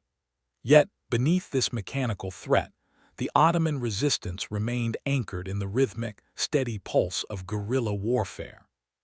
Mustafa Kemal and his comrades organized the local forces into a disciplined and elusive shield, proving that the spirit of the Great Tree could still find its strength in the most remote and hostile environments. As the months of 1912 unfolded, the energy of the Tripoli campaign grew increasingly somber and heavy. The empire was fighting a war of shadows, a conflict where the vast distances of the desert were both a weapon and a prison. Imagine the Ottoman camps at night, where the flickering light of small fires reflected off the dark, indigo sands. The air was thick with the scent of roasted coffee and the low, rhythmic chanting of the Bedouin warriors, a sound that sought to find its peace in the eternal cycles of the desert. The officers, moving between the trenches and the tribal tents, lived in a state of intense, nocturnal vigilance, realizing that they were defending a border that was being slowly eroded by the shifting tides of global diplomacy. The silence of the Libyan nights was a sacred space of resilience, a period where the young leaders of the future were being forged in the fires of a solitary and desperate struggle. The conclusion of the war in October 1912 was a moment of profound and hushed tragedy. With the outbreak of the Balkan Wars, the empire was forced to sign the Treaty of Auchi, surrendering its last African province to ensure the survival of its heartland. Imagine the scene as the Ottoman officers prepared to leave the desert, their hearts heavy with the weight of a forced departure. The atmosphere was one of melancholic and resilient dignity. Mustafa Kemal and his fellow officers stood upon the dunes for one last time, watching the sun set over a landscape they had fought so hard to protect. The indigo mist of the desert evening seemed to swallow the silhouettes of the fortresses and the camps, marking the end of the Ottoman presence in Africa. As you sink into the deepest state of rest, let the image of the silent, vast desert under a dark violet sky, its sands whispering the stories of a lost but courageous defense, anchor your mind in the peace of a historic transition. The empire is retreating, its heart beating to the steady and somber tempo of a world in flux, as it prepares for the final, titanic struggles of the Great War. The autumn of 1912 did not arrive with the gentle shedding of leaves, but with the sudden, violent shattering of a 500-year-old reality. We have entered the era of the Balkan Wars, a moment of profound and heavy catastrophe, where the great tree of the Ottoman state saw its most ancient and vital branches severed in a matter of weeks. Imagine the atmosphere in the mountain passes of Macedonia and the plains of Thrace during the quiet, indigo-lit hours of October. The air was thick with the scent of damp earth, wood smoke, and the cold, metallic ozone of an approaching disaster. For centuries, Rumelia, the European heartland, had been the soul of the empire, the cradle of its pashas, and the foundation of its identity. Now, in a sudden and coordinated strike, the Balkan states of Bulgaria, Greece, Serbia, and Montenegro rose to reclaim the lands they considered their own. The silence of the Balkan nights was shattered by the rhythmic, thunderous breath of modern artillery, a sound that signaled the end of the Ottoman presence in the lands that had once been the very core of its existence. Visualize the Great Retreat, a landscape of moving shadows and silent, collective grief that stretched across the rugged geography of the Balkans. This was not merely a military withdrawal, it was a demographic tectonic shift. Imagine the hundreds of thousands of refugees, the muassirs, moving toward the east under the pale silver light of the moon. They carried their lives in ox carts and on their backs, their footsteps tracing a rhythmic and somber path across the lands their ancestors had cultivated for generations. The atmosphere was one of surreal and haunting melancholy. The air was heavy with the low, rhythmic chanting of prayers and the collective breathing of a people who were becoming strangers in their own homes. The indigo mist of the Balkan valleys seemed to swallow the silhouettes of abandoned mosques and silent villages, marking the closing of a chapter that had lasted since the days of Sultan Murad I. The energy of the state was being compressed toward the gates of Istanbul, its heart beating to the discordant and agonizing tempo of a world that was being torn asunder. The technical and tactical landscape of the Balkan Wars was a study in tragic and unhurried collapse. The Ottoman armies, caught in the middle of a painful transition and paralyzed by political rivalries, found themselves unable to hold the line against the modern, focused aggression of their former subjects. Imagine the sieges of the great fortresses, Kadra, Ioannina, and especially Edirne. The atmosphere was one of intense, nocturnal vigilance and desperate resilience. In Edirne, under the command of Shukru Pasha, the defenders stood against the Bulgarian forces for months in a state of suspended animation, their spirit anchored in the sacred history of the city. The air was thick with the smell of gunpowder and the ozone of a persistent hunger. Every shell that hit the ancient walls was a rhythmic blow to the pride of the dynasty. When the city finally fell, the silence that settled over the Selim III mosque was absolute and chilling, a period where the empire realized that even its most sacred European sanctuaries were no longer beyond the reach of the new century's storms. The intellectual and psychological landscape of Istanbul during the winter of 1912 was one of profound and heavy shock. The capital was transformed into a city of shadows, its streets filled with the wounded and the displaced. Imagine the historic peninsula beneath the dark violet sky of a winter night, where the mosques and schools were turned into shelters for the survivors of the retreat. The atmosphere was one of refined and somber reflection. The bitter geography was no longer a distant frontier. It was a living, breathing reality in the heart of the capital. The energy of the state was now focused on the preservation of the remaining lands in Thrace and Anatolia, a movement that sought to find a new sense of unity in the face of absolute loss. The young Turk leaders, moving through the indigo shadows of the Sublime Porte, realized that the empire was now a fortress under siege, its borders hardening into the defensive lines of a modern nation-state. As the second phase of the war unfolded in 1913, the atmosphere grew increasingly concentrated and desperate. The recapture of Edirne during the Second Balkan War was a moment of fleeting and somber triumph, a rhythmic heartbeat of hope in a sea of sorrow. Visualize the Ottoman cavalry entering the city under the cold, silver light of the moon, their silhouettes moving like ghosts returning to a familiar haunt. Yet, the victory could not erase the reality of the millions of hectares lost and the millions of lives uprooted. The silence of the nights in the post-war capital was a silence of mourning and preparation, a period where the empire began to harden its soul for the final, global conflict that loomed on the horizon. As you sink into the deepest state of rest, let the image of the silent, moving ox carts of the refugees under a vast, violet Balkan sky anchor your mind in the peace of a tragic resilience. The empire is at rest, its heart beating to the slow and somber tempo of a heavy departure, as it prepares for the titanic struggles of the Great War that will determine the final fate of the Great Tree. The summer of 1914 did not fade into a gentle autumn, but was instead consumed by a sudden and electric fire that began in the heart of Europe and rapidly reached the ancient, parched lands of the Ottoman Empire. We have reached the moment of the Sihan Harbi, the Great War, a time when the great tree of the state was forced to brace itself against the most titanic and devastating storm in human history. Imagine the atmosphere of Istanbul in late July and August. The air over the Bosphorus was thick with the scent of ozone and the heavy, humid weight of an approaching destiny. The silence of the city was no longer the silence of peaceful reform or diplomatic maneuvering. It was the breathless, expectant quiet of a nation standing on the edge of an abyss. In every town square from the Balkans to the Hejaz, and from the Caucasus to the Sinai, a new sound began to dominate the landscape: the rhythmic, hollow beat of the mobilization drums. The Seferberlik, the Great Mobilization, had begun, a movement of the soul that would pull millions of men away from their fields, their families, and their futures to defend a world that was already crumbling. Visualize the scene at the Haydar Pasha railway station during the quiet, indigo-lit hours of the night.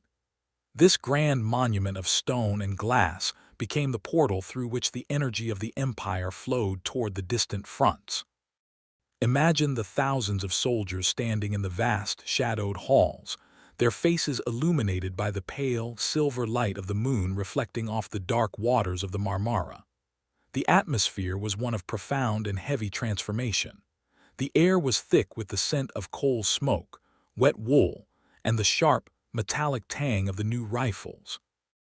There was no music, no cheering. There was only the low, collective breathing of a generation that realized it was entering a conflict from which many would never return. The indigo mist of the harbor seemed to swallow the silhouettes of the steamships and the trains, marking the beginning of a long, nocturnal journey into the heart of a global tragedy. The energy of the state was being concentrated into a single, sharp point of survival, its heart beating to the steady and relentless tempo of the mobilization. In August 1914, a pair of dark, swift silhouettes appeared on the horizon of the Dardanelles, turning the tide of history in a single, silent movement. These were the German battlecruisers Goeben and Breslau, later renamed the Yavuz and Midilli. Imagine the atmosphere as these steel behemoths glided through the indigo waters of the Bosphorus, their massive guns casting long, distorted shadows on the ancient marble walls of the palaces. This was the moment the empire's neutrality began to dissolve like mist under a cold sun. The arrival of these ships was a study in profound and haunting irony. They were the catalysts that would anchor the Ottoman fate to the Central Powers, ensuring that the Great Tree would fight alongside Germany and Austria-Hungary. The silence of the nights in the capital was now punctuated by the rhythmic, mechanical pulse of the naval engines and the urgent, clicking sounds of the telegraph wires, which carried the secret orders that would ignite the Black Sea and draw the empire into the final, desperate struggle of the Old World. The technical and geographical landscape of the Great Mobilization was an epic of resilient and agonizing organization.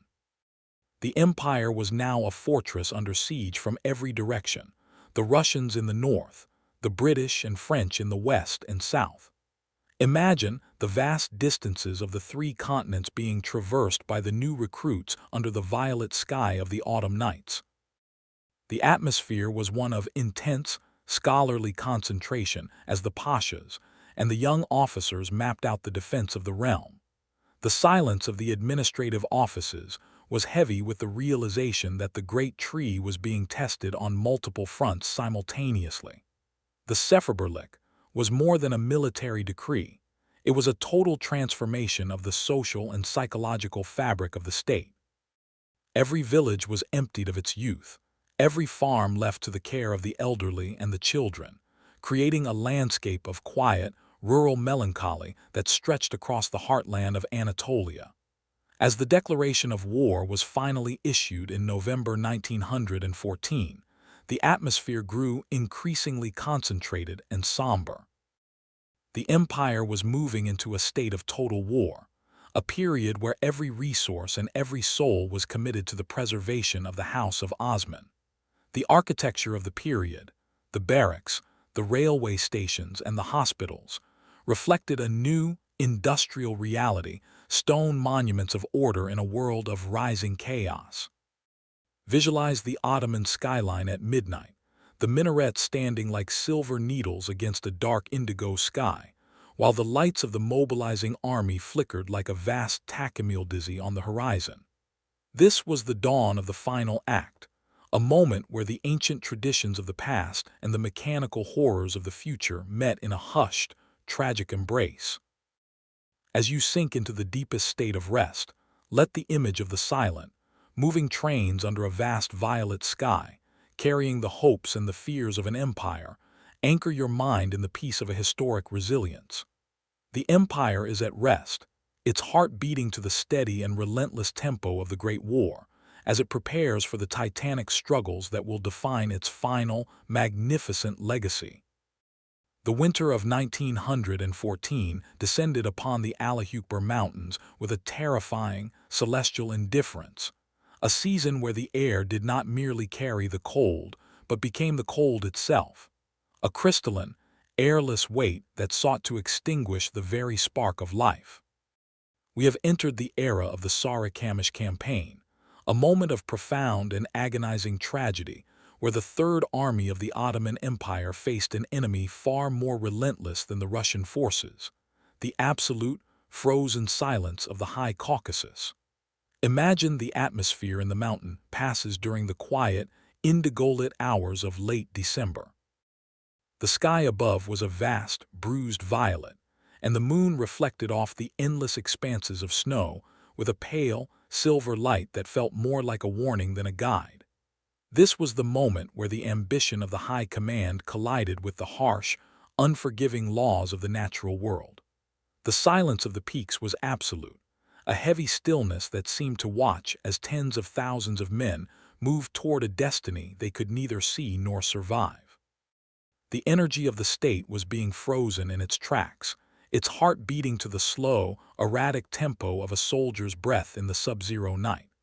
Visualize the white silence, a landscape of profound and haunting beauty where the boundary between the living and the eternal began to dissolve. This was not a battlefield of thunderous cannons and clashing steel, but a silent theater of ice and wind. Imagine the soldiers of the Third Army, moving through the waist-deep snow in uniforms designed for the sun of the Mediterranean. Their silhouettes were dark, stoic shadows against the blinding white of the slopes, their footsteps muffled by the drifts, until the sound of their movement was entirely swallowed by the atmosphere. The air was thick with the scent of frozen pine and the sharp, metallic ozone of a blizzard. This was the era of Enver Pasha's grand strategic vision, a movement that sought to reclaim the lost lands of the East through a rapid, encircling maneuver. Yet, as the temperature dropped to 40 degrees below zero, the movement turned into a state of suspended animation. The silence of the nights was a sacred and terrible focus, a period where the empire realized that the great tree was being tested by the very elements of its own earth. The technical and tactical landscape of Sarikamish was a study in resilient but impossible human struggle. Imagine the supply lines, or lack thereof, stretching across the frozen valleys where the horses and the camels fell silent under the weight of the ice. The atmosphere in the headquarters was one of intense, scholarly desperation, as the maps of the Caucasus were redrawn by the reality of the frostbite and the exhaustion. The energy of the soldiers was being drained by the cold, their thoughts turning inward as they sought to find warmth in the memories of the sun-drenched plains of Anatolia. The silence of the trenches was not the silence of rest, but the silence of the snow graves, where men sat together in the indigo shadows of the night and simply ceased to move. This was a transition of the soul, a moment where the heat of the Ottoman spirit was offered as a sacrifice to the mountain gods of the north. Every ridge climbed and every pass entered was a victory of the will over the body, yet it was a victory that led into the deepest shadows of the long, winter night. The intellectual and psychological landscape of the empire following the disaster at Sarikamish was one of profound and heavy mourning. The news of the loss of 90,000 men did not arrive with a roar, but with a hushed, collective shock that rippled through every village in the heartland. Imagine the capital, Istanbul, beneath the dark violet sky of a January night, where the silence of the palaces reflected the mourning of the people. The atmosphere was one of refined and somber gravity. The white silence had become a permanent part of the national consciousness, a landscape of memory that would haunt the dynasty for generations. The energy of the state was now forced to contract once more, focusing on the defense of the remaining fronts as the shadow of the Great War grew even darker. The Ottoman soldier had proven his courage in the face of the impossible, but the great tree had felt a frost that reached into its very core. As the remnants of the Third Army retreated from the mountains, the atmosphere grew increasingly concentrated and melancholic.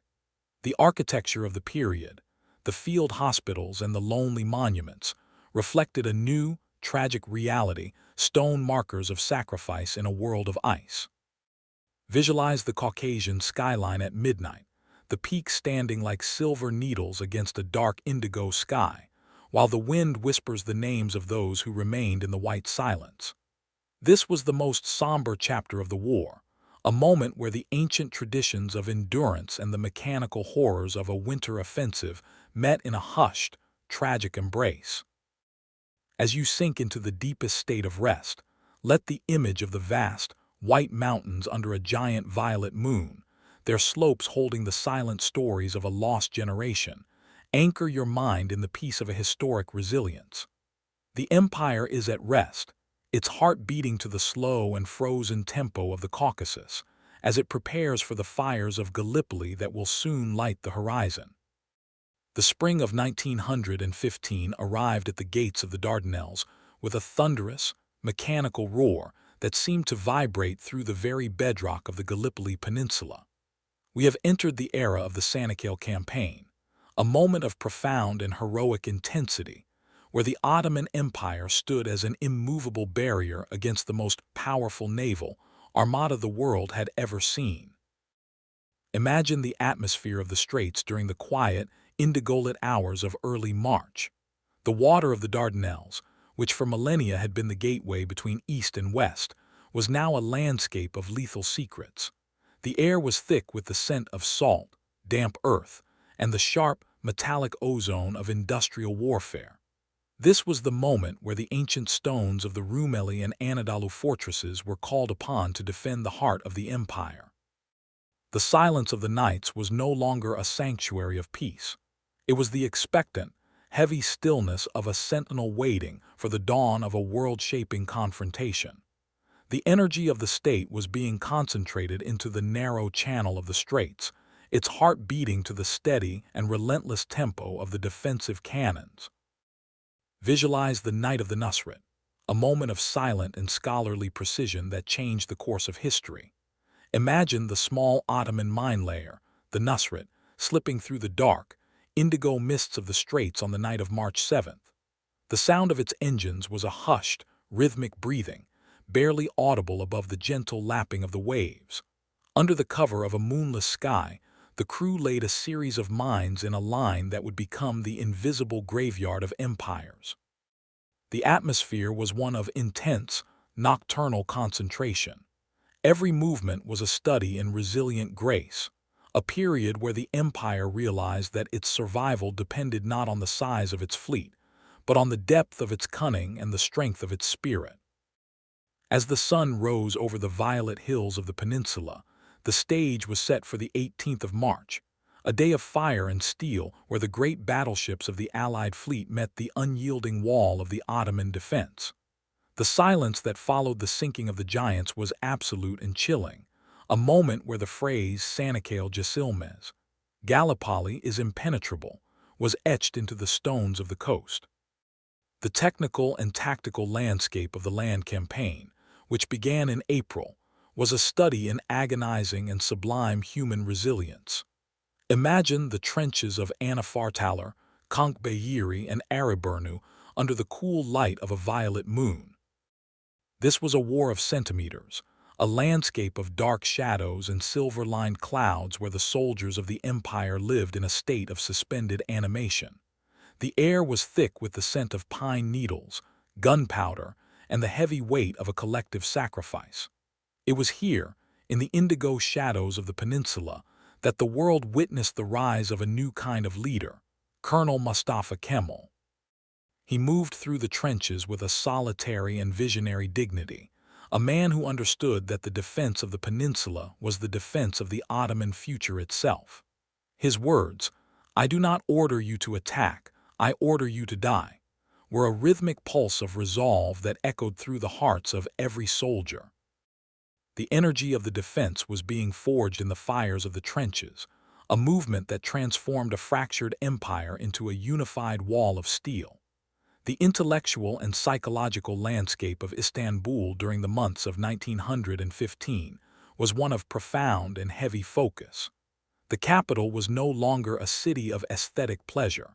It was the nerve center of a survival struggle. Imagine the historic peninsula at midnight, the minarets standing like silent sentinels against a dark indigo sky, while the lights of the field hospitals flickered like a vast constellation of hope. The atmosphere was one of refined and somber gravity. The spirit of Sanakale had become a living reality, a period where the social and spiritual fabric of the state was being rewoven by the common experience of the defense. The energy of the people was concentrated on the support of the front, a movement that sought to find a new sense of identity in the beauty of the sacrifice. Every wounded soldier who returned to the shores of the Golden Horn was a living monument to the resilience of the Great Tree, proving that even in the face of the most advanced industrial machines, the human spirit remained the ultimate fortress. As the Allied forces finally retreated from the blood-stained shores of the peninsula in early 1916, the atmosphere was one of overwhelming and hushed triumph. The silence that returned to the hills of Gallipoli was a sacred and respectful stillness, a landscape of memory where the earth itself seemed to hold its breath in honor of the fallen. Visualize the silhouettes of the lonely monuments standing against the dark violet sky of a winter night, their shadows stretching long across the quiet trenches. This was the zenith of the Ottoman military spirit, a moment where the ancient traditions of the House of Osman and the modern demands of a global war met in a heroic and tragic embrace. As you sink into the deepest state of rest, let the image of the dark, calm waters of the Dardanelles, reflecting the steady light of the stars and the silent hills of the peninsula, anchor your mind in the peace of an immortal resilience.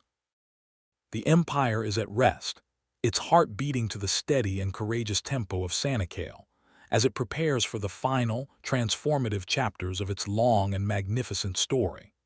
The night over the Mesopotamian desert in the spring of 1916 was a vast, indigo tapestry of silence, broken only by the ancient, rhythmic pulse of the Tigris River as it wound its way through the sun-scorched earth. We have entered the era of the Siege of Crete al-Amara, a moment of profound and strategic intensity where the Ottoman Empire achieved one of its most significant and humiliating victories over the British military machine. Imagine the atmosphere of the town of Kut, nestled within a sharp U-shaped bend of the river, during the quiet, moonlit hours of April. The air was thick with the scent of dry silt, scorched palm leaves, and the heavy, humid weight of a long and agonizing hunger. For 147 days, A massive British force under Major General Charles Townshend had been trapped within these mud-brick walls, surrounded by an immovable ring of Ottoman steel. The silence of the desert was no longer just an empty space. It was a physical pressure, a waiting game where time itself had become the most lethal weapon in the Sultan's arsenal.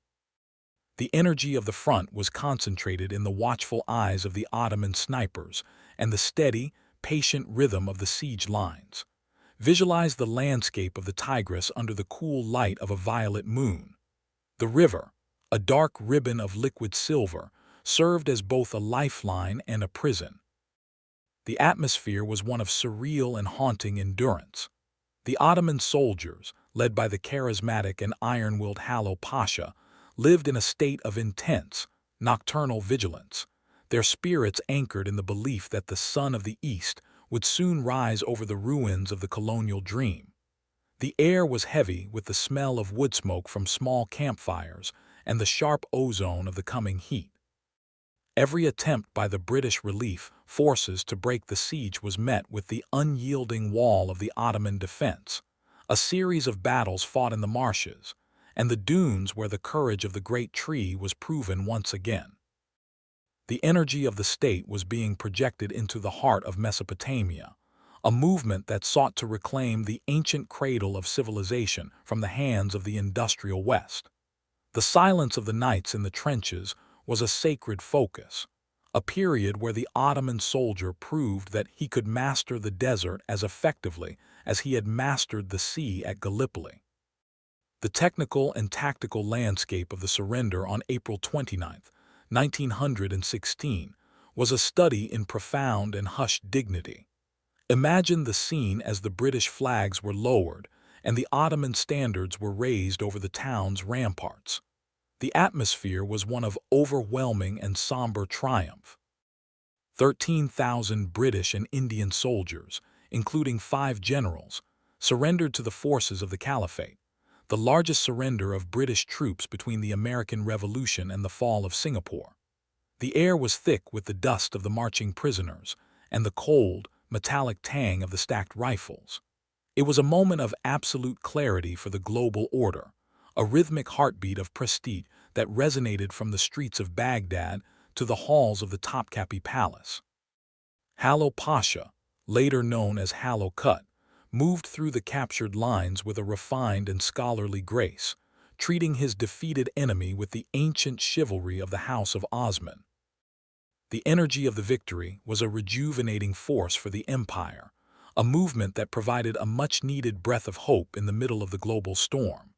The intellectual and psychological landscape of the Ottoman heartland following the victory at Kut was one of intense and revitalized pride. The capital, Istanbul, was transformed for a brief moment into a city of celebration.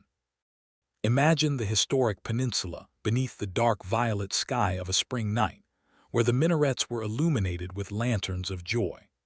The atmosphere was one of refined and somber reflection, as the people realized that their empire was still capable of delivering a decisive blow to the most powerful empires of the world. The spirit of Kut became a landscape of memory that spoke of resilience and the enduring power of the desert. The energy of the state was briefly redirected toward the dream of a renewed Mesopotamian future, a period where the great tree felt its roots deepening into the ancient soil of the prophets. Every soldier who returned from the southern front carried with him the story of a victory that had been won not just with steel, but with the patient, rhythmic endurance of the Ottoman soul.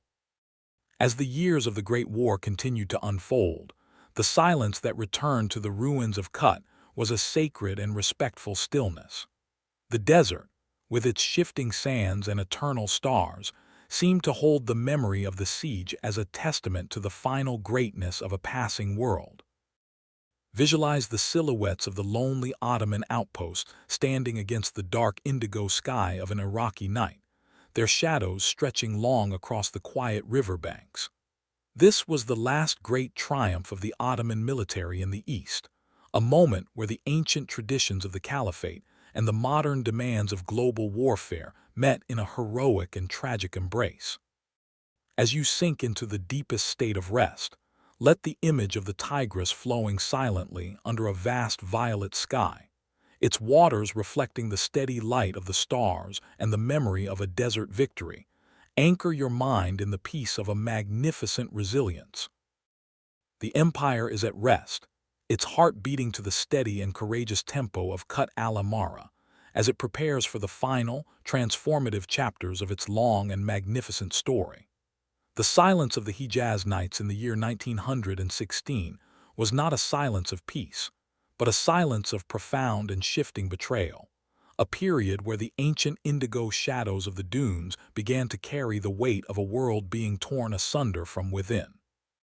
We have entered the era of the Arab Revolt, a moment of tragic and heavy complexity where the great tree of the Ottoman state saw its spiritual and geographical foundations challenged by the very people it had protected for centuries.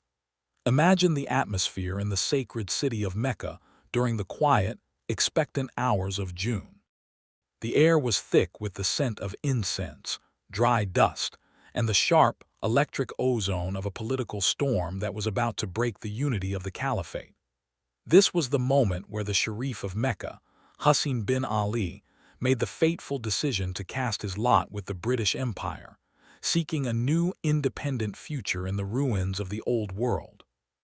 The silence of the holy cities was shattered not by a foreign invader, but by the rhythmic, thunderous sound of a civil struggle that would permanently alter the landscape of the Middle East. The energy of the front was no longer a unified wall of steel. It was a fractured and bleeding landscape of internal conflict. Visualize the desert of the Hijaz under the cool, silver light of a violet moon, where the iron rails of the railway we once saw as a symbol of hope were now the targets of a silent and persistent sabotage. The atmosphere was one of surreal and haunting tension. It was here, among the shifting sands and the granite hills, that the world witnessed the rise of a figure whose shadow would become synonymous with the desert's fragmentation. T.E. Lawrence, known to history as Lawrence of Arabia.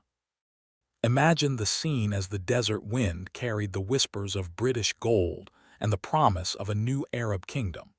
Lawrence moved through the indigo shadows with a scholarly and calculating grace, weaving a web of intrigue that sought to turn the tribal leaders against the Ottoman administration. The air was heavy with the smell of gunpowder and the cold mist of the desert morning. The Hijaz Railway, built with the rhythmic donations of the Muslim world, became the stage for a series of violent disruptions. Locomotives derailed, bridges shattered, and the lifeline of the Ottoman forces in Medina slowly strangled by the very geography they had sought to modernize. The technical and psychological landscape of the revolt was a study in profound and agonizing irony. The Ottoman soldiers, many of whom were Anatolian peasants who had traveled thousands of kilometers to defend the sacred lands, found themselves fighting a war they could not fully understand.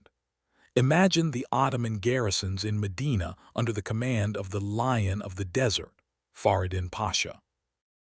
The atmosphere was one of intense, nocturnal vigilance and a desperate, holy resilience. Faridin Pasha was a man of iron will and poetic devotion, a ruler who vowed never to surrender the tomb of the Prophet to any force, foreign or domestic. The air in the city was thick with the scent of dates, dry earth, and the collective breathing of a garrison that lived in a state of suspended animation, their spirit anchored in a loyalty that transcended the political chaos of the world. Every night, as the shadows of the palms lengthened across the sand, the soldiers looked toward the horizon, realizing that the desert they had called home was now a landscape of hidden dangers and broken promises. The intellectual and emotional landscape of the empire following the news of the revolt was one of deep and heavy mourning. The capital, Istanbul, beneath the dark violet sky of a summer night, felt the shock of a spiritual betrayal that reached into the very heart of the Caliphate. The atmosphere was one of refined and somber gravity, as the people realized that the vision of pan-Islamic unity was being shattered by the rising tides of nationalism and the strategic interests of the great powers. The fragmentation of the desert was not just a loss of territory, it was a loss of the dream that had sustained the House of Osman for centuries. The energy of the state was now being pulled apart by the competing rhythms of the past and the future, a movement that sought to find a new path in a world that was becoming increasingly unrecognizable. Every telegraph that arrived from the southern front was a rhythmic pulse of sorrow, carrying the stories of a brotherhood that was dissolving like mist under a cold, relentless sun. As the years of the Great War continued to bleed into the sands, the silence that returned to the desert outposts was a sacred and respectful stillness. The desert, with its eternal stars and shifting dunes, seemed to hold the memory of the conflict as a testament to the tragic complexity of human history.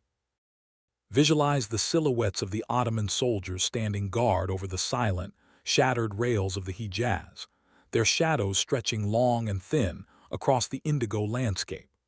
This was a chapter of profound and hushed transformation, a moment where the ancient traditions of the East and the modern manipulations of the West met in a violent and tragic embrace. As you sink into the deepest state of rest, let the image of the vast, silent desert under a dark violet sky, its sands whispering the stories of a lost unity and a courageous but lonely defense, anchor your mind in the peace of a historic resilience. The empire is at rest, its heart beating to the slow and melancholic tempo of the fragmented desert, as it prepares for the final, titanic struggles that will determine the ultimate legacy of the Great Tree. The silence that settled over the waters of the Aegean on the night of October 30th, 1918, was a silence of absolute exhaustion, a period where the rhythmic thunder of the Great War finally ceased, leaving behind a world that was broken, breathless, and profoundly transformed. We have entered the era of the Armistice of Mudrose, the dark threshold where the Ottoman Empire officially laid down its arms and accepted the end of its 600-year journey as a global power. Imagine the atmosphere on board the British battleship HMS Agamemnon, anchored in the harbor of Mudrose. The air was thick with the scent of salt, cold steel, and the heavy, suffocating weight of a defeat that reached into the very soul of the dynasty. This was the moment where the Ottoman delegates, led by Rauf Bey, signed a document that opened the gates of the heartland to foreign occupation. The silence of the signing room was a study in tragic dignity, a landscape where the ancient prestige of the House of Osman was surrendered to the cold, mechanical logic of the victors. The energy of the state was in a state of sudden and agonizing collapse, its heart beating to the slow and somber tempo of a world that had lost its center. Visualize the arrival of the Allied fleet in the Bosphorus on November 13, 1918, the dark waters. Imagine the atmosphere of the capital as 55 foreign warships, behemoths of iron and coal, glided through the indigo mists toward the Golden Horn. The sky above Istanbul was a deep, bruised violet, and the moon reflected off the cold barrels of the foreign guns with a pale, silver light that felt like a spectral invasion.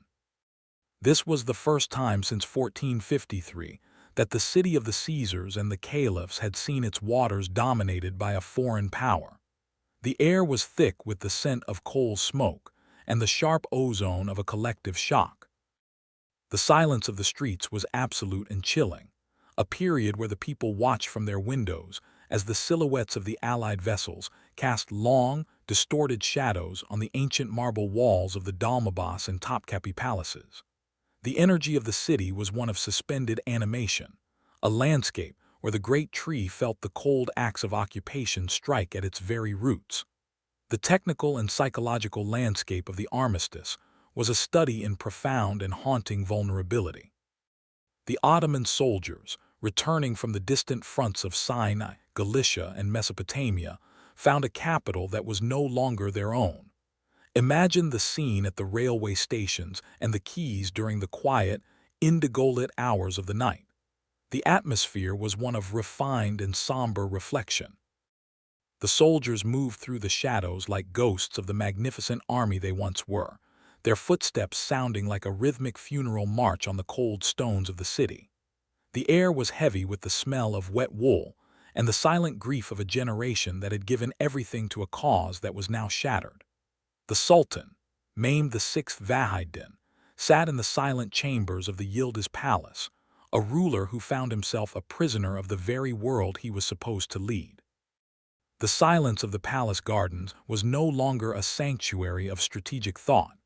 It was a fortress of isolation, a place where the ancient traditions of the East were eclipsed by the cold reality of the dark waters. As the winter of 1918 turned into a humid and heavy new year, the atmosphere of the occupation grew increasingly concentrated and desperate. The empire was being dismantled piece by piece, its provinces occupied, and its resources seized by the victors. Yet, even in this darkness, the energy of a new kind of resilience was beginning to stir beneath the surface of the soil. While the Allied officers moved through the indigo shadows of the Pira district, the architects of a future resistance were meeting in the quiet, candle-lit rooms of the Anatolian heartland. The silence of the nights in Istanbul was a sacred focus, a period where the empire realized that, while its physical structures were being occupied, its spirit remained an unconquered fortress. The Bosphorus, with its dark, glassy surface and its eternal currents, seemed to hold the memory of the fallen as a testament to the tragic beauty of a passing era.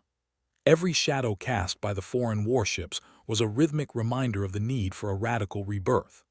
As you sink into the deepest state of rest, let the image of the dark Allied fleet, their silhouettes standing like silver needles against a dark violet sky over the Bosphorus, anchor your mind in the peace of a historic transition.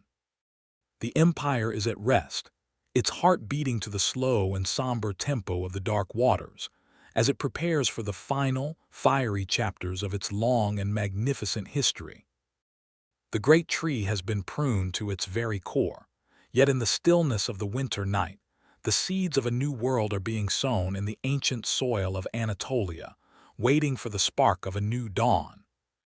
The winter of 1920 arrived in Istanbul with a heavy, indigo-tinted silence, a season where the cold winds of the Bosphorus seemed to carry the weight of a dying empire's final, resolute breath. We have entered the era of the last Ottoman parliament, the Meclizi Mebusan, a moment of profound and strategic intensity where the political soul of the House of Osman gathered for one last, defiant act of sovereignty. Imagine the atmosphere in the Findikli Palace, situated on the edge of the dark, glassy waters of the Bosphorus, during the quiet, expectant hours of January. The air was thick with the scent of old parchment, drying ink, and the sharp, electric ozone of a political storm that was brewing beneath the gaze of the Allied warships. This was not a world of grand military parades or golden fanfares. It was a landscape of whispered secrets and scholarly concentration. The deputies, many of whom had traveled through the dangerous, snow-covered roads of Anatolia, moved through the corridors like shadows of a future that was already being written in the heartland. The silence of the assembly hall was a sacred focus, a period where the empire prepared to define its own existence in a world that sought to erase it from the map. Visualize the drafting of the Misak Letter 131 Milli, the National Pact, under the cool, silver light of a violet moon. This was more than a legal document. It was a sacred boundary, a rhythmic declaration of the minimum lands and rights that would be defended at any cost. Imagine the silent rooms where the leaders of the different factions gathered, their faces illuminated by the flickering glow of candles that struggled against the darkness of the occupation. The atmosphere was one of refined and somber gravity. The air was heavy with the smell of roasted coffee, and the rustle of maps that depicted a world where the great tree was being pruned down to its absolute core. The National Pact was a study in profound and haunting resilience, a movement that sought to anchor the Ottoman soul to the ancient soil of Anatolia and Thrace. Every word written on those pages was a rhythmic pulse of defiance, a realization that, while the palaces might be occupied, the will of the nation remained an unconquered fortress. The energy of the parliament was being redirected toward a new kind of identity, one that transcended the old borders of the empire to find its strength in the unity of its people. The technical and tactical landscape of this final legislative struggle was a study in profound and hushed courage. The deputies knew that every vote they cast and every speech they made was being monitored by the foreign intelligence networks that moved through the indigo shadows of the Pira district. Imagine the atmosphere in the public galleries during the quiet hours of the afternoon session. The air was thick with the scent of wet wool and the collective breathing of a population that looked to this Meclis as its final shield. The energy of the state was being concentrated into the legal precision of the Pact's articles, the demand for full independence, the rejection of the partition of the heartland, and the insistence on the sovereignty of the city of Istanbul. This was a war of pens and principles, a period where the ancient traditions of Ottoman law and the modern ideals of national self-determination met in a heroic and tragic embrace. The silence of the nights in the capital was an expectant quiet, a time where the heartbeat of the empire was synchronized with the distant, steady rhythm of the resistance that was growing in the Anatolian mountains. As the declaration of the National Pact was finally issued to the world in February 1920, the atmosphere in the capital grew increasingly concentrated and dangerous. The Allied powers, realizing that the parliament had become a vessel for the resistance, began to tighten their grip on the city. Imagine the scene on the night of March 16th, when the silence of the historic peninsula was shattered by the rhythmic, thunderous sound of the British occupation forces entering the parliament and the government offices. This was the end of the Ottoman political cycle, a moment of profound and heavy consequence where the deputies were arrested and the Meclis dissolved. Yet, as the dark silhouettes of the soldiers moved through the marble halls, they could not touch the spirit of the pact that had already been sent across the waters to the heart of Anatolia. The silence that returned to the Findikli Palace was not the silence of death, but the silence of a transition, a period where the fire of the state moved from the occupied capital to the free, violet-tinged hills of Ankara. The intellectual and psychological landscape of the empire following the dissolution of the Meclis was one of absolute and fiery clarity. The people realized that the path to survival no longer lay in the shadows of the old diplomacy, but in the open, rhythmic struggle for a new nation.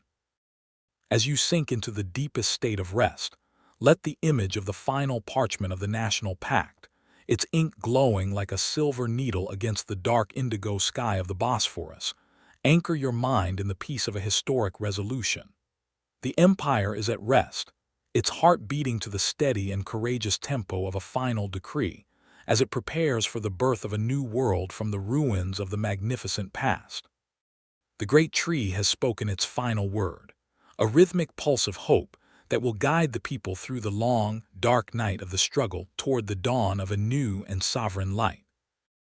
The spring of 1920 brought a radical and profound shift to the geography of the Ottoman soul, a season where the energy of the state was no longer concentrated in the gilded, occupied halls of the Bosphorus, but was instead flowing toward the silent, violet-tinged hills of the central Anatolian plateau.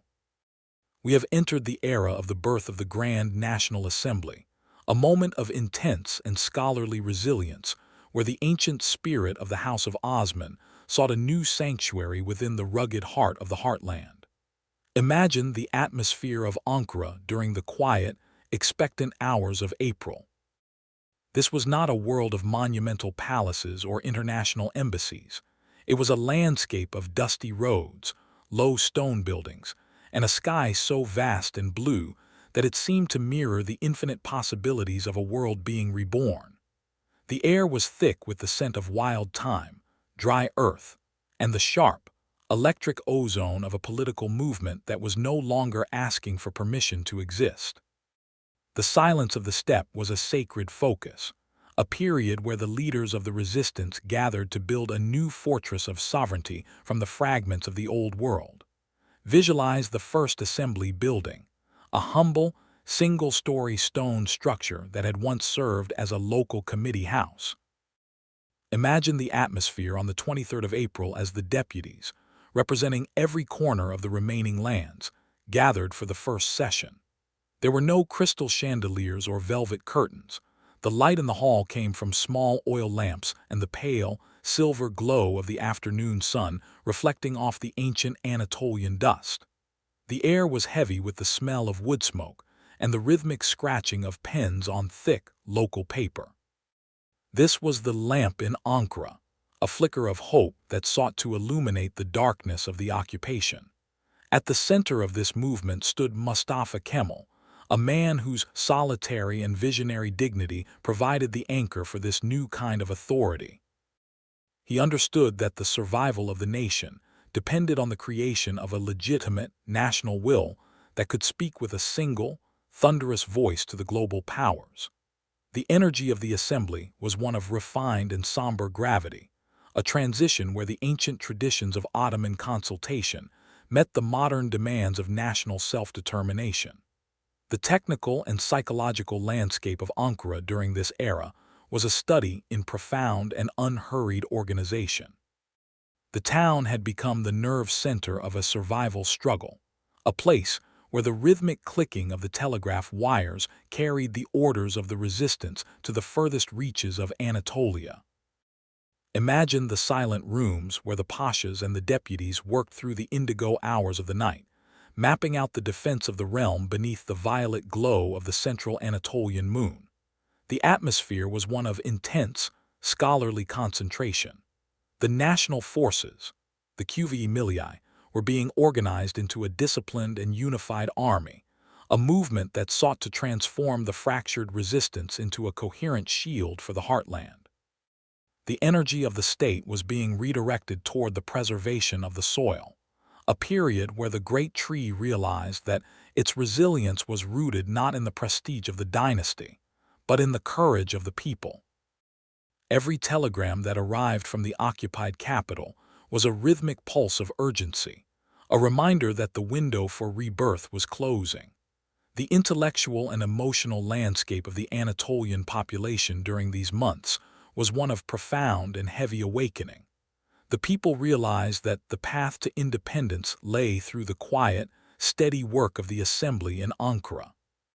Imagine the villages across the plateau during the quiet hours of the evening, where the arrival of a newspaper or a decree from the new government was treated as a sacred event. The atmosphere was one of refined and somber reflection. The Ankara government was no longer a distant or abstract concept. It was a living, breathing reality that represented the final hope of the nation. The energy of the movement was manifested in the collective sacrifice of the population, the transport of ammunition on ox carts, the weaving of uniforms in the villages, and the steady, rhythmic marching of the new recruits toward the training camps. The silence of the nights in the steppe was a silence of preparation and prayer, a period where the soul of the state was being hardened into the defensive lines of a new era. As the year 1920 progressed, the atmosphere in Ankara grew increasingly concentrated and resilient.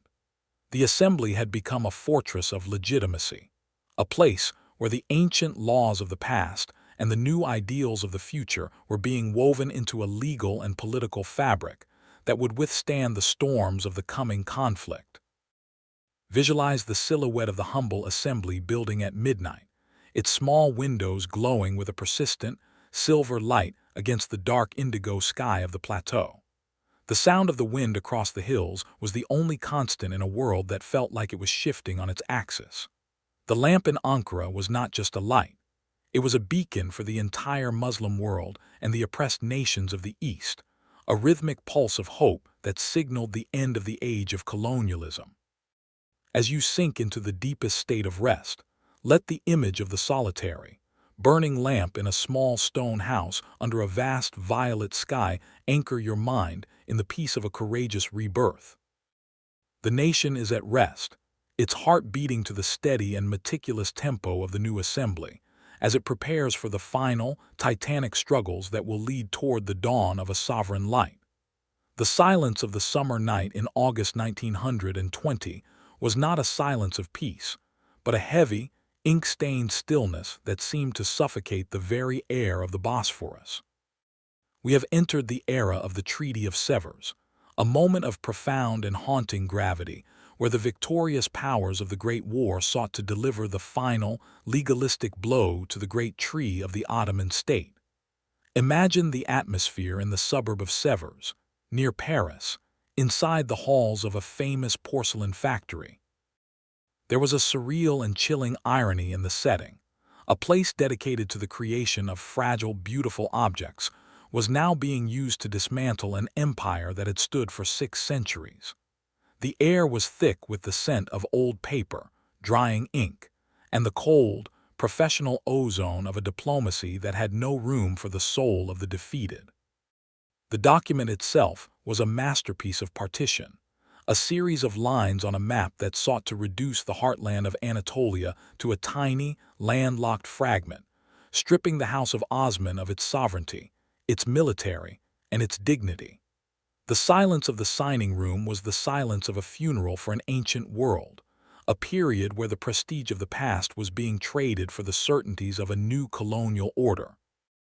Visualize the atmosphere in Istanbul as the news of the signing reached the occupied capital.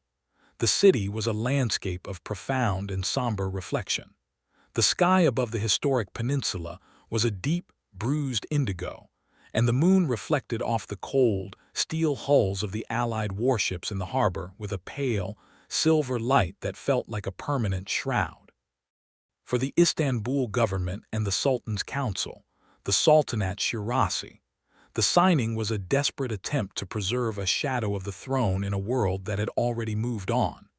The energy of the capital was one of suspended animation, a place where the ancient marble of the palaces felt cold and abandoned under the weight of the document. The air was heavy with the collective grief of a population that realized their very home was being partitioned like a piece of cloth.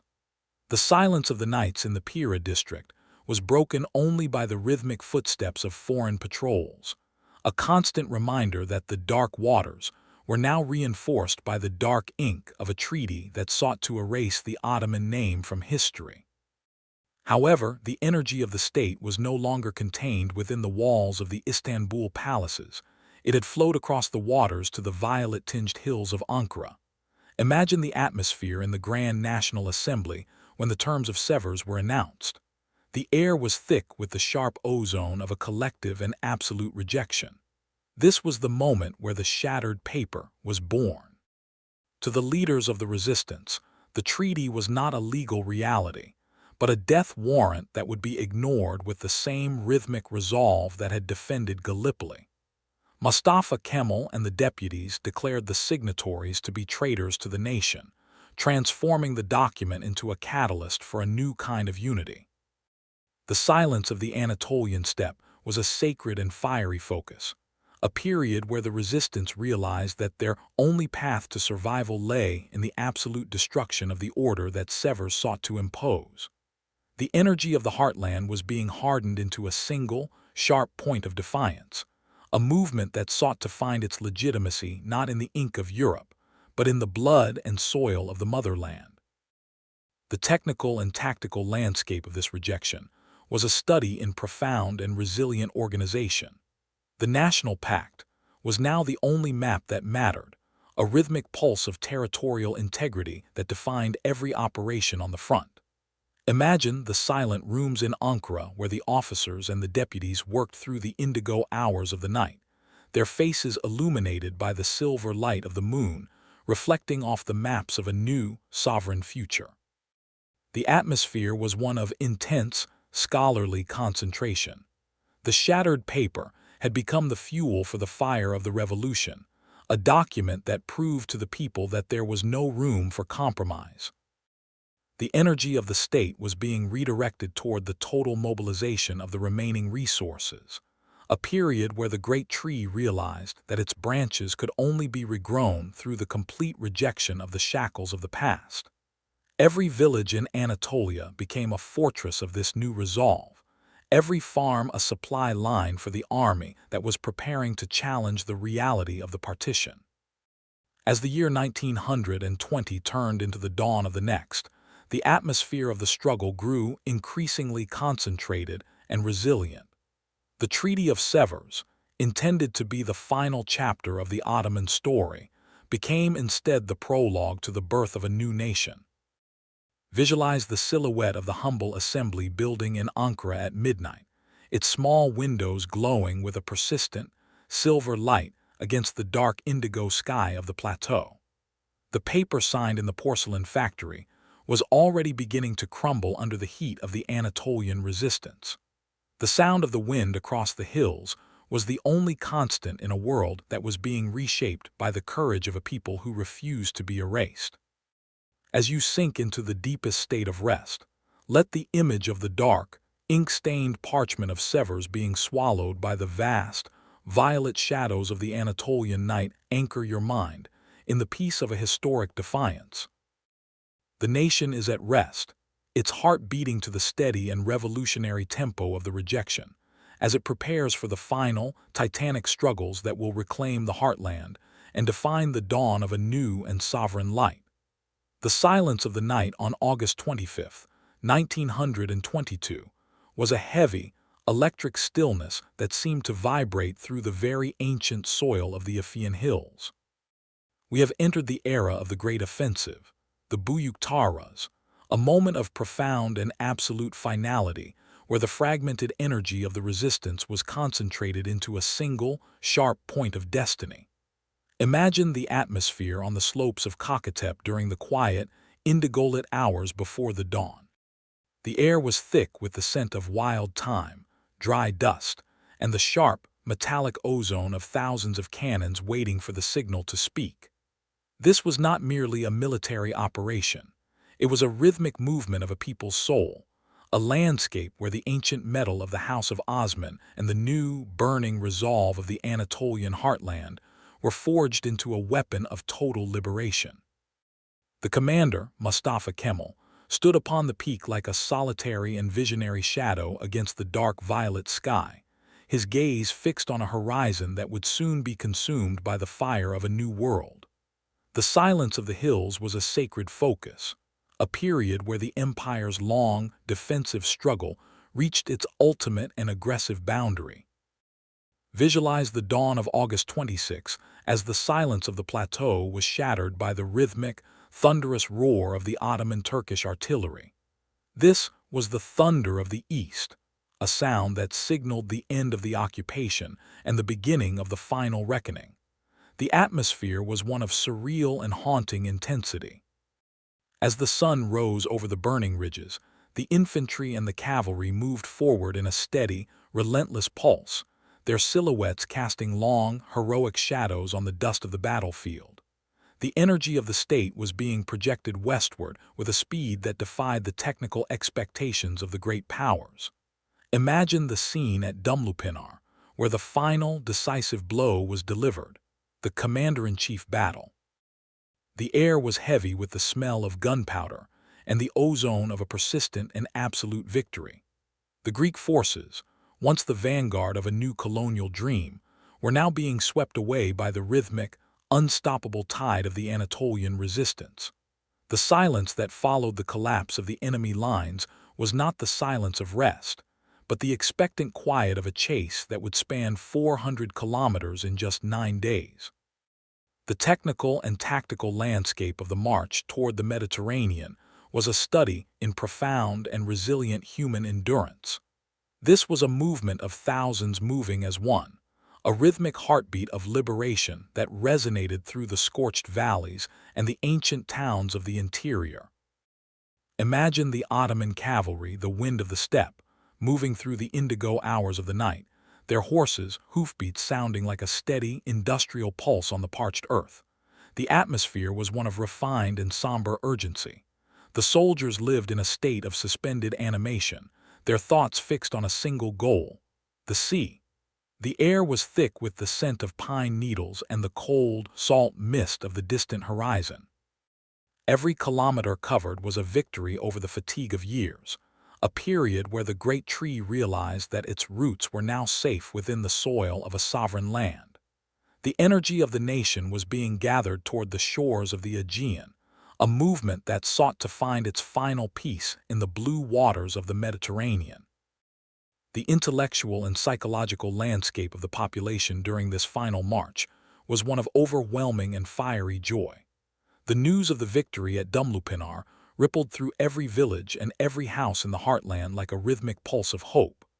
Imagine the city of Izmir on the morning of September 9th, beneath the vast, violet sky of a late summer dawn. The atmosphere was one of surreal and hushed beauty as the first cavalry units entered the city. The air was thick with the scent of Mediterranean jasmine, sea salt, and the collective breathing of a people who realized that the dark waters were finally being cleared of the shadows of occupation. The arrival at the sea was more than a military objective. It was a spiritual homecoming, a moment where the ancient traditions of the past and the sovereign light of the future met in a heroic and tearful embrace. The silence of the harbor was a sacred stillness, a landscape of memory where the earth and the sea seemed to hold their breath in honor of the final, titanic achievement of the resistance. As the sun set over the Aegean on that fateful September evening, the atmosphere of the empire was transformed into the dawn of a new nation. The silence of the nights in the liberated cities was no longer a silence of fear, but a silence of profound and heavy peace. Visualize the silhouette of the commander standing by the shores of the Mediterranean at midnight, the dark, glassy water reflecting the steady light of the stars, and the silhouette of a world that had been reborn. The sound of the waves against the quay was the only constant in a world that had finally found its axis. This was the penultimate chapter of our story, a moment where the fires of war were extinguished to make room for the lights of a new republic. As you sink into the deepest state of rest, let the image of the calm, blue waters of the Mediterranean under a vast violet sky anchor your mind in the peace of an absolute victory. The nation is at rest, its heart beating to the steady and courageous tempo of the great offensive, as it prepares for the final, quiet reflection of our long and magnificent journey. The night of October 28th, 1923, settled over the modest, windswept hills of Ankara with a silence that felt like a held breath, a moment where the very atmosphere of Anatolia seemed to recognize that the final grain of sand was falling in the hourglass of the old world.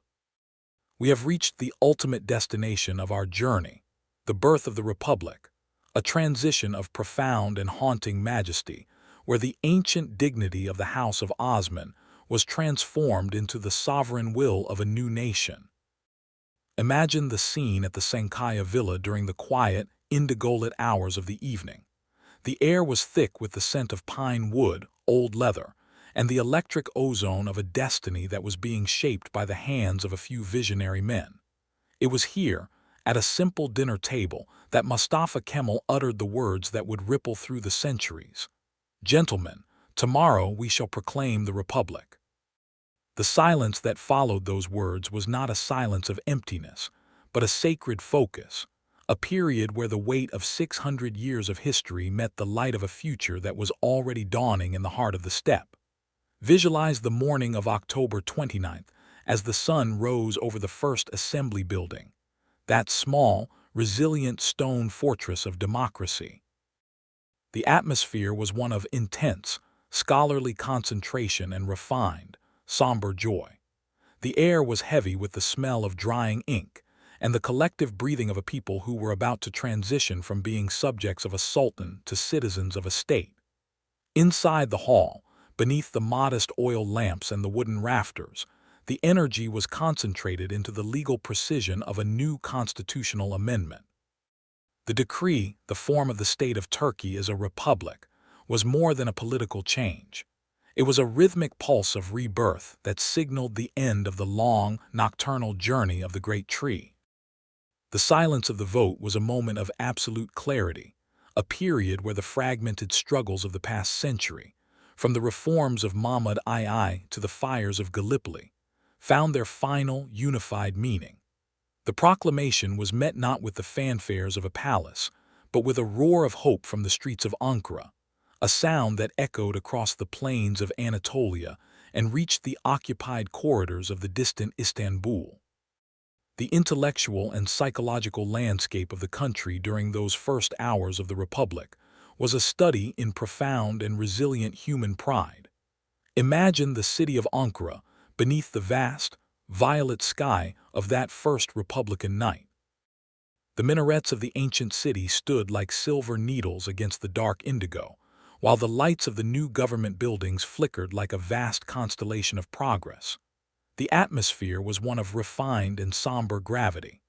The eternal legacy was being defined, a world where the science, law, and arts of the West were being grafted onto the resilient trunk of the East.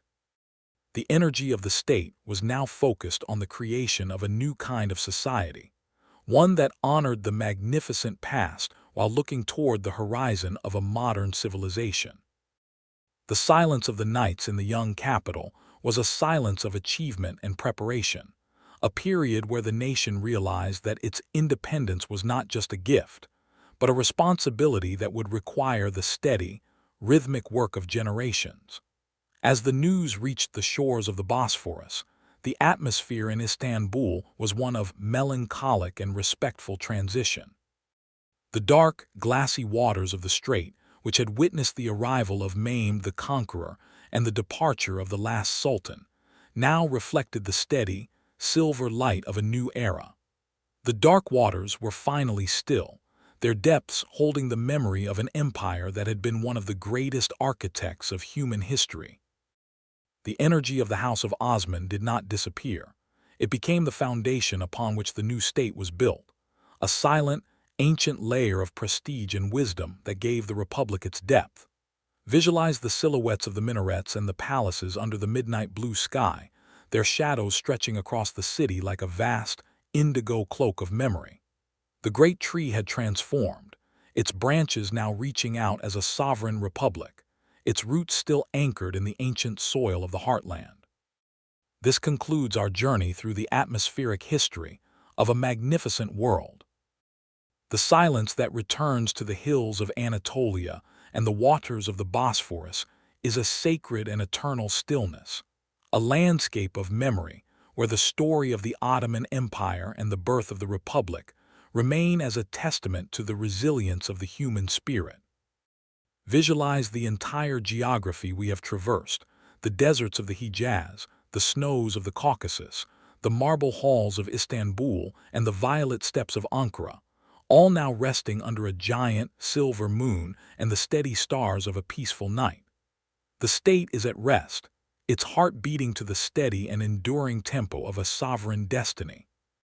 As you sink into the deepest state of rest, let the image of a new dawn, breaking over the horizon of a land that has known both the darkness of the night and the brilliance of the sun, anchor your mind in the peace of an eternal legacy. The journey is over, the story is complete, and the world is at peace.